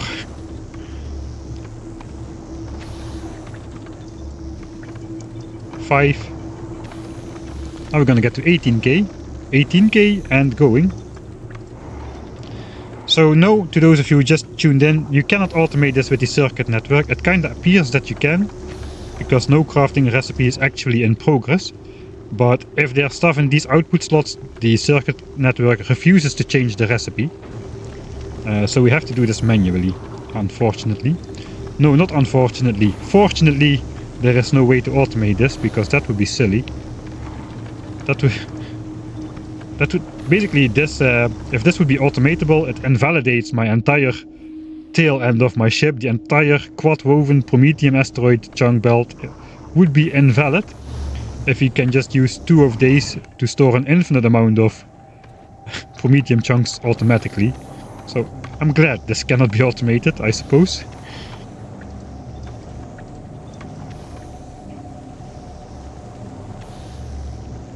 Oh, Jmacha, if you're still here, feel free to clip this as well.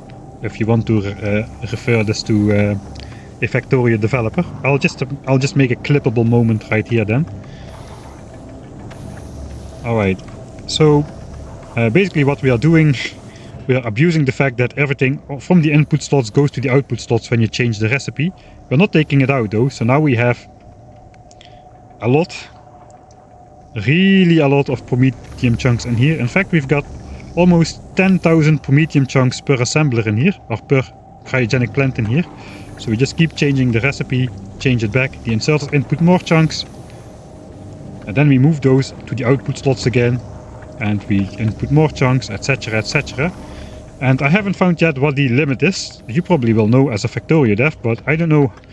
This may go on for a while, the storage capacity of this. It is not automatable with the circuit network, because circuit networks doesn't change a recipe if there's stuff in the output slots. So that's good, but yeah, you can still do this manually, which seems unintentional. So I hope I blabbered for less than a minute, so this fits in the clip. And it's easily referable for a Factorio developer. Let me check how far are we in the stream? 26 hours exactly. Alright, around. I can clip this myself then, if Matcha is no longer around. Okay, we've surpassed 20k.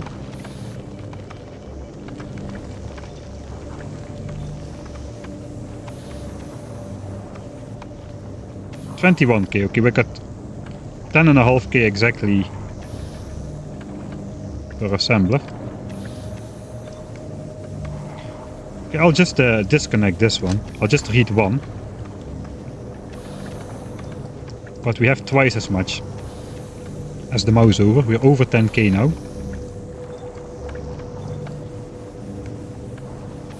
No, we'll read both because then we get a difference signal.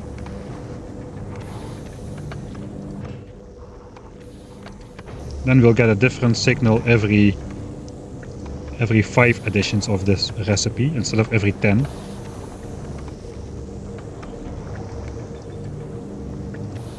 So you can see this actually enables all these asteroid grabbers again to grab more promethium chunks, as we are literally clearing out the belt with this method now.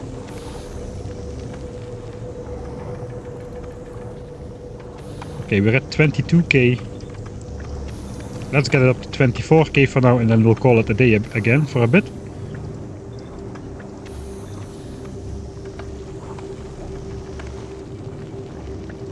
Still at 22. Still at 22.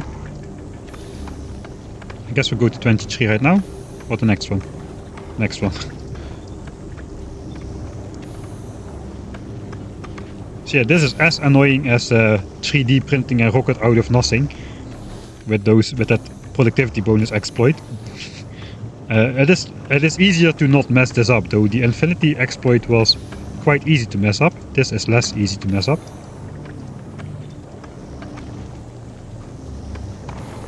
So 5 times. That's 1, 2, 3. Gotta wait for the inserters to finish every time. 4.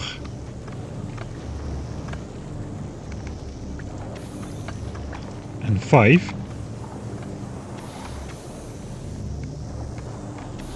That's 24k. That means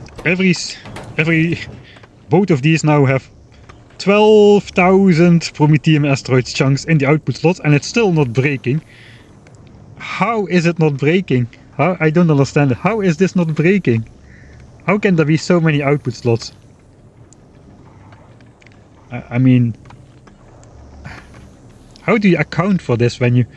This is such a weird edge case. Why is there an infinite expansion thing here? It's just incredible that the game doesn't break. Just like the put infinite amount of items in a single tile when there is no space on the physical infinite map to put stuff. And the game just, if there's no space to output, if there's physically no space to output stuff, the game just puts stuff in a stack on one tile. Even if it's different objects, you can stack low density structures, rocket fuel, and rocket control units in one tile by overflowing the ground, which I did in the 12x9 map to be able to launch a rocket on accumulators without using construction bots. So Yeah, it's weird. It's weird that it works. Oh no, I did it using a steam tank, I suppose. So, but still, the principle is the same. It's weird.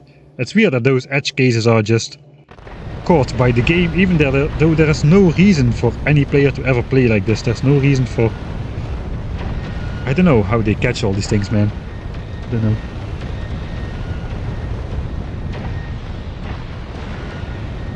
Yeah, we cannot change the recipe using a clock circuit, because if there's stuff in the output slots, no matter if you set this to set recipe, it just goes neutral. Even if you input a signal, as long as stuff is in here, the recipe won't be set. So this needs to be taken out if you do it with a circuit network. But it looks like we can certainly do it without the circuit network. Okay, so we slowed down already. Let's check the thrusters. Yeah, okay, so now we have infinite. This pump is just pumping, because speed is lower than this automatic speed. So this thing is just pumping it full of thruster fuel. Ooh, that is a little bit too close though. That is close. That was close. That was close. Maybe we need to go a little bit faster.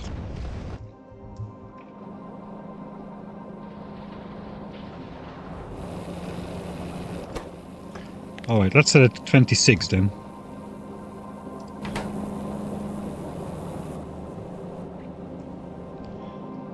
That was close. Okay, so now this pump is the limiting factor. And we have not enough oxidizer in here to go fast. This will take some time to change around though, if we want to change back to manual control. That was a close shave, way closer than I expected it to be possible. But yeah, we are definitely low on carbonic chunks now. As you can see, this is just not running all the time anymore. It is running a decent amount of time, but it is not running all the time.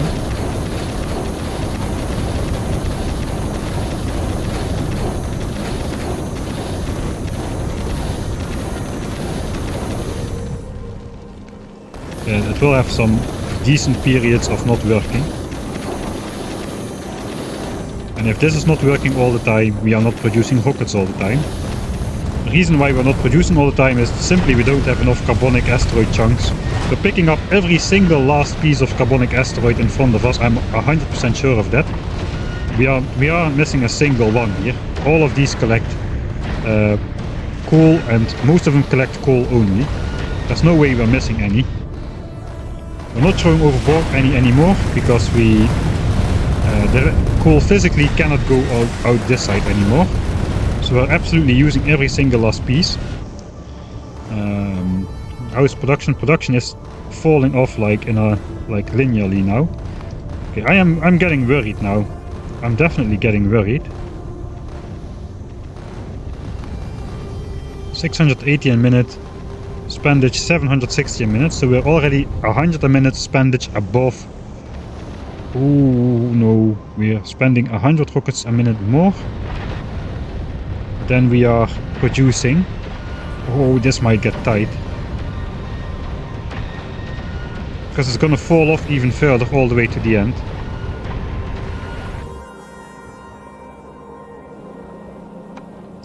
Close calls be danged. I'm going to go minimum here. I think we have no choice. I think we have no choice. We gotta go minimum, or we'll simply run out of rocket at some point.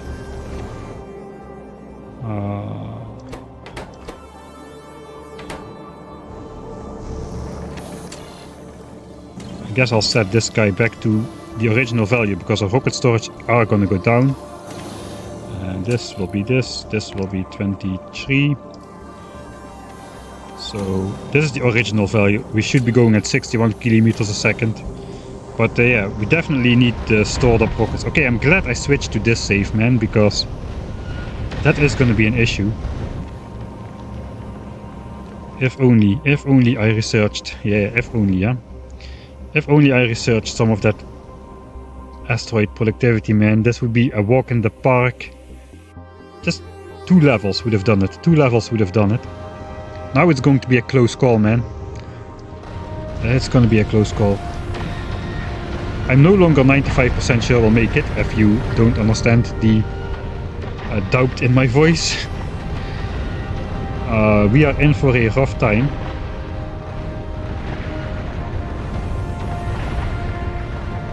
I cannot research it now because of... I don't have grab and science anymore. Yeah, the return trip is probably going to be a pipe dream. We're going to death warp back home.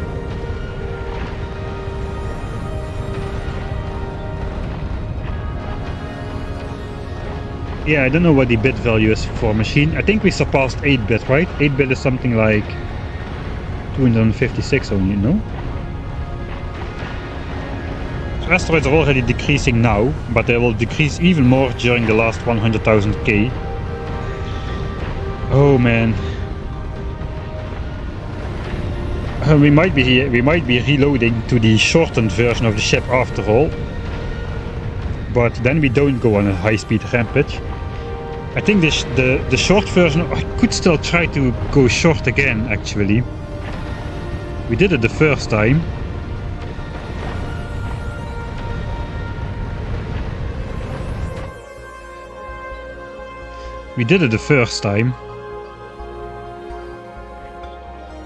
If I go shorter, I can slow down slower than 25 kilometers a second, as those shifty asteroids can come in at a much steeper angle without actually doing damage to the ship, as the thrusters will be right here.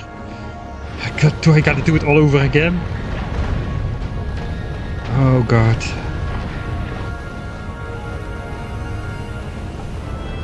$52,000 and falling. I mean, if it's not too bad. If we lose 100 rockets a minute, it's not too bad. That is 500 minutes. The problem is, this is gonna get much worse. We're gonna lose much more rockets per minute than 100 eventually. Are we ready for that though? Are we ready for that? I don't know.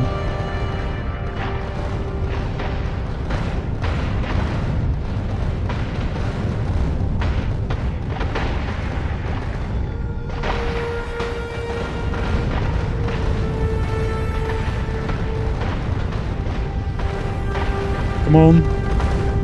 Come on. Get shot, carbonic asteroid, we need you. Okay, good, drift toward. No, don't drift off that way. You need to drift off to the left. We need you. Don't go away. Don't go away. No. We need every single last piece of carbonic asteroid chunk, man. Come on. Okay, these are floating towards me. That's good. Yeah, well, yeah, of course. We cannot really get lucky because there's just too many. The law of large number dictates we basically have either a 100% chance or a 0% chance to make it, rounded off. If we were dependent on a lucky 3 or 4 asteroid spawns, then it would be a different story, but we literally have to kill like thousands of asteroids still, so we're not gonna get incredibly lucky or incredibly unlucky over that sort of sample size, I expect. Okay, we're like 1/6 of a million kilometers left out almost. A couple thousand kilometers left to go. Is there a way to restart Glebe at all? I guess we'll try it. But I don't think so. Yeah, there is a way. There is a way. We can... I don't know if there's a way actually.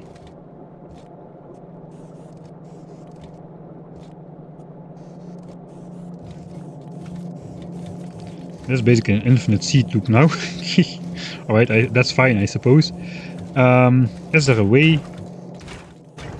I don't think so. There is no nutrients anywhere, and these machines run on nutrients. I don't have a backup assembler set up which can make nutrients from spoilage, and I don't have roboports set up to make nutrients from spoilage, so no, if the base is entirely dead, I did not design it to remotely restart. I do have the restarting of the bacteria if that ever goes wrong, but that still requires nutrients to be present, so I don't think I can do it remotely. Spoilage. There is spoilage here. But then again, I cannot construct anything remotely, so I cannot get the spoilage in here to make nutrients from spoilage.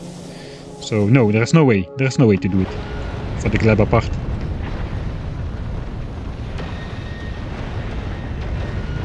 And I need fresh eggs for science. Yeah, that's an issue as well to get remotely.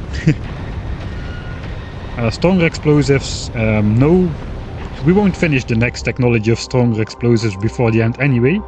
But it also requires a Gleb science. We can do more laser, I suppose, but that won't help us either. We've already researched the appropriate levels of both of those.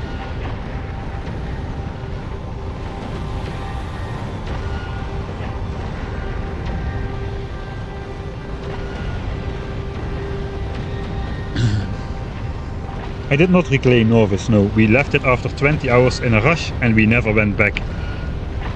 Except on 2 stealth missions. Once to mine a single piece of uranium, which is still proudly sitting in this chest. This we used to unlock the nuclear power tech tree.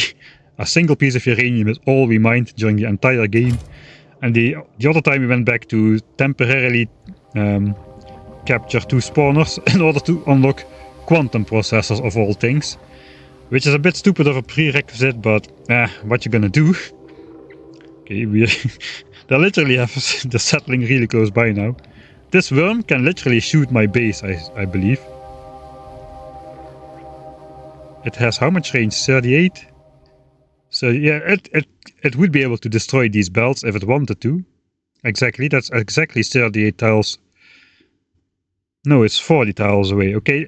But with splash damage it probably could just take out those belts there. But once we get back to Norvis, we're going to have a capture fest. We can capture every single spawner. It's gonna be glorious. I suppose.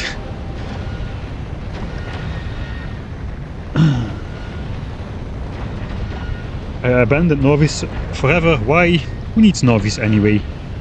Norvis is a boring planet. We've been playing on Norvis for 10 years. Let's play on some different planets in the first playthrough of space exploration.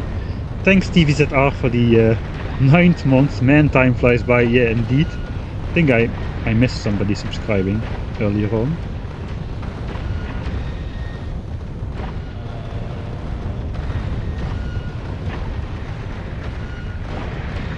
Okay, Zolaboy clipped output slots exploit. Thanks, Zolaboy.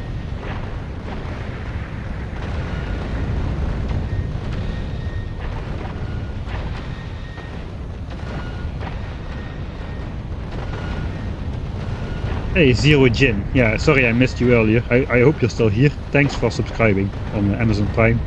It's always nice when people are redirecting Jeff Bezos' money straight out of his pockets. If you have... What's it called again? If you have Amazon Prime, you can subscribe to one streamer every month for free. Basically, you are taking money out of Jeff Bezos' pocket and giving it to your favorite streamer.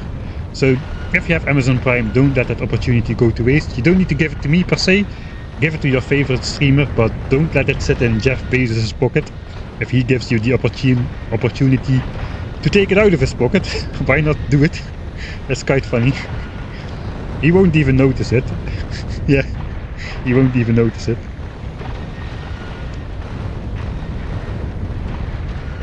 We can respawn back home by just letting this ship get blown up.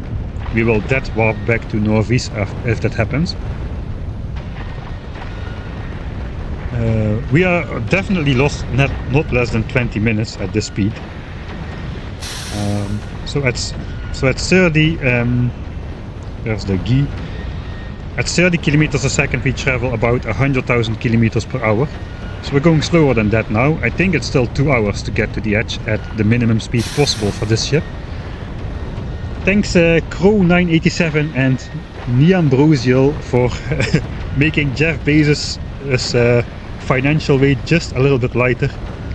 And Yuxicol as well, thanks for your Prime subscriptions. Thanks a bunch. Yeah, it works only if you have Amazon Prime already. So I guess if you're already giving Jeff Bezos money anyway for your Prime subscription, just take back a little bit out of his pocket, you know, redistribute it. Yeah, it's a good sound, right? It's a good sound for subscriptions. The sound. Asteroid reprocessing would be handy as well, yes. Sorry, I missed chat a bunch. Asteroid reprocessing would be better than nothing, since obviously we do have more metal and ice asteroids than we need. Unfortunately, I do not have the space nor the extra crushers available to do asteroid reprocessing. I definitely am not going to try and set us up on a working system right here, so no, it's too late for that. Asteroid reprocessing actually might have been able to save me.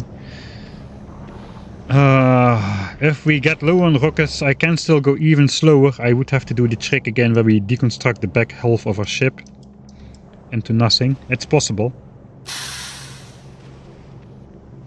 Thanks for lowering Jeff Bezos' net worth by approximately 0.0000000000001%. Boody boop as well.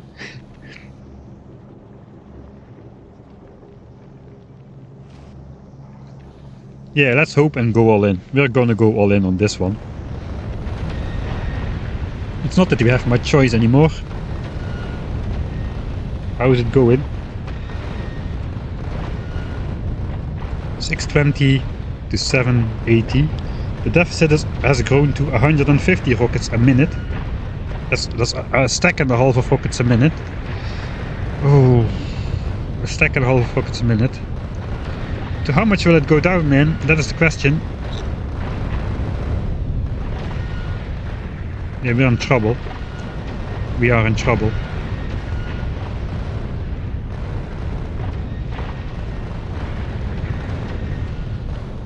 We are in trouble.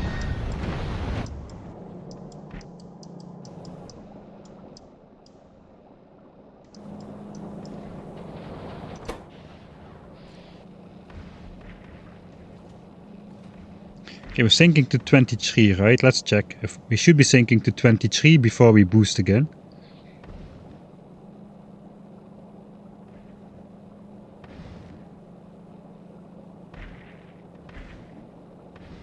Yeah, we're sinking to 23.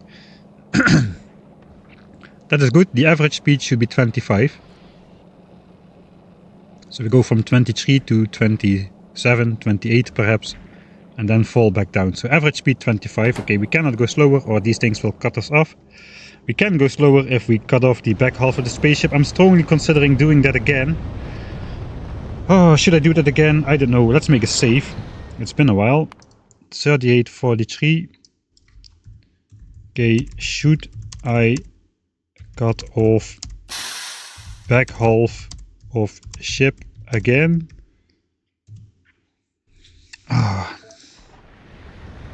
No cutting.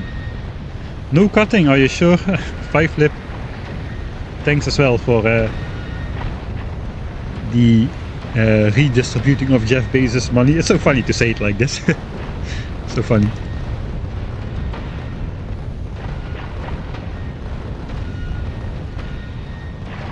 Uncut flashlight, please, alright? Okay, apparently I got to allow the term flashlight every once per hour, because it gets auto-blocked after some time again. Oh, thanks 5flip for honoring your name and doing 5 gifted subscriptions. Thanks a bunch. That is definitely not redirecting Jeff Bezos' money, so thanks a lot for the contribution. We just saved 5 people from watching too many advertisements, probably. So that is a good deed in itself.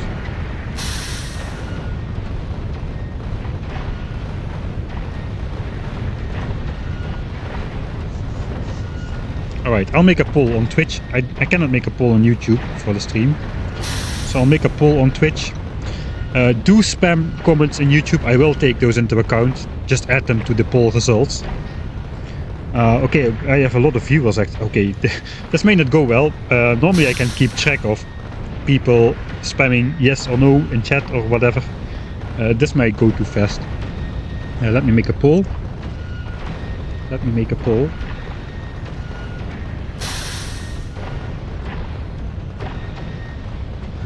Where's the pole?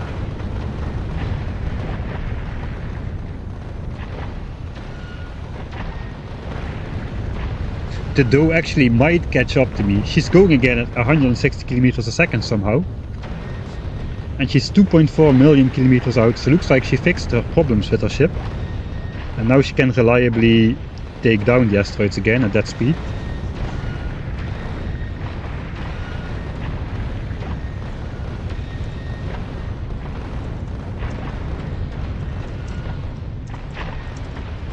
Wait, I'll open the poll in a second. Yeah, let's do the poll first. Then I'll just chat a bit to the doe. Poll. If only I knew where it was. Poll, alright. New poll.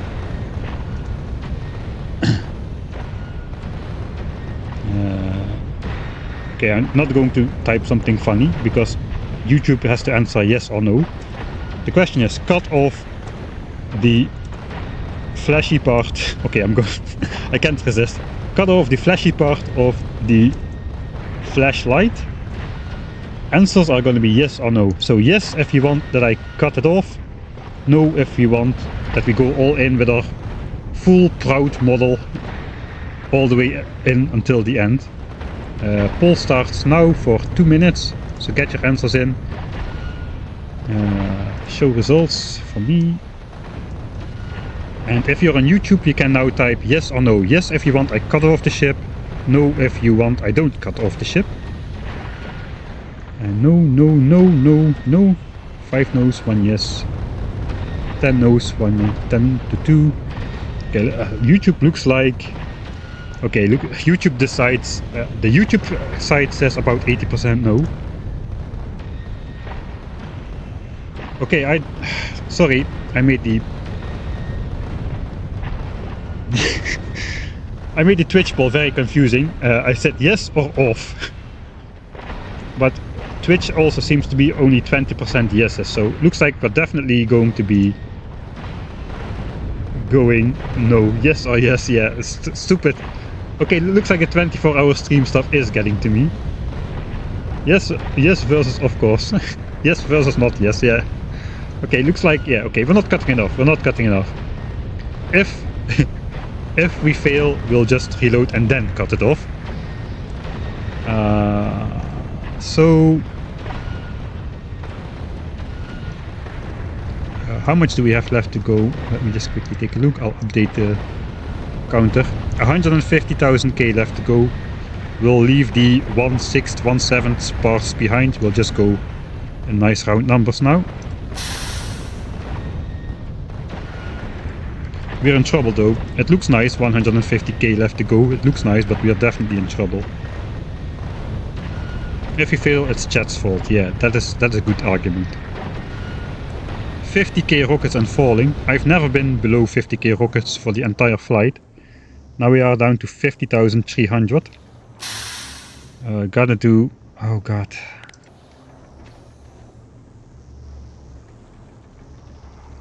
Deficit still looks to be about 150 rockets. Production, no, production 530. Deficit is 200 rockets a minute. Oh god.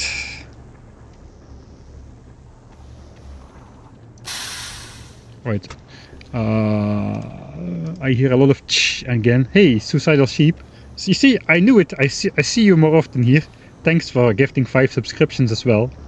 To random people. Thank you. Thanks a lot, man. It's appreciated. How many rockets are left? Yeah, 50k. Deficit is currently 200 a minute, maybe more. It's a little bit... I guess railguns. Who cares about railguns? Oh, I could actually just diminish the amount of railgun shells on the belt. So I got like 9,000 railgun shells on the belt. The railguns kind of get priority. That is 18,000 explosives, which could be another 6,000 rockets. It's not that much, but it's something. 6,000 rockets if the belt was empty. So I can say to the railguns only output on the belt if the belt has less than a couple shells on it, basically. I could do that. We might have to resort to that. No, we are definitely... Okay, let's try then. I'll try going as fast as possible.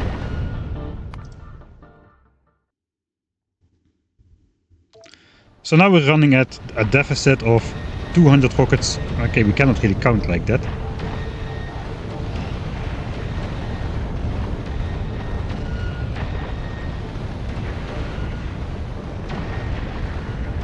This is not just a matter of try to sprint your way through and hope that it holds though. It's still a pretty long distance. Pretty long distance still. Oh man. Okay, we'll save. We'll try it.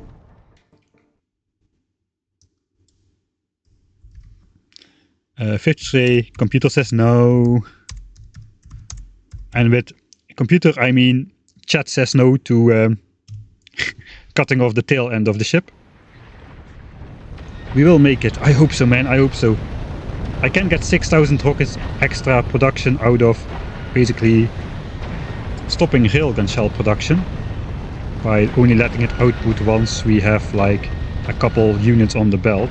So now we don't need to have full railgun shell belts at the end. Those can be emptied as well. So that's some explosives right there. I could consider repurposing these belts earlier. I would have to reload to do that because now it doesn't make sense anymore. I could have been storing like coal chunks on these belts instead of useless promethium. So many mistakes were made, man. This ship is fine. This ship can do it. I'm just not controlling it properly. And I just haven't researched the right technologies before embarking on this trip. It's been a long time since we switched off Glabber though. That's basically just try again from the beginning kind of thing. Alright, we are not cutting off the flashlight. Let's go over there.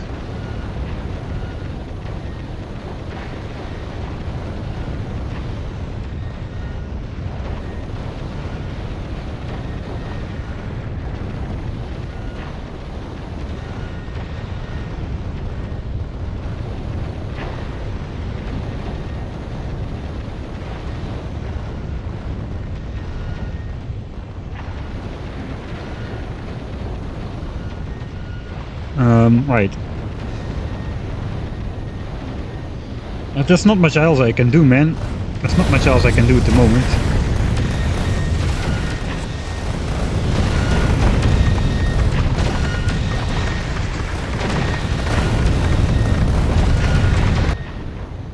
Sorry about that. That was loud. Let me just verify that we're grabbing every last piece of coal. Yeah, we're definitely grabbing every last piece of coal.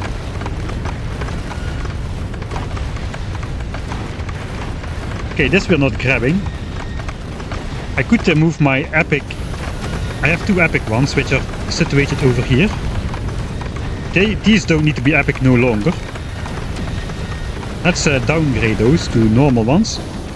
And then we can use the epic ones on the sides. They have a little bit extra range. Okay, now we're going in. Now we're really scraping the bottom of the barrel here. You can see we're getting one extra range, which should allow us to grab coal chunks one tile further out. You know, you never know.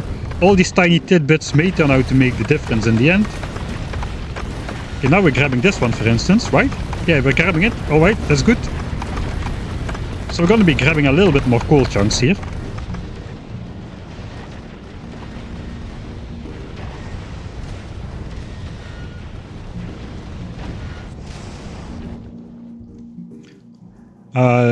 Do we get carbonic chunks at the end here? If I'm gonna catch carbonic chunks here though, I'm not really anymore in the realm of plausibility. And it looks like there are no coal chunks floating down here, which are gonna come into reach of these guys. We're already grabbing all of those with this guy over here.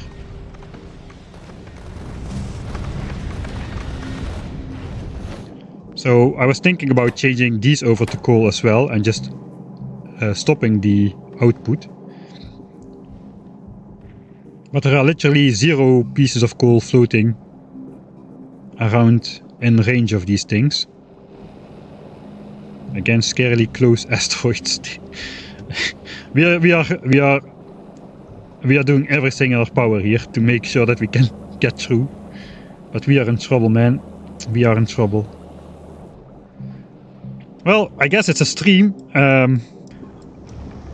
It's a good thing we have a dramatic ending, I guess, but not really. I'm not really enjoying the dramatic ending very much. I want to make it. I really want to make it.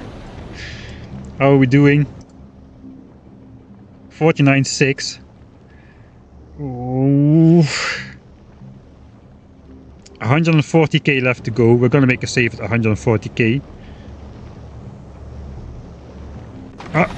I pressed it dead on. I'm pretty sure I pressed it dead on, but I was in map mode. God dang it. It's only 7k since the last save. Let's say, okay, wait. I have to keep track somehow to see what we're doing. 49.6. 49.660.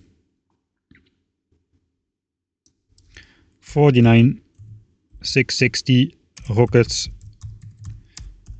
remaining at 38.60k. I'm gonna try to save every 10k and just see how the stock goes down. We might be able to predict if we can make it as is. The last 100,000 kilometers though. If I remember correctly, the carbonic asteroid. Oh, look so close, man. So I can smell it. I can smell the shattered planet, man. God dang it. Get me over there. Okay, so 3.9 million kilometers here. 35 carbonic chunks a minute. It has been going down steadily from 50. We've run into trouble around here, I suppose, at 45. It's 40, now it's 35. At 3.9k. Come on, mouse, you can move.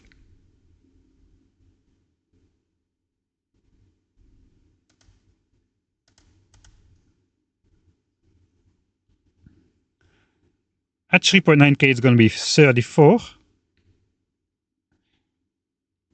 And at 4 million it's going to be 28. So it is not dropping off as hard as the other ones. Those go from 22 to 30. That's a loud song. 22 to 13. That is basically halving. Metallics drop off hugely as well, but that's not of major concern. But the cool ones go from 34 at 3.9 million K. 35 perhaps. They drop off to 28. That's the last reading I can get on here. It's not too dramatic of a fall off. So yeah, okay, we may have a chance. 34 to 28, that's basically cutting off like yeah, we're gonna be a couple hundred rockets a minute in the deficit, but I think we have enough to pull through. I think we can give up on our dreams of returning home with this ship though. I don't think we're gonna have the rockets to do that, but oh, I'm just hoping, man, we have enough rockets to get to the end. The carbonic chunks don't drop off hard enough, I think, to really screw us over. That is my hope, that is the dream. Let's hope so. So close, yet so far away. So yeah, we are 135,000 kilometers out. We are still further out than this distance from Aquilo to the solar system edge. This is not drawn to scale. If it was drawn to scale, then the shattered planet would be at my neighbor's house. Figuratively speaking, instead of right here on the screen.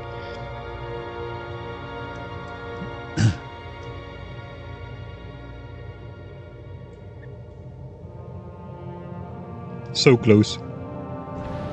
How are we doing? I'm gonna save again on 5k. Let me check the rocket count. 49,400.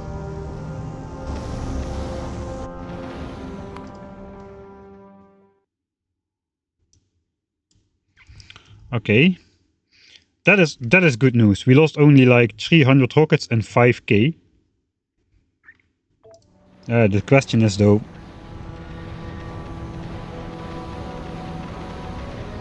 that's 7 times more. 7 times more 5k until 3.9 million. So we'll be losing like 2,000 rockets, supposedly. That should leave us with 48,000 rockets or so, maybe less, like 47,500 rockets at the 3.9 million kilometer mark. I guess it's going to go down a little bit more. So my prediction is somewhere between 46 and 47,000 rockets left over for the final leg of the journey. We are going 25 kilometers a second. Let me excel this. 100,000 kilometers divided by 25 kilometers a second is 4,000 seconds. So that's a little bit over an hour. It's like 10% more than 1 hour. Alright. So how many rockets have we been shooting in the last hour? We're gonna make it. We're gonna make it. We are gonna make it. 47k rockets in 1 hour shot. We're going to not shoot more rockets. We're basically at peak. We are at peak asteroid density right now. This is the absolute pinnacle of asteroid density. So if anything is going to go down, it's not going to go down by a lot, but it might go down a little bit. But let's assume a constant.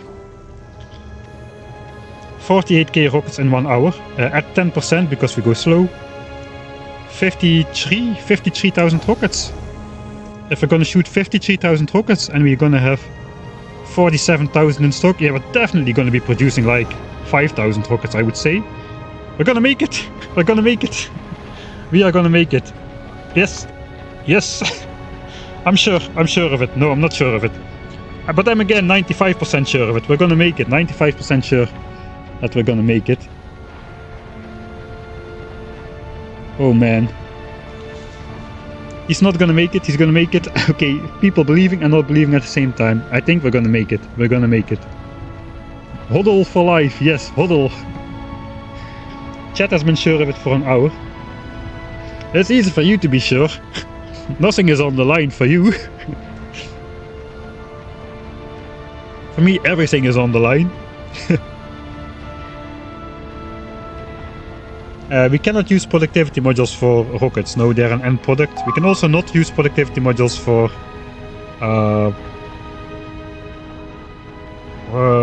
explosives, right? Okay. Yeah, I should consider that. That may be a good idea. Dang it! Why didn't I think of that myself? That is something I should not have been needed to have been told.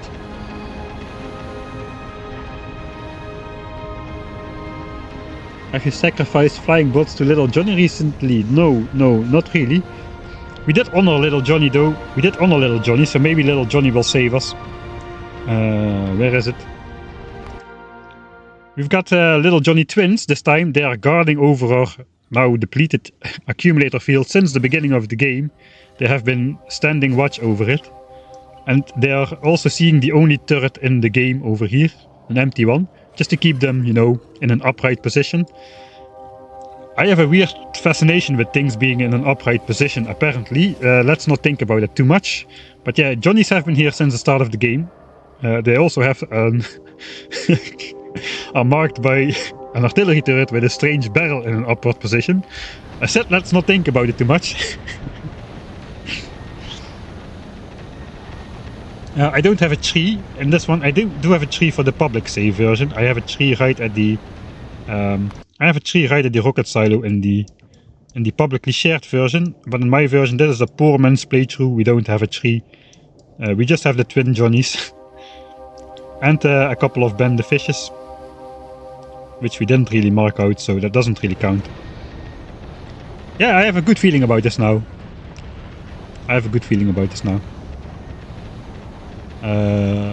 Let's first do the productivity modules. Okay, now I kind of regret not making good productivity modules, I suppose. Let's put on the armor.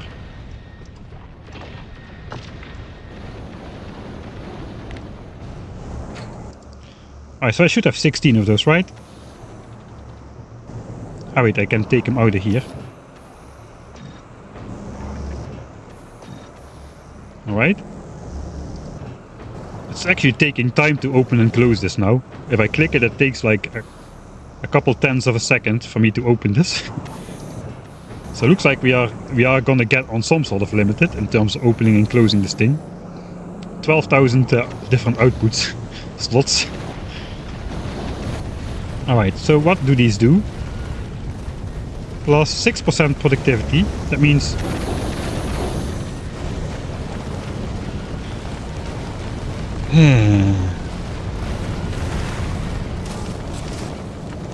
yeah, I think it is time to put those in.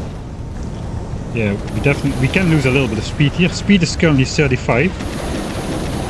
35 drops down to 31. Okay, that's barely anything. We can afford to do this. Speed drop down to 30.5. From 35 to 30.5. So we lose 5% speed.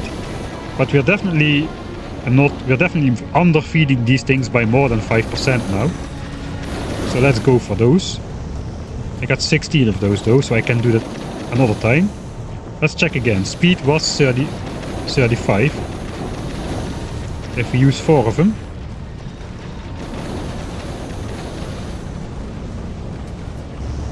Okay, these are actually backed up. What's going on?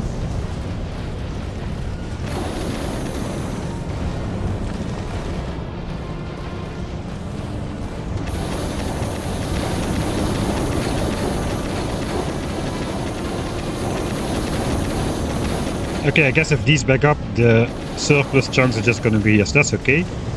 Speed 26 instead of 35. So that's roughly like 30% slower or so. So if we are under, yeah, we are under 700 rockets a minute. Our maximum production rate was 7,000, or like was 1,050 rockets per minute. So that means we're underfeeding those by more than 30%, which means we can definitely take a 30% speed penalty and still consume all of the carbonic chunks we get on board. And now we'll get 24% extra explosives out of this. Why did you have to tell me this? Why didn't I think of this myself? That is so obvious. So obvious. So effing obvious.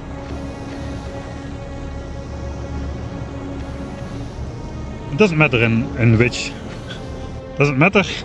Why are they in the wrong order? I mean, the most powerful modules are on top. I guess the... How should this be organized then? The other way around? No, I don't buy it. This is the correct way to do it. You don't know what you're talking about. The order doesn't matter. It just matters how it looks. At least it looks like they're speedy with the speed modules on top. I mentioned this a few minutes ago. Okay, sorry, YouTube chat is harder to keep up with due to everything being in the same monotone color, which is annoying. So everything is sort of a wall of text here at times, and it's hard to find my bearings through the reading and the rereading. No, no, stop it. If you don't stop telling me how I should insert my modules, I will input them in different ways in every explosives cryogenic plant, and then you will really start to cry. Order, even if it's not the order you want to, is better than chaos in every assembler, right? Right? Zoom out so we can see the wall of Asteroid. It's a good point. We're at peak density. Peak density, we can do this. Peak density, and it's just redheads out here. No more nice blondes, brunettes, black-haired asteroids. Black holes don't have hair, but asteroids might. It's all redheads over here.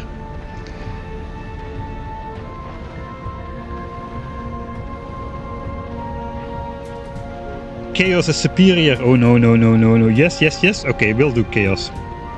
I can do that remotely. Can I? Yeah, I could if I enable my GI again.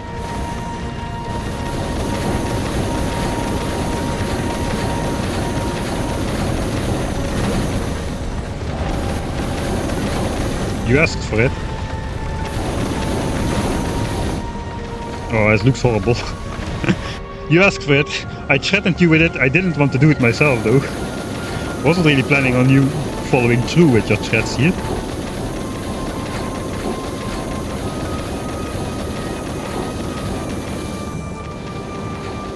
Alright, and to truly complete the chaos, I will leave one neatly ordered. How about that, huh? How about that? Does that F you off? It does annoy me already, I have to say. Petition to bring back order, okay. Sub cancelled, oh god. I'm going to lose half of my viewers anyway. Now I kinda ask the forbidden question. And now whatever I do, I will only be able to appease half of the viewers and the other half will leave. I don't have could you put 3 in 5 in the other? No. No. No, I don't want to. Because these are independent halves of the ship. I guess I could do like 3 in 1 in the bottom and... No, I don't want to because that kind of messes with my visual clues to us how we are actually doing, which is rather important at these ending stages, so I don't really want to do that. And the 2 ship halves are separated in terms of asteroids. The asteroids which are caught on this side exclusively go to this side of the ship and vice versa. So I don't want to mix that up, and I don't want to mix north and south up either because we are prioritizing north, so I can get sort of a clue as to how much asteroids are going south, as to how we are doing. Are we backing up again though? That's the question. The great question is, are the asteroids backing up again? No, that was predicted, but we should see a rise in explosive production. We should see a rise in explosives production now. We're even going to switch off everything else.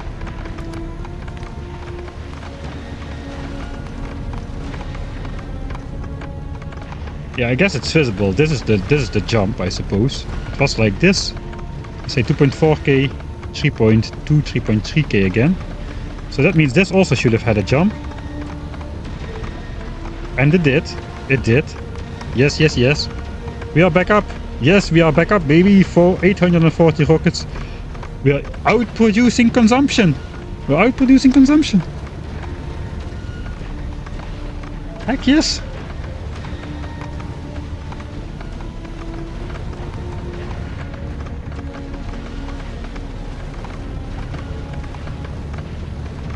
You know, this simple change might just allow us to be able to get back. It might allow us to be able to send the ship back after reaching the shattered planet. It's incredible. It's incredible. It's simply incredible.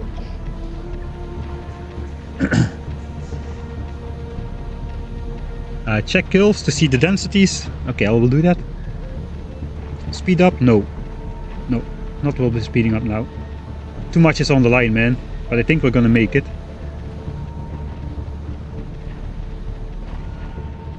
What will happen? Yeah, we don't know yet. We don't want to know either. We want to find out for ourselves. Why isn't everything legendary tier?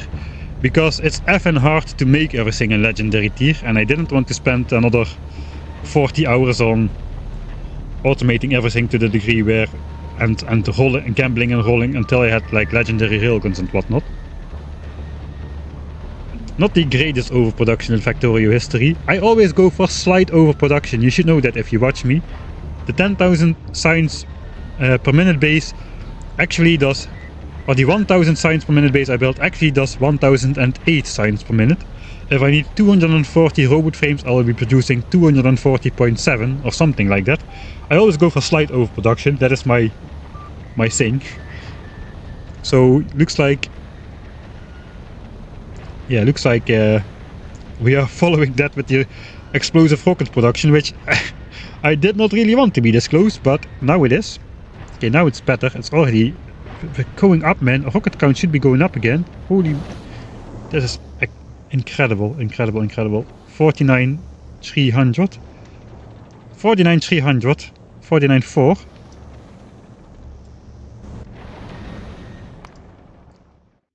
49.4 is what we were it's what we had when we saved here. we're in between these two now. 3887. So much for my neat and tidy save once every 10,000 kilometers strategy.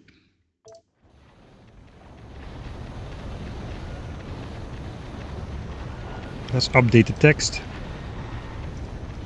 We have got less than 100 and it's already 110, not really, right? Ah, it's close enough to 110. Good enough.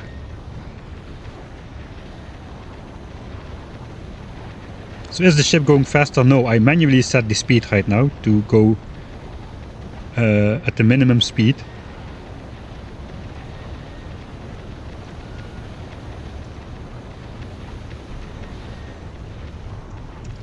Our current speed is 90,000 kilometers per hour. 90,000.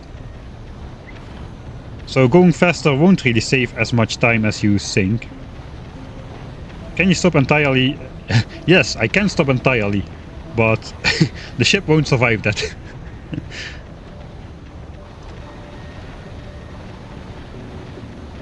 So we are about an hour and 15 minutes away from the goal then, even at the slowest speed possible.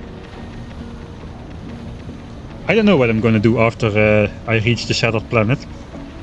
I'm going to spend a lot of time editing videos for a start, because I have been severely slacking in editing time since I've been mostly running. I've been mostly doing the Space Age new player experience for every day since 14 November.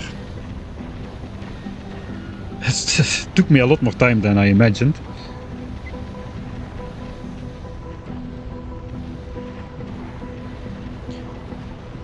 And the railguns are rare quality. They get almost out to the edge.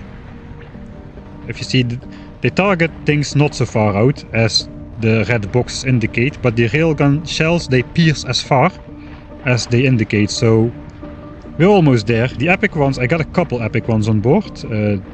It is this one. So here you can see the asteroids almost immediately can be destroyed as soon as they enter the screen. So legendary in this specific case actually doesn't do that much more, except for on the edges, I suppose. But yeah, I'm happy with rare railguns. To get this, you need to make approximately 100. If you make 100, if you grind for the best Mark III legendary quality modules, 8 pieces, you have a 50% quality. And if you gather resources for roughly 120 railguns or so, you should be pretty much guaranteed to roll 16 rare ones. Maybe 150, go 150. So that's 15,000 quantum chips and a bunch of other resources. It's a lot. But then if you just roll for better quality and recycle the ones which are not of rare quality, including the uncommon ones, you should get enough to get at least 16 rare ones. But that is the line for me, man. I don't want to grind for 16 epic ones, for sure. That is way too much grinding. Do you have a retrospective on Factorio Space Age? It was awesome. I'm not going to shake a high quality retrospective just out of my sleeve like that, but in general I thoroughly enjoyed the experience of playing through the new game, playing through all the different planets. It has been an amazing journey.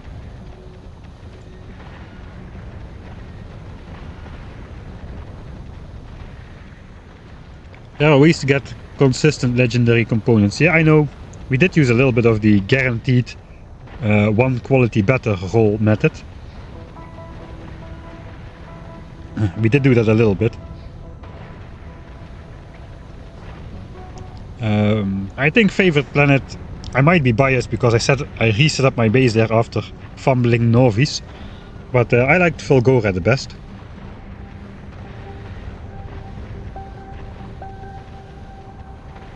Can you say squirrel? No, probably not then, if you ask me to say squirrel.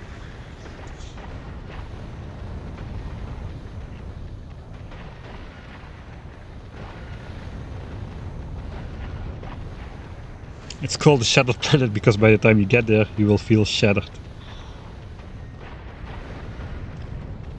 Should I speed up a little? What time is it? 10 o'clock in the evening. We've got a username. But silly squirrel.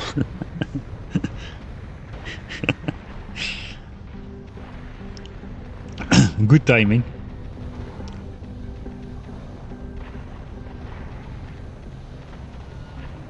Thanks, by the way, everybody who's tuning in and hanging out. I really appreciate it. Looks like we've got a looks like we've got a combined over 1,000 viewers, which is like at least twice as much as I have ever had, I think. So thanks everybody for joining in on the final finale of the my new player experience of Factorio Space Age. Really appreciate you all hanging out here. Yeah, the evolution factors, right? Yeah, we'll get to that. I suppose we can just type /evolution and see it. That's allowed. And then we have to go into the map view to be able to read it actually. Novice, 80%.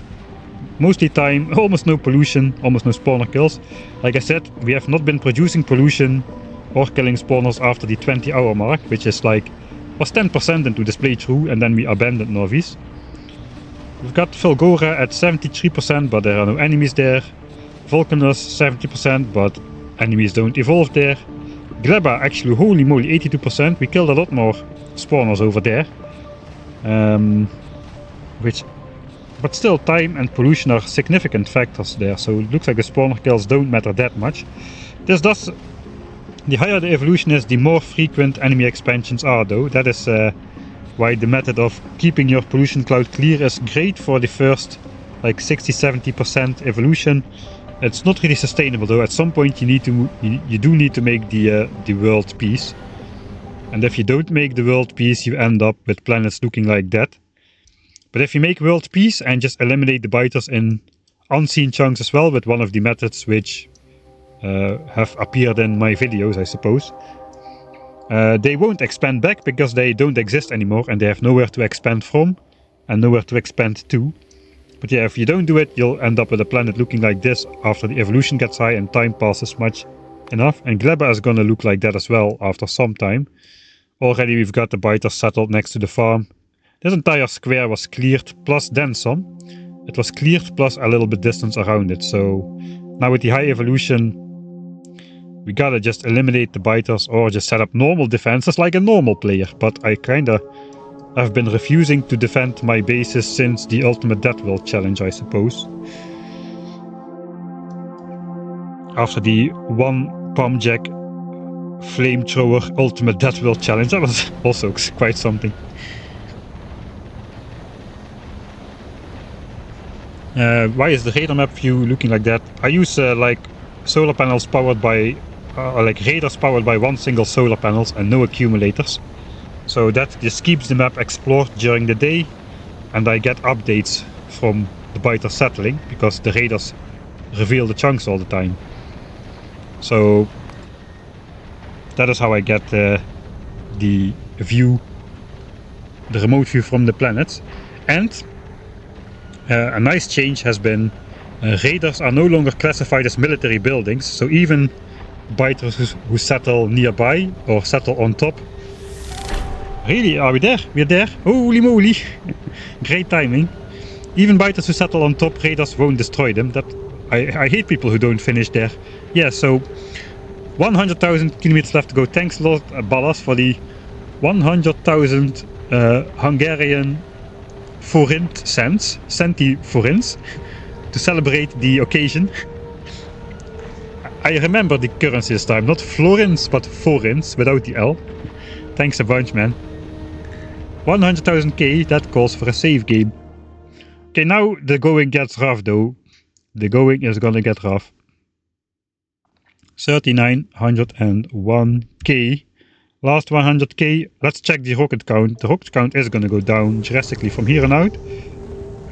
Back up to 50,000, man. 50,000 rockets flat. Though we have got 50k rockets for the last save. I have to put it in the save name. 50k rockets. Let's go! Come on, we can make it. I can feel it in my bones. Let's do some save game management on stream, because why not? Yes, of course, I'm that kind of type. Alright, peak density. This is the absolute peak density of asteroids, which is possible in the game. It looks like this. It looks like this at the minimum speed we're going at. I guess I should maybe go up a little bit. So you can see the asteroids spawning in right here. All of the asteroids spawning in. There's a lot of asteroids. I didn't check the kill screen like I promised last time. Asteroid kills. 1 hour. Prometheum. Prometheum. Everything else. Right, let's switch off Prometheum. Everything else is basically flatlined. And that is going to go down. We should see a downward trend in the last hour for these. While Prometheum actually also will go down sharply now. But yeah, we're killing... At this speed, we're killing 800 a minute.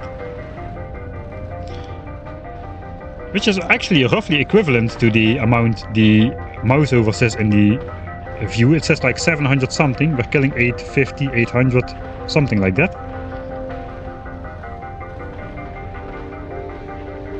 How many hours has it been? Ah, Discord message. Yeah, thanks. Thanks. I will do that right now. It's the last hour, but not the last 10 minutes. But I need to start up Discord though. Hopefully that won't... Can I do Discord on this one? Am I logged in still?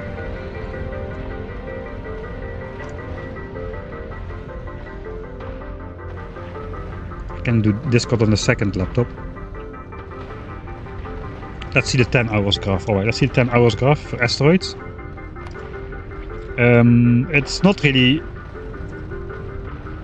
We slow down here, so that is why the asteroid count per minute is going down. We destroyed less asteroids per minute. At the peak we did 1k huge Prometheum asteroids a minute. I guess that's a nice benchmark. I do not remember my password. Just like that. Okay, I have to open Discord on my actual streaming laptop then.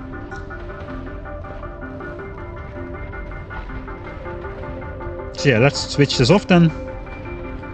Here we can see the carbon asteroids with the recent peak of at like, I think it peaked at 3.2 million and then it just went down. Now we're using productivity. The other one stayed mostly flat, apparently. So that is that graph. Stream has been going for yeah, 27 hours and 10 minutes now.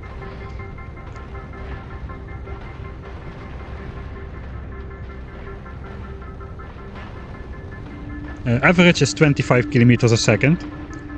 So we oscillate between 22.6 or something, 22.5 to 23, up to above 27. So the average speed is over 25 kilometers a second. 25 kilometers a second is exactly 90,000 kilometers per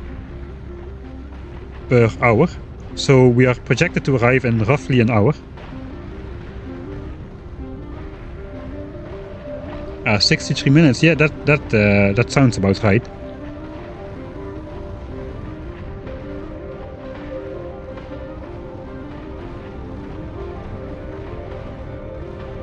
I don't have any asteroid productivity technologies. That's true. That was a mistake. That is why we have to go so slow in the end now, because we simply are running out of asteroids. We did, however, we did proudly keep the entire flashlight in its cylindrical shape with the hard border, the Mac light. So we didn't got scared into cutting off the back half of our spaceship in the save. That is good.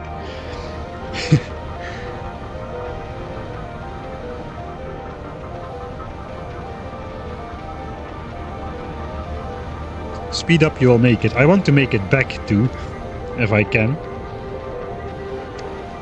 I mean, the book that Bilbo Baggins wrote is called There and Back Again. We gotta do the and back again. I also like climbing mountains in real life, and there is also, getting there is only half the journey. You need to make sure you can get back again.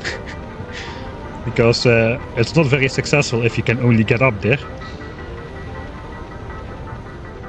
Yeah, Mac lights have kinda gone extinct after LED lights got perfected. Can I sponsor one of the cryo plans to decide on the module arrangement? Yes, you can, but not with a new donation. You just donate it. So you can just tell me, type like a sequence of 8 letters, and I will arrange the modules as you please. You can even choose the explosives plant, except the organized one. That one is off limits.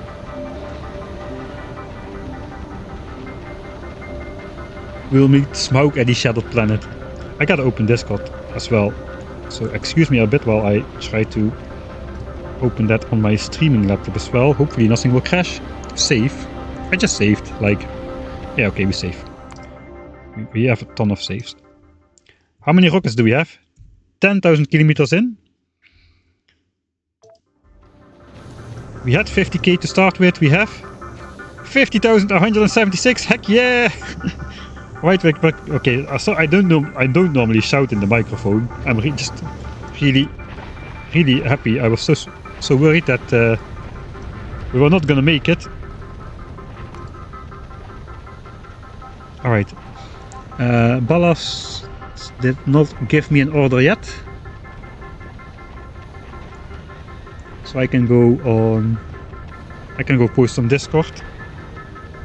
I should have the... If I'm a professional, I should have the link, I suppose.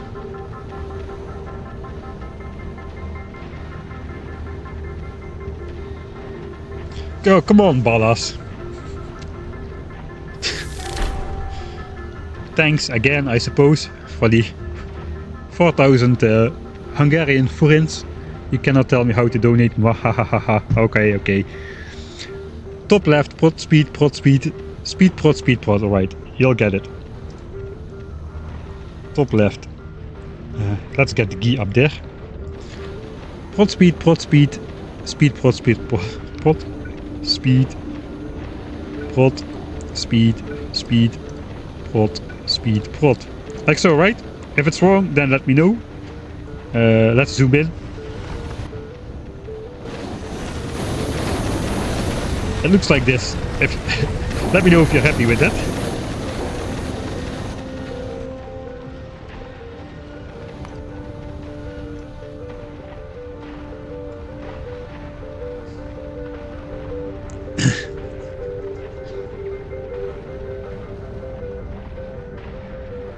Is that a cheat code? Yeah, left, right, up, down, A, B, start, right? Cheat code for everything.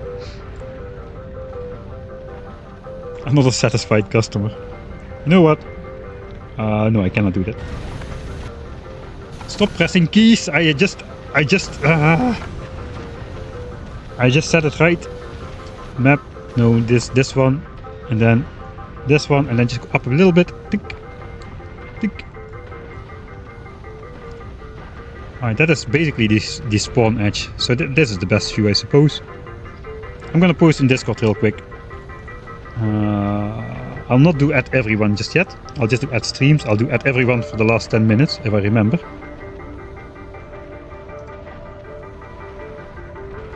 At streams, at uploads. We'll do both of those. Not at everyone. We're on the last 100,000 K of the 4 million kilometer journey, about to reach the shattered planet in less than 1 hour from the moment of posting.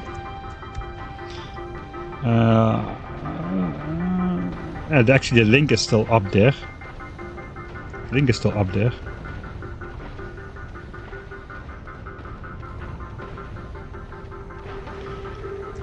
Click on one of the above 2 links to join the stream on your platform of choice, I suppose.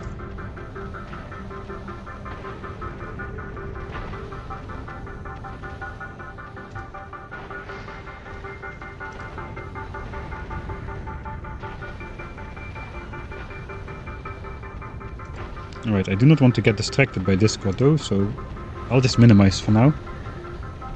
Are we gonna make it back though? A slightly optimistic yes. Slightly optimistic yes. We'll see how many rockets we spent. We started with 50,000 rockets to get there.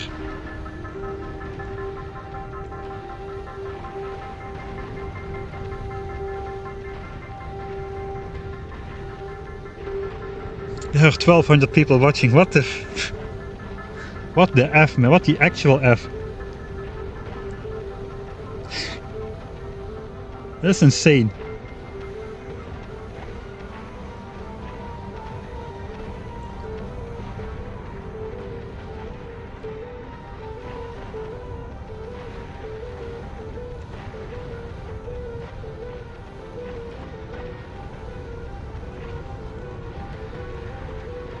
Why are people watching getting asteroids blown up for like 24 hours? I don't understand.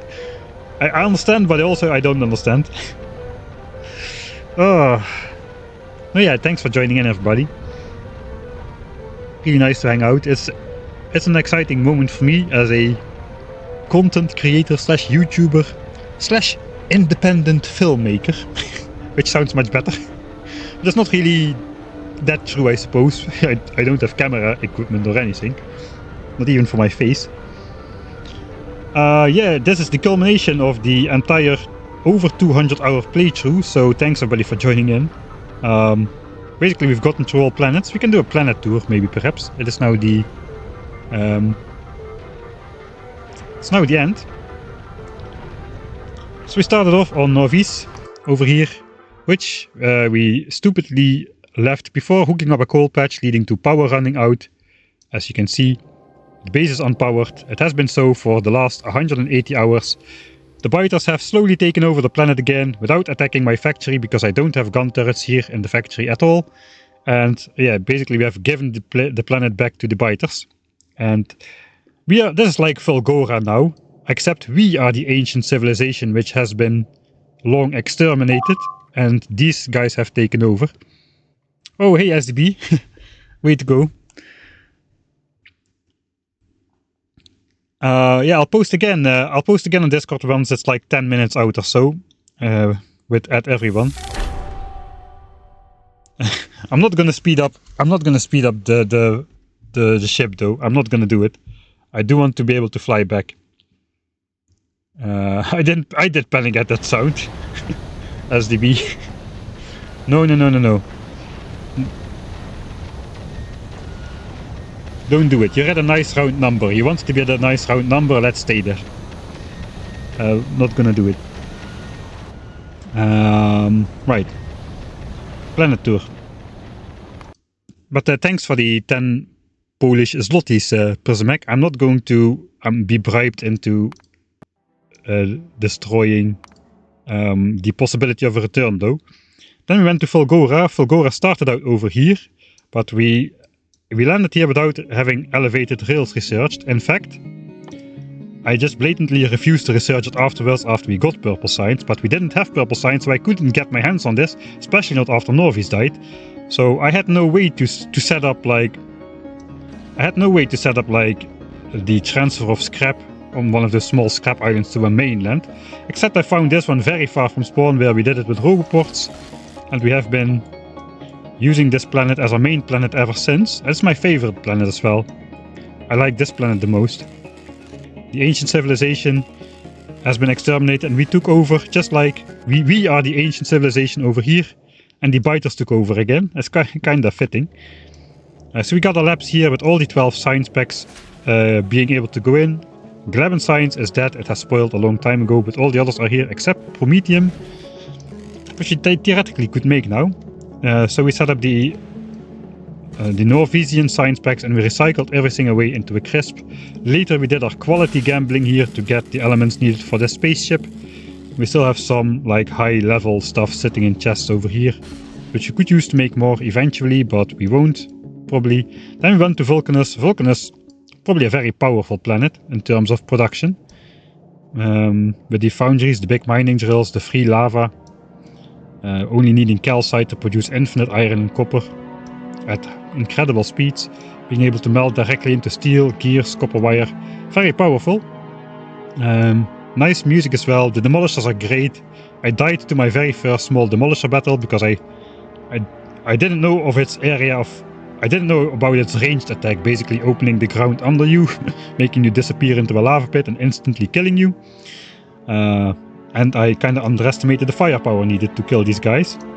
Later we easily could take them out though, with...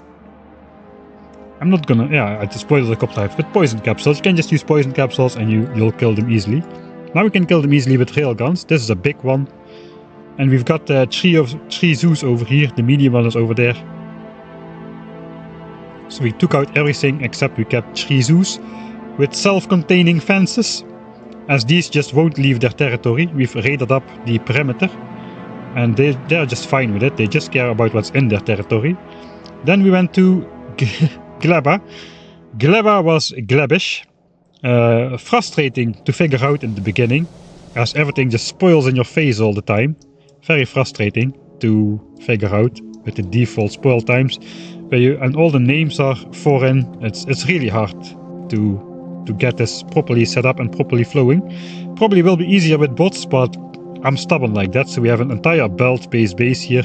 My favorite part about Gleba is we calculated the distance of belt where the copper bacteria need to travel on in terms to spoil and in terms to keep the belt going at all time, keep production going at all time. Just for the bacteria to spoil exactly over here somewhere, just before they get smelted into copper. That's my favorite part of the base by far. We've got that for both iron and copper. So yeah, really nice. Autonomously produced rockets with the help of some Fulgoran EM plants up here. So that's nice. The only planet which had an automated spaceship bringing science packs over. It has been stopped now. But yeah. And then we went to Aquilo being Aquilo. From what I saw in the Factorio Galaxy of Fame, everybody's Aquilo base looks roughly the same, just utilizing the starter island and eventually bringing in some more lithium from far away. I guess the difference with mine is I needlessly heated up the heat pipes to 990 degrees or so it shines nicely in the night. But for the rest, it's not that different from everybody else's planet. Yeah, and then we designed a ship which could get to the edge of the solar system, took it there on a test flight in editor mode, then decided the goal was going to be the shattered planet, and 60 hours later of, I don't know, a lot of hours later of designing and building, both on-stream and off-stream, endlessly tweaking with the design of the ship, how much production speed, how much this, how much that, wiring, deadlocks, everything has been figured out during that process, and here we are. Here we effing are. 73,000 kilometers out from reaching the shattered planet on the very first try, man. The very first try of the actual flight. That is Control Shift F3 instead of Control Shift F4.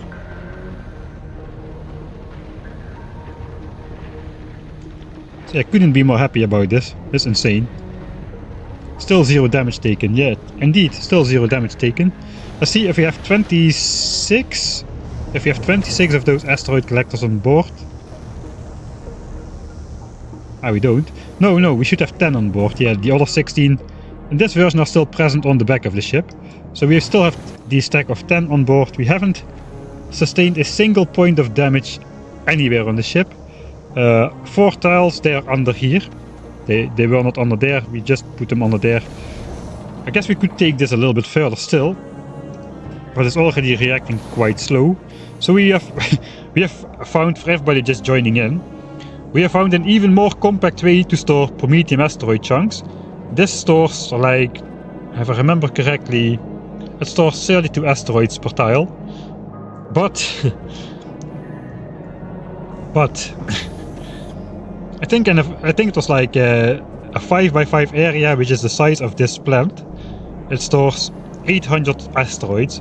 But currently there are 12,000 of these asteroids sitting in the output slots of this cryogenic plant. You cannot automate it, however. You cannot. The circuit network won't do it. It refuses to change the recipe if anything is in the output slot. But now we've got 12,000 output slots filled with Prometheum asteroid chunks, which is stupidly crazy. The way we do it is we basically reset the recipe, then we set the recipe back, and these inserters will start inserting 100 new asteroid chunks. Adding to the total, we were at 24k. If we do this 5 times, we will be at 25k. We haven't yet found the limit of what is possible. It may be... the limit may be impractically high to achieve. So it might actually function as a legitimately built sort of infinity chest. Just keep doing it this way. That is 4. We can read in the mouse over on the side. The red signal, 24,000 Prometheum asteroid chunks. It's 24,800 right now. So if we do this one more time, the signal should go up to 25,000 on the right side. 25,000. That means now we've got 12,500 Prometheum asteroid chunks in here. And I'm kind of scared to take this much further, because it already takes like at least half a second after I click to open and close the the cryogenic plant. But yes, you can use this as an infinity chest. You can take out these chunks with any inserter.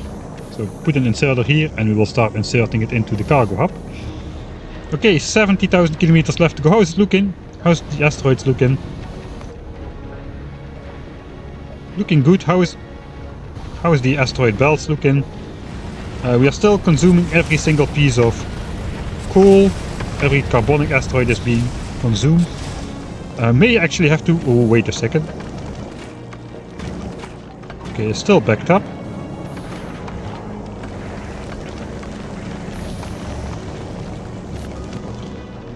I may have to start prioritizing the southern half again, just to make sure the fuel department keeps getting coal. I can probably quite safely set output priority to neutral without stuff actually going overboard again, because this is blocked off completely. This no longer exists, this belt, because the only valid output for coal chunks is straight. They even cannot go this way. If this backs up, it will just back up. It won't go this way now. It's a change. So I suppose if we let road flow equal, that should be good. Okay, I'll read chat a little bit because I kind of slacked off again. So let's go like so.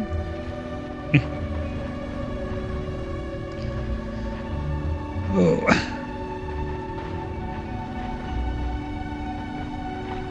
Every man has his price.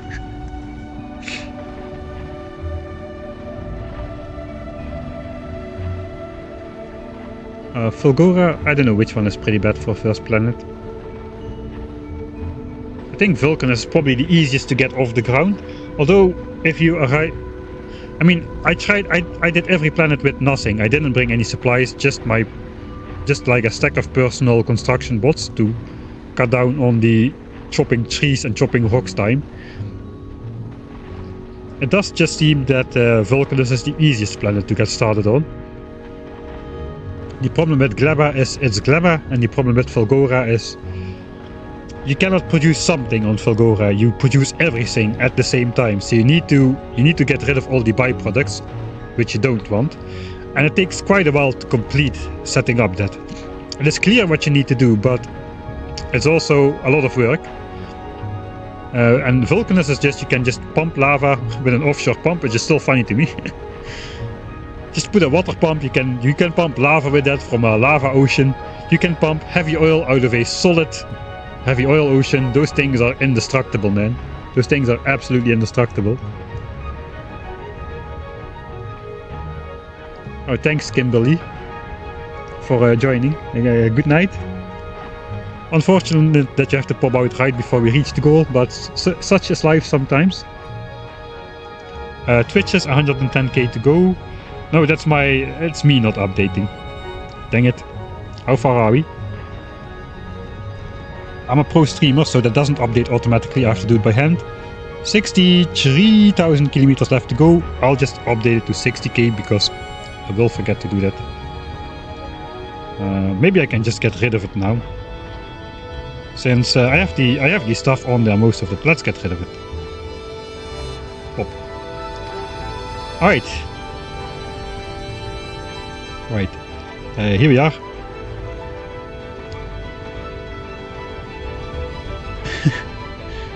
Man. 40 minutes. 40 minutes left to go. And then we make it. How is rockets? Are we still above 50k? If we're still above 50k. 51k. we are at a net positive. A net positive. Let's check the graph for the last hour. It should be visible now. The last 20 minutes should be... We should be going down. An asteroid kills. Or the graph is inaccurate. I have been worrying for nothing. What the heck? It is just a straight line. We're just straight lining. How about Prometheum? This is when we started going. We're just straight line. It's not falling off at all. What the heck? Nothing is falling off. Well, that is unexpected. That's a welcome surprise though, because this was going to be quite critical. Okay, we can speed up. We can speed up. It's not falling off. I mean, don't trust what you see. You gotta test everything yourself, man. Just don't trust it. What the heck is going on? What is that? Look at this graph. There's clearly a line which points downward here. It says even 321 million at 4 million kilometers. It falls off linearly from 3.9 million kilometers. Even these have values at different values at 3.9 and 4.0. It's not falling off. It's not falling off. We're killing as much asteroids as before. That is why rocket production is actually stable and growing even.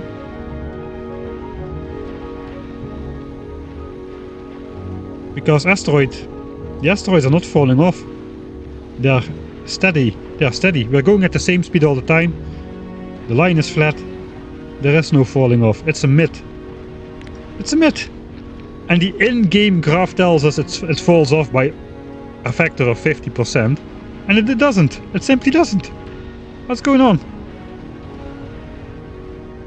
It just flatlines. Easy. Fake news. Yes, fake news. There's a lot of fake news in Factorio actually. For instance, these things have an internal fluoric tone capacity of 1k. Not true! You can pump 2000 fluid in there. 2000 fluid. We've tested it. 2000 fluid goes in there. 1000 fluid is no longer present in the pipe network if you click on the pipe. And the rest of it is. So 3000 fluid is not present in the network, but there's more in there. There's a net 5000 fluid in here. And 1.8k is present in the network. We've got 4 pipes, right? 4 pipes in total. 4 pipes and whatever is not part of this 1k internal storage. There's 5k in total. 3k in there plus 1.8k plus whatever is in process of being turned into hot fluid right now. That is basically the equation. But there's not 1k fluid in there. There's 2k fluid flits in there. You cannot trust anything. You cannot trust anything. But railgun shooting speed. 0.86 a second. Not true. They don't shoot 0.86 a second. Even with plenty of targets available, they have really weird behavior. They shoot less than half of that even. It's nothing. You cannot trust anything, man. I'm going paranoid. I'm going crazy. What the... I'm actually going... I sound like one of those conspiracy theorists now. Don't believe anything. It's not because of the neighbor bolus. I tried it out on the surface of a planet.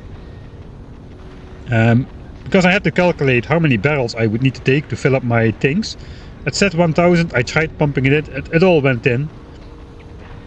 I took more than I needed and it all went in. And then we tested it and 2000 units of fluid are absorbed by every fusion reactor if you just pump it in. So it does not really change the equation needed to run the thing though. but the internal capacity is much greater than the mouse over says. Okay, and we're gonna speed up then. Are we gonna speed up? I think we're gonna speed up. There's no reason to go this slow. I thought there was reason to go this slow, but there's not.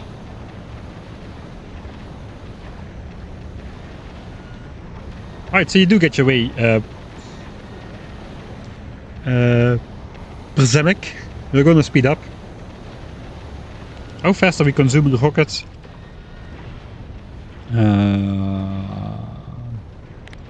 Actually, we are at the maximum consumption rate. No, we're not. We're at 700. We can sustain more than that. We'll start absorbing more resources again if you go faster as well. So there's really no reason to go slower, because we're already grabbing everything with ease. We can go a little bit faster and still grab everything with ease. Okay, let's not taunt the devil. We're not gonna go super fast. We're just gonna go a bit faster.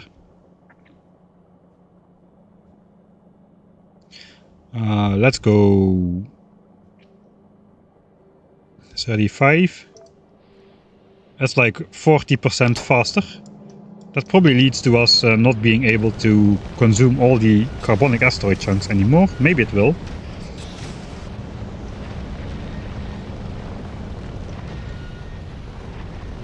Again, let's give it just a temporary bit of speed boost. Oop. Speed up, speed up, speed up. Speed up, speed up. Alright, that'll do. Back to the map view and enjoy the destruction. 85 kilometers a second. I don't really want to go above that. I messed up the sound. Okay, we'll do it again.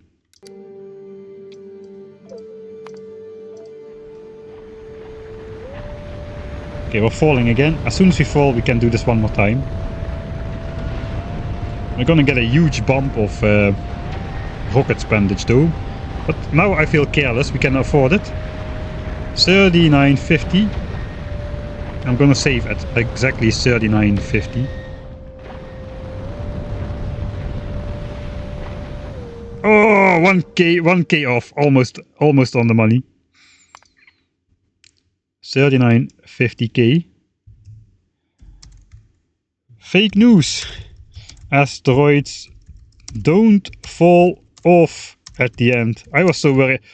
I've been so worried for this last 100,000 kilometers because of this, and it is just fake news. It is it's frustrating, but it's a good change though, because I don't think we would have been able to.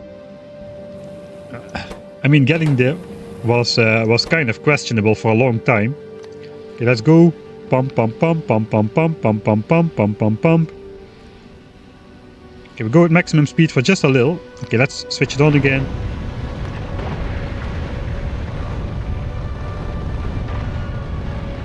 A 100 kilometers a second. Yeah, this was our starting speed basically. 100 kilometers a second. Look at all the rockets flying though. That is definitely not sustainable.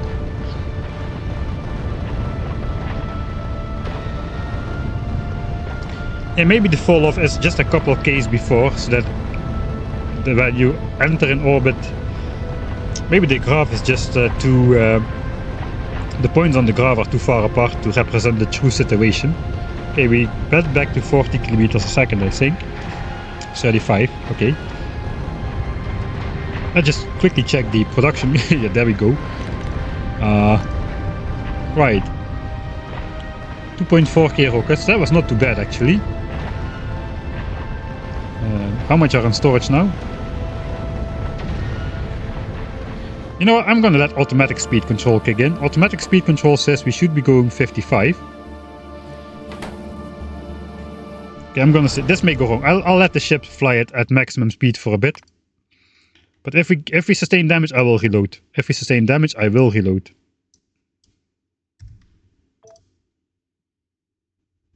Because we made it all this way without damage, and I'm not gonna stupidly damage my ship in the last section. We'll just unlimit this pump.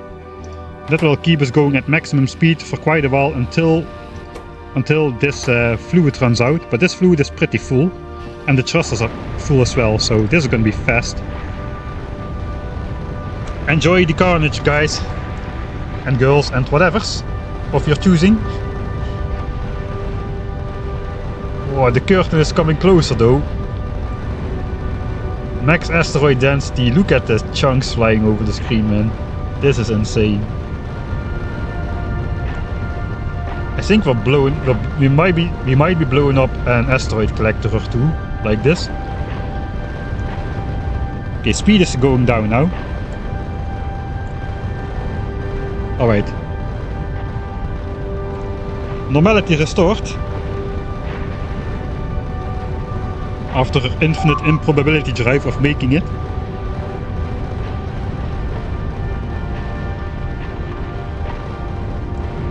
Let's check the mouse over. Let's check the cargo hub. If we still have 10 asteroid collectors in there, we did not sustain damage. Ah, stop with those alerts here. No damage. No damage. No damage taken. Damage taken 0, and still 10 asteroid collectors. No damage taken. We'll keep it. We'll keep it. Go for it. Alright, we'll go for it. We'll go for it. Max speed until the end. Max speed until the end. Alright, it has been decided. Max speed until the end. Push the pedal to the metal. Come on. I have to ping Discord, right? I'll have to ping Discord and then we'll push the pedal to the metal. Because I want to watch this as well. I've been streaming for 27 hours. I want to watch this epic final myself. Here's Discord. At everyone.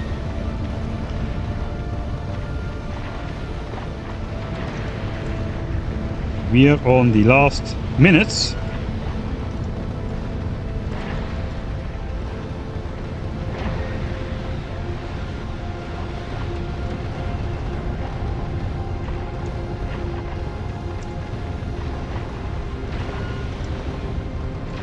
Sorry about pinging everyone again, but this is one of the moments of all time for my Discord.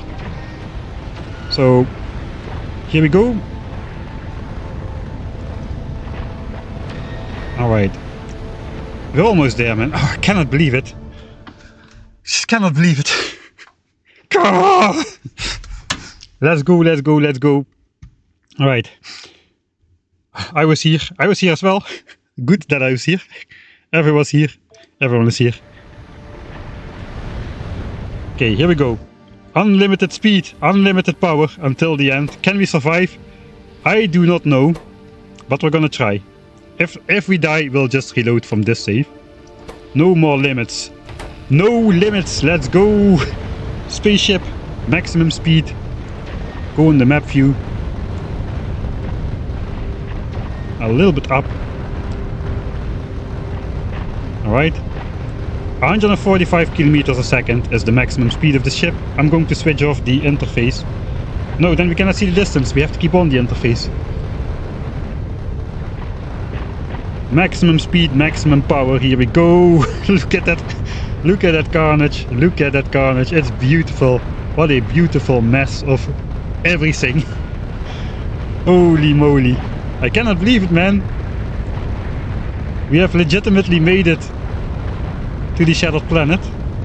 Well, we might still crash our ship in our victory lap here, going all out with maximum speed. There we go, 145 kilometers a second. This ship's top speed has been reached. We definitely are gonna lose a couple asteroid collectors. Does it matter? It does not matter. It does no longer matter.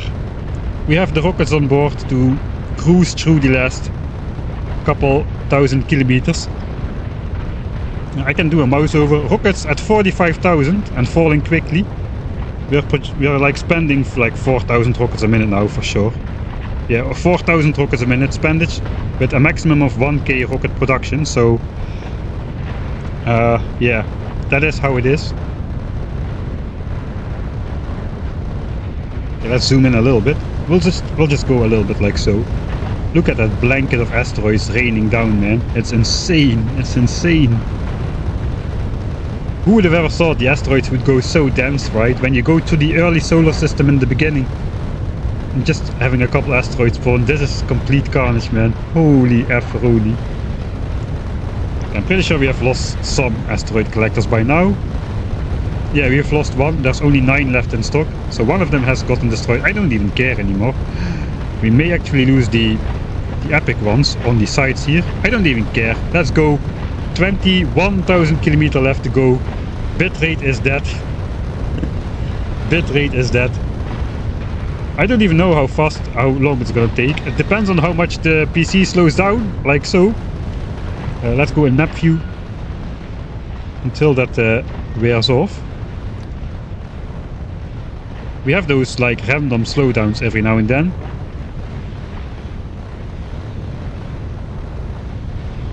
Alright, it's the last 20. Fuck the bitrate.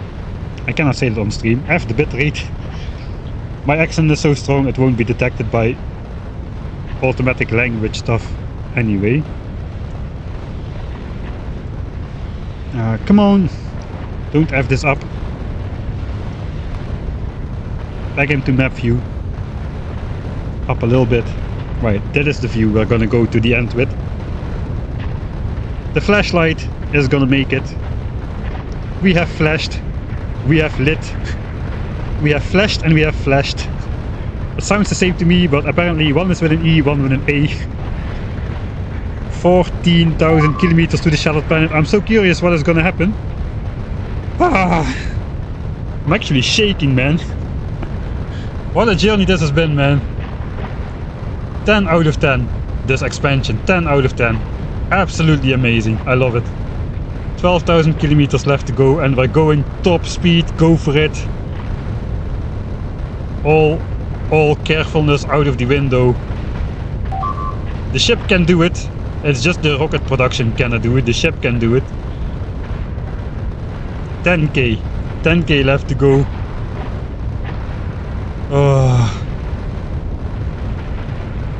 This is the shattered planet, man. It is no longer shattered. It is one solid entity right now. We're just drilling to the core of a planet right here. Holy moly. 7k left to go. I'm so curious what's gonna happen. A minute left to go. 1 minute.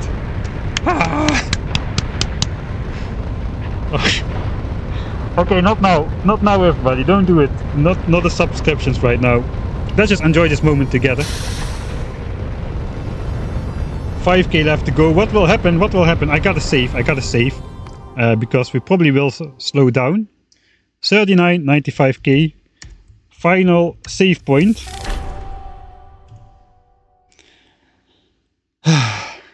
Let's go. Let's go. Don't lose the momentum. Let's go. Turrets are running out of rockets. The belts are simply not fast enough to. I have 2 belts, but they are simply not fast enough to ferry the rockets out there in time. Okay, 2,500 kilometers left to go. What is gonna happen? What's gonna happen? I don't know. Are we gonna stop? Then we're gonna die. If we're gonna stop, we're gonna die. 2k. 1700, 16, 15, 14, 13, 12. This is fastest countdown ever. 10, 9, 8, 7, 6, 5, 4, 3, 2, 1. We made it! Woo! Stop at the shattered planet. This is not gonna end well. Alright. Alright. What now? What now? We stop at the shattered planet. What's gonna happen? If anything, yeah, the asteroids are definitely dropping off right now. Not a lot of spawns here. We are keeping the momentum for a little bit, but of course the thrusters are switching off. What's next? The asteroids keep spawning though. That is not good. Is this it? Is this it?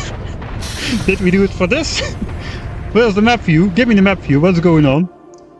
We're there. Flashlight with an A is in orbit around the shattered planet. What now? What now?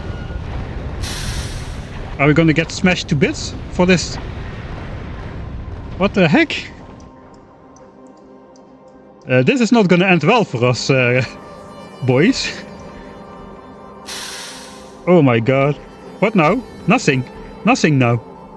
Let's see if the theory of just pray and hope holds off. Looks like we destroyed that big one. We'll destroy this one maybe as well, but this one has too many hit points. This one is going down.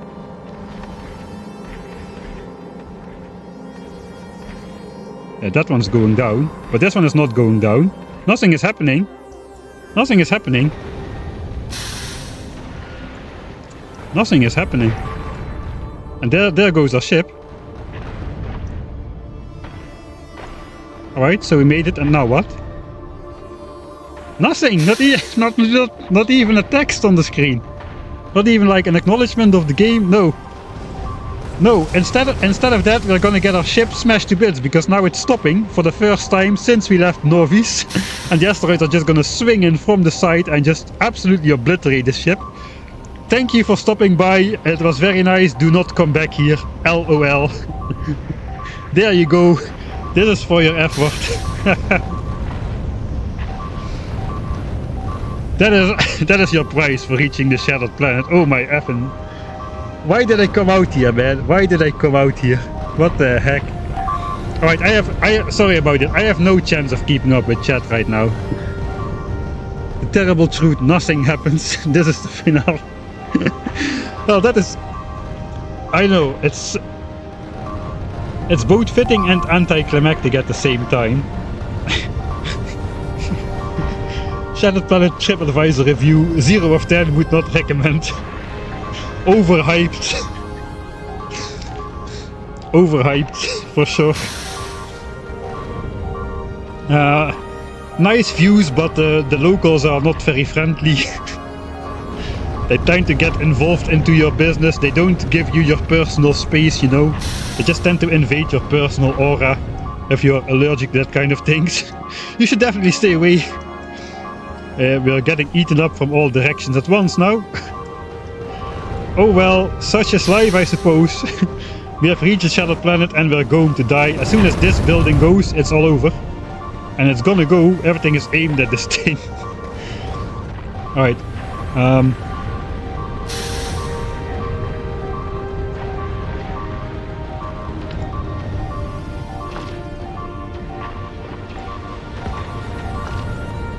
Let's go sit inside the hub, like we are supposed to. I'm inside now.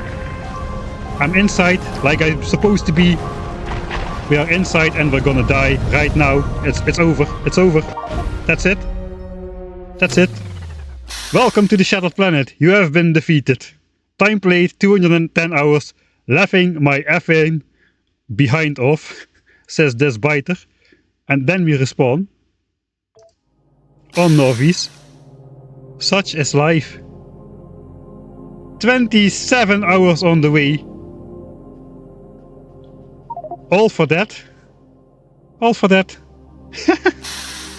Incredible. My spaceship is gone. It's gone. It has been deleted from existence. It's gone. At least we don't have to make the journey back. I lost my armor, but at least we don't have to make the journey back, I suppose. That's a win or something. I guess we get to revive Norvis now. But that's not gonna be today. Well, let's save that right here. That's definitely the right number to keep the save game on. Devo error 404 planet not found. That is the status of this flight. Planet not found. Error 404. I kinda jinxed it, didn't I? I shouldn't... Something would have happened if I did not stop at save game 404. Why does this fit so well? It fits suspiciously well. Error 404. Planet not found. F you. We are back at Norvis. I accidentally went out of there. And now if I go out here to greet the local natives, I will softlock myself. Because they will spawn camp me. Get in the spaceship! Get back in! Get back in! I cannot get back in! And now I'm soft-locked, I suppose. Maybe they'll run back before I respawn. Probably not. It takes too long. Yeah, good luck with that. Maybe we can get out of here after a couple tries. Spaceship still alive. That's what you get for abandoning Norvis. Yes, I guess. Alright, this is my life now. Respawn and die. This effing spawn campers. I'll respawn in the acid as well. Let's go with my pistol. Nope. Holy moly. Reload the final and turn back. Yeah, we're gonna do it. Alright. I'm gonna keep this as the actual save though. If I return to this game, will I keep this? I have not decided fully yet. Okay, looks like the biters are finally angry at me as they start to take out my base for some reason. At least they're ignoring me. Somewhat. Yeah, they're going for my base now. Okay, so I'm escaped despawn camping. I guess they're now just slowly gonna destroy my entire base, which is kind of funny. Maybe they'll get tired after a little bit. Okay, let's save over here.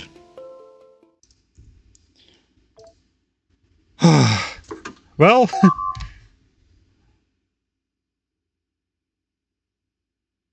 I did sit in the ship. I went back in the ship for the final asteroid impact.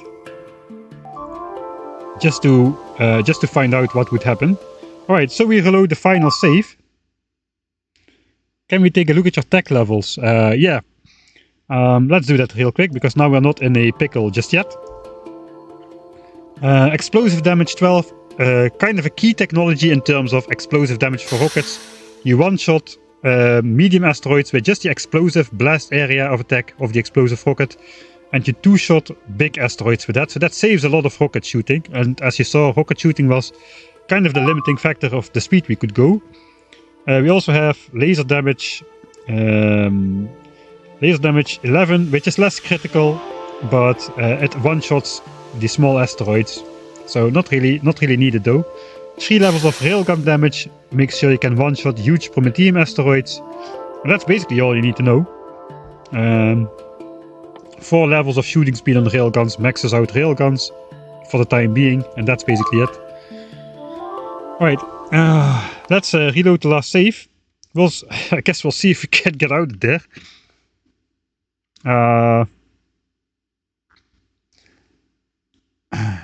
I'll give myself a bit of time to react. We need to set up a schedule or something. Let's reload this save. Max speed, we'll keep going max speed. We'll keep going max speed, but we need to change the schedule somewhat. So let's just say time pass. No, this is a fly condition. There is no arrival condition, right? We just go back to the solar system edge, I suppose. I cannot make it pass time after we arrive. Let's try. I don't think I can. There's a fly condition, not a arrive condition. Alright. So I guess we'll look at the front and I can finally catch up with chat a little bit. Are asteroids falling off?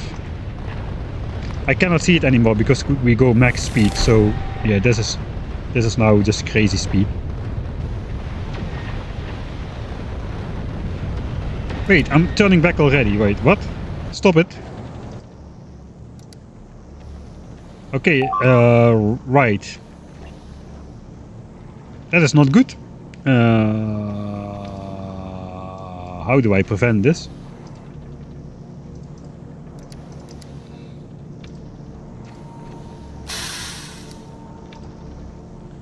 I guess we just time it.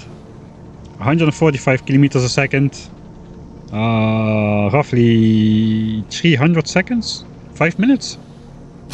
I don't think so. Yeah, 5 minutes, right? So if I set this to like...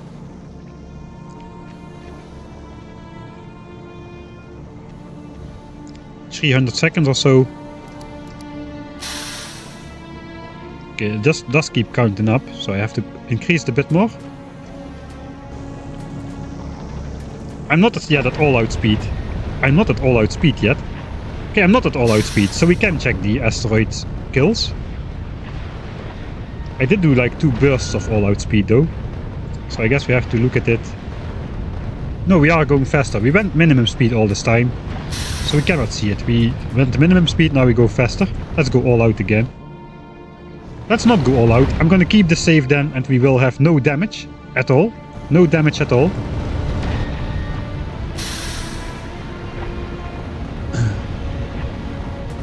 I don't know.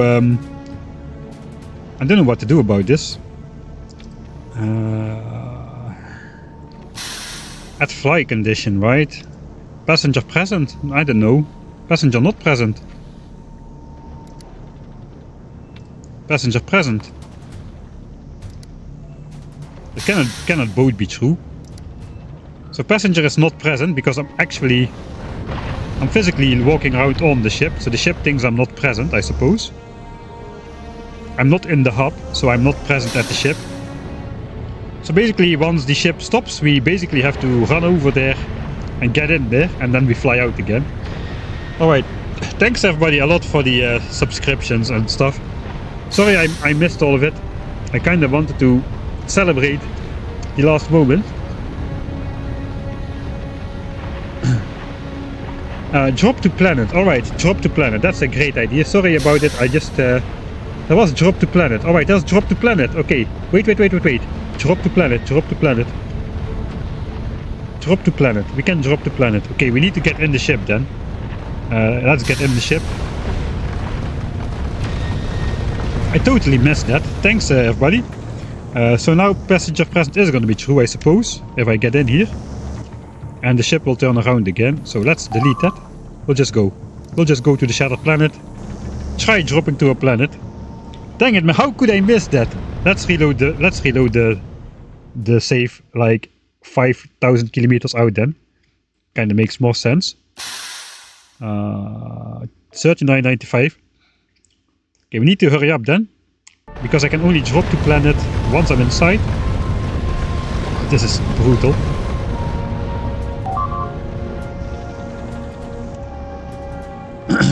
Okay, so we can drop to planet after we arrive in 3,000 kilometers.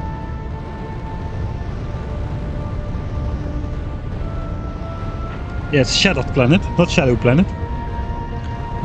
Okay, we're arriving. Sorry, I'm still not keeping up with chat. At least I caught the drop to planet thing. So if I missed anything important, please put it again in chat. There's no way I can read through like all these chat messages so fast. Drop to a planet. No, it's not in the list. It's not in the list. No. All right, busted. Mid busted, I suppose. And now I'm in the spaceship. Oh god. No. I guess we can escape if we just continue getting out of here. It does look like the asteroid density does go down immediately after arriving at the shattered planet. Now we get these drifters again into the side of my ship. So that basically means push the pedal to the metal, get out of here. No. First autosave, first trip to solar system F. F you. I made it to the shattered planet. Don't give me your stupid autosave of first trip to the solar system Edge. What the F? The actual F, man. What the actual F? No, I won't accept this. Okay, looks like we're escaping again. I want to stay out of the capsule though, so I'm not going to keep this safe. But it's possible to just keep... We're going back. Only 4 million kilometers back to the solar system Edge, guys. We'll be here for another 24 hours. Oh man. There is nothing out there. You know, they kind of say the travels are the destination. But I feel in this case the Factorio dev team has taken that a little bit too literally, I suppose. the journey was the destination. Ultimate version of journey was the destination. Alright, we are now sitting in this hub over here. I'm just gonna keep this on screen. We'll go maximum speed until the rockets run out and we'll let the asteroids consume our ship at full speed. And I suppose that's gonna be the end of the stream then. Holy moly. Let me see if I can scroll up a bit. Thanks everybody for the subscriptions. I saw a bunch of people subscribe. Thanks Superflyer6. I won't be able to do this in time. No, it doesn't scroll up far enough. I saw Matcha donating some subscription. Looks like SDB did another 20 subscriptions. Thanks a lot. Thanks a lot. Sorry for not acknowledging you in the moment or... Holy moly. I cannot read up far enough anymore. It just doesn't scroll back up. Normally there's not that much chat in my chat, but now the chat is basically full of chat. There's as much chat in my chat as there are asteroids on the screen, which is incredible. There was not even an achievement for getting here. What the F? What the actual F? What the actual F? I'm still in legitimate mode. If I type /editor, I won't go in editor mode. Player Mike Handy tried using the map editor. Using the map editor will disable achievements. Please repeat the command to proceed. There is no achievement for getting to the Shattered Planet. No achievement. The journey is the goal, people. Wise life lesson learned here. The journey is the goal. And that's the way it is. And we are going to die in this brutal rain of asteroids. After we spend... I guess after 9 minutes we are going to be toast. Let me actually... Oh, I'm in the capsule. I can no longer do anything out of the capsule. We'll delete all of these. So we have some extra backups at the front, because if those die, the ship's gonna die for sure. If we still have the epic ones, let's save those.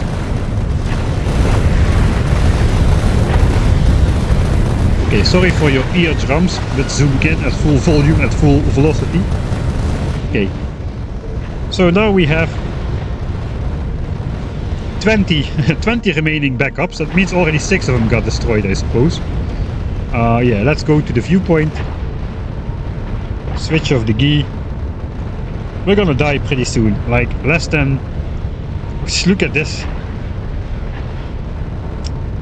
Less than 5 minutes we're dead, I predict. I'm gonna file a bug report. Reach the Shattered Planet. You forgot to make the Shattered Planet. You forgot to make a planet. Oh man. Chat is actually lowering the bitrate. I suppose so. Because it's all on screen. Hundreds of hours wasted on this effing nightmare of a design of a spaceship. It turned out cool though, but yeah. Absolute nightmare to design, for sure. Production has stopped. Looks like we no longer have any asteroid collectors. These are definitively taken out now. No more replacements, so no more production. No more production means we're gonna die pretty soon. And once it reaches the hub where we are sitting, we're gonna die again. That's gonna be it. That's gonna be it. And we're going to raid the Doe. She's on the way to the Shattered Planet as well. And a much speedier ship than mine. She's already 2.2 million kilometers out. She's not going at full speed. So I know she's 3.2 million kilometers out. Holy moly, that's a fast ship. She's not anymore going at full speed, but she's gonna make it in one stream as well. She has got all the things though. She's got the legendary ship, she's got the asteroid productivity research. She's got all the things you should have before embarking on a journey like this, I suppose. Instead of just, you know, winging it with a first design thing and just keep holding on to that and try to improve it in some way. Holy moly, she's been going at it for 8 hours already as well though, so that's going to be another epic one.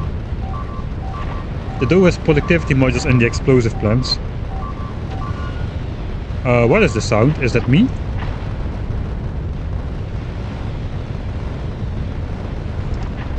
What is going on then? What the heck is getting taken out in the back? Okay, yeah, this is the shifty asteroids coming in from the back, and I could not destroy the big ones in time. That is why I did not limit my rocket shooting to the sides, because this happens then. The big asteroids gain random momentum, and sometimes the random momentum is in the direction of your ship, and I'm defenseless against these things, as you can obviously see. So that is the definitive answer to the question why you know buildy, why not to keep the rocket turrets from shooting so much to the sides. Oh, that does mean my speed gets hard capped though. Okay, my speed is now hard capped to nothing. My tank got taken out. Map view no longer exists. Okay, we have to basically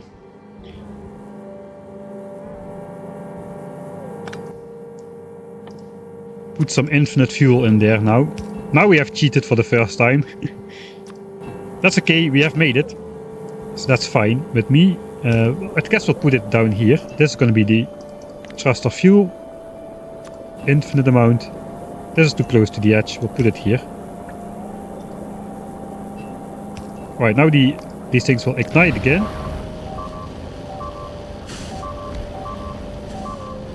I'll just add back on these engines, why not? Am I missing all the fun at the front? I might be missing all the fun at the front. I know, we're just getting more shifty asteroids taking out the entire side of my ship. At the front we're still fine. Why am I over here? Oh, I'm outside of the ship again. Okay, I did that through editor mode, I suppose. Okay, that's good. I am out of the ship again. We can go to the front. Let's just go in. We'll go in. Go to the map view. Map view. Where is it here? Alright. So yeah, the back end of the ship is getting taken out, but the front end is doing just fine in this crazy onslaught.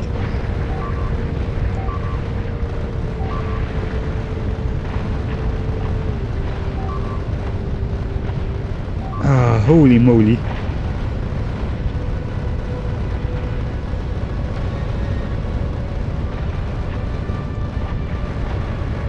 Yeah, that was kinda counter-climactic. Anticlimactic, I suppose.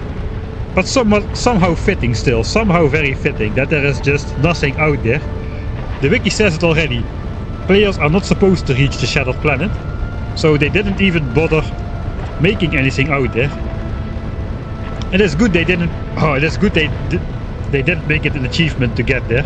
Can you imagine how Factorio 100% speedruns would go if this was an achievement? That is like orders of magnitude more horrible than the 20 million green chip one. Holy F. Yeah, we could not drop to the planet.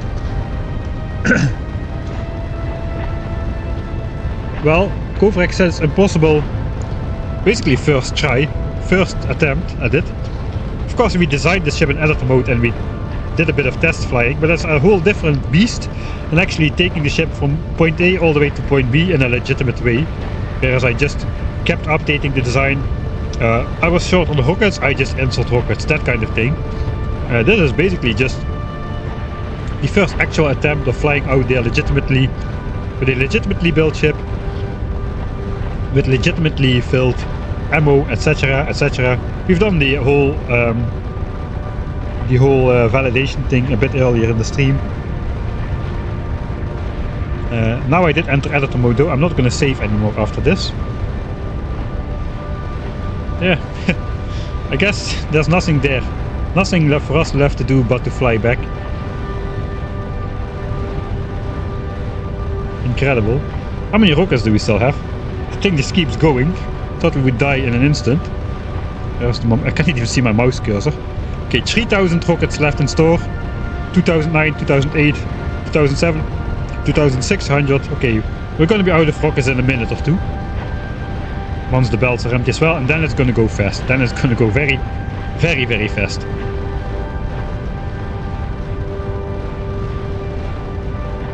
My hub is there, so the hub is barely on screen. Let's keep the hub like barely on screen. It's the most southern point of the screen there is the spaceship hub. Yeah, I would have appreciated at least an Easter egg, or that you could just drop down to the planet and you would just fall in a black hole and die. Something like that, you know, that would have been cool. On the other hand,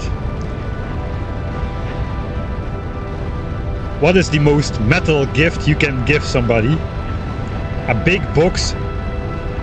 A big box nicely wrapped with nothing inside. The most metal gift of all. I guess we've gotten the most metal gift of all from the Factorio dev team. Spent effing 27 hours on this effing stream flying out to the Shattered Planet only to discover that there's nothing there. You stopped at the Shattered Planet. Now asteroids will eat your ship. Good luck and have fun. Thank you for your stay.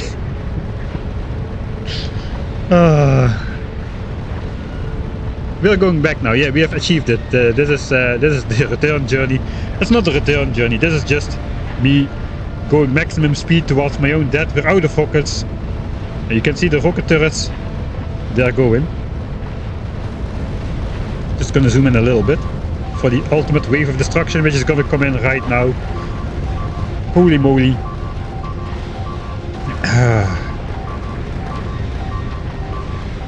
This is it. This is the end of the stream. We're gonna die. Stream's gonna finish. Sorry everybody for leaving you so sudden, but this is the end. Thanks everybody for watching. Thanks for hanging out. I had a great time. I hope you had too. And I'll see you all next time.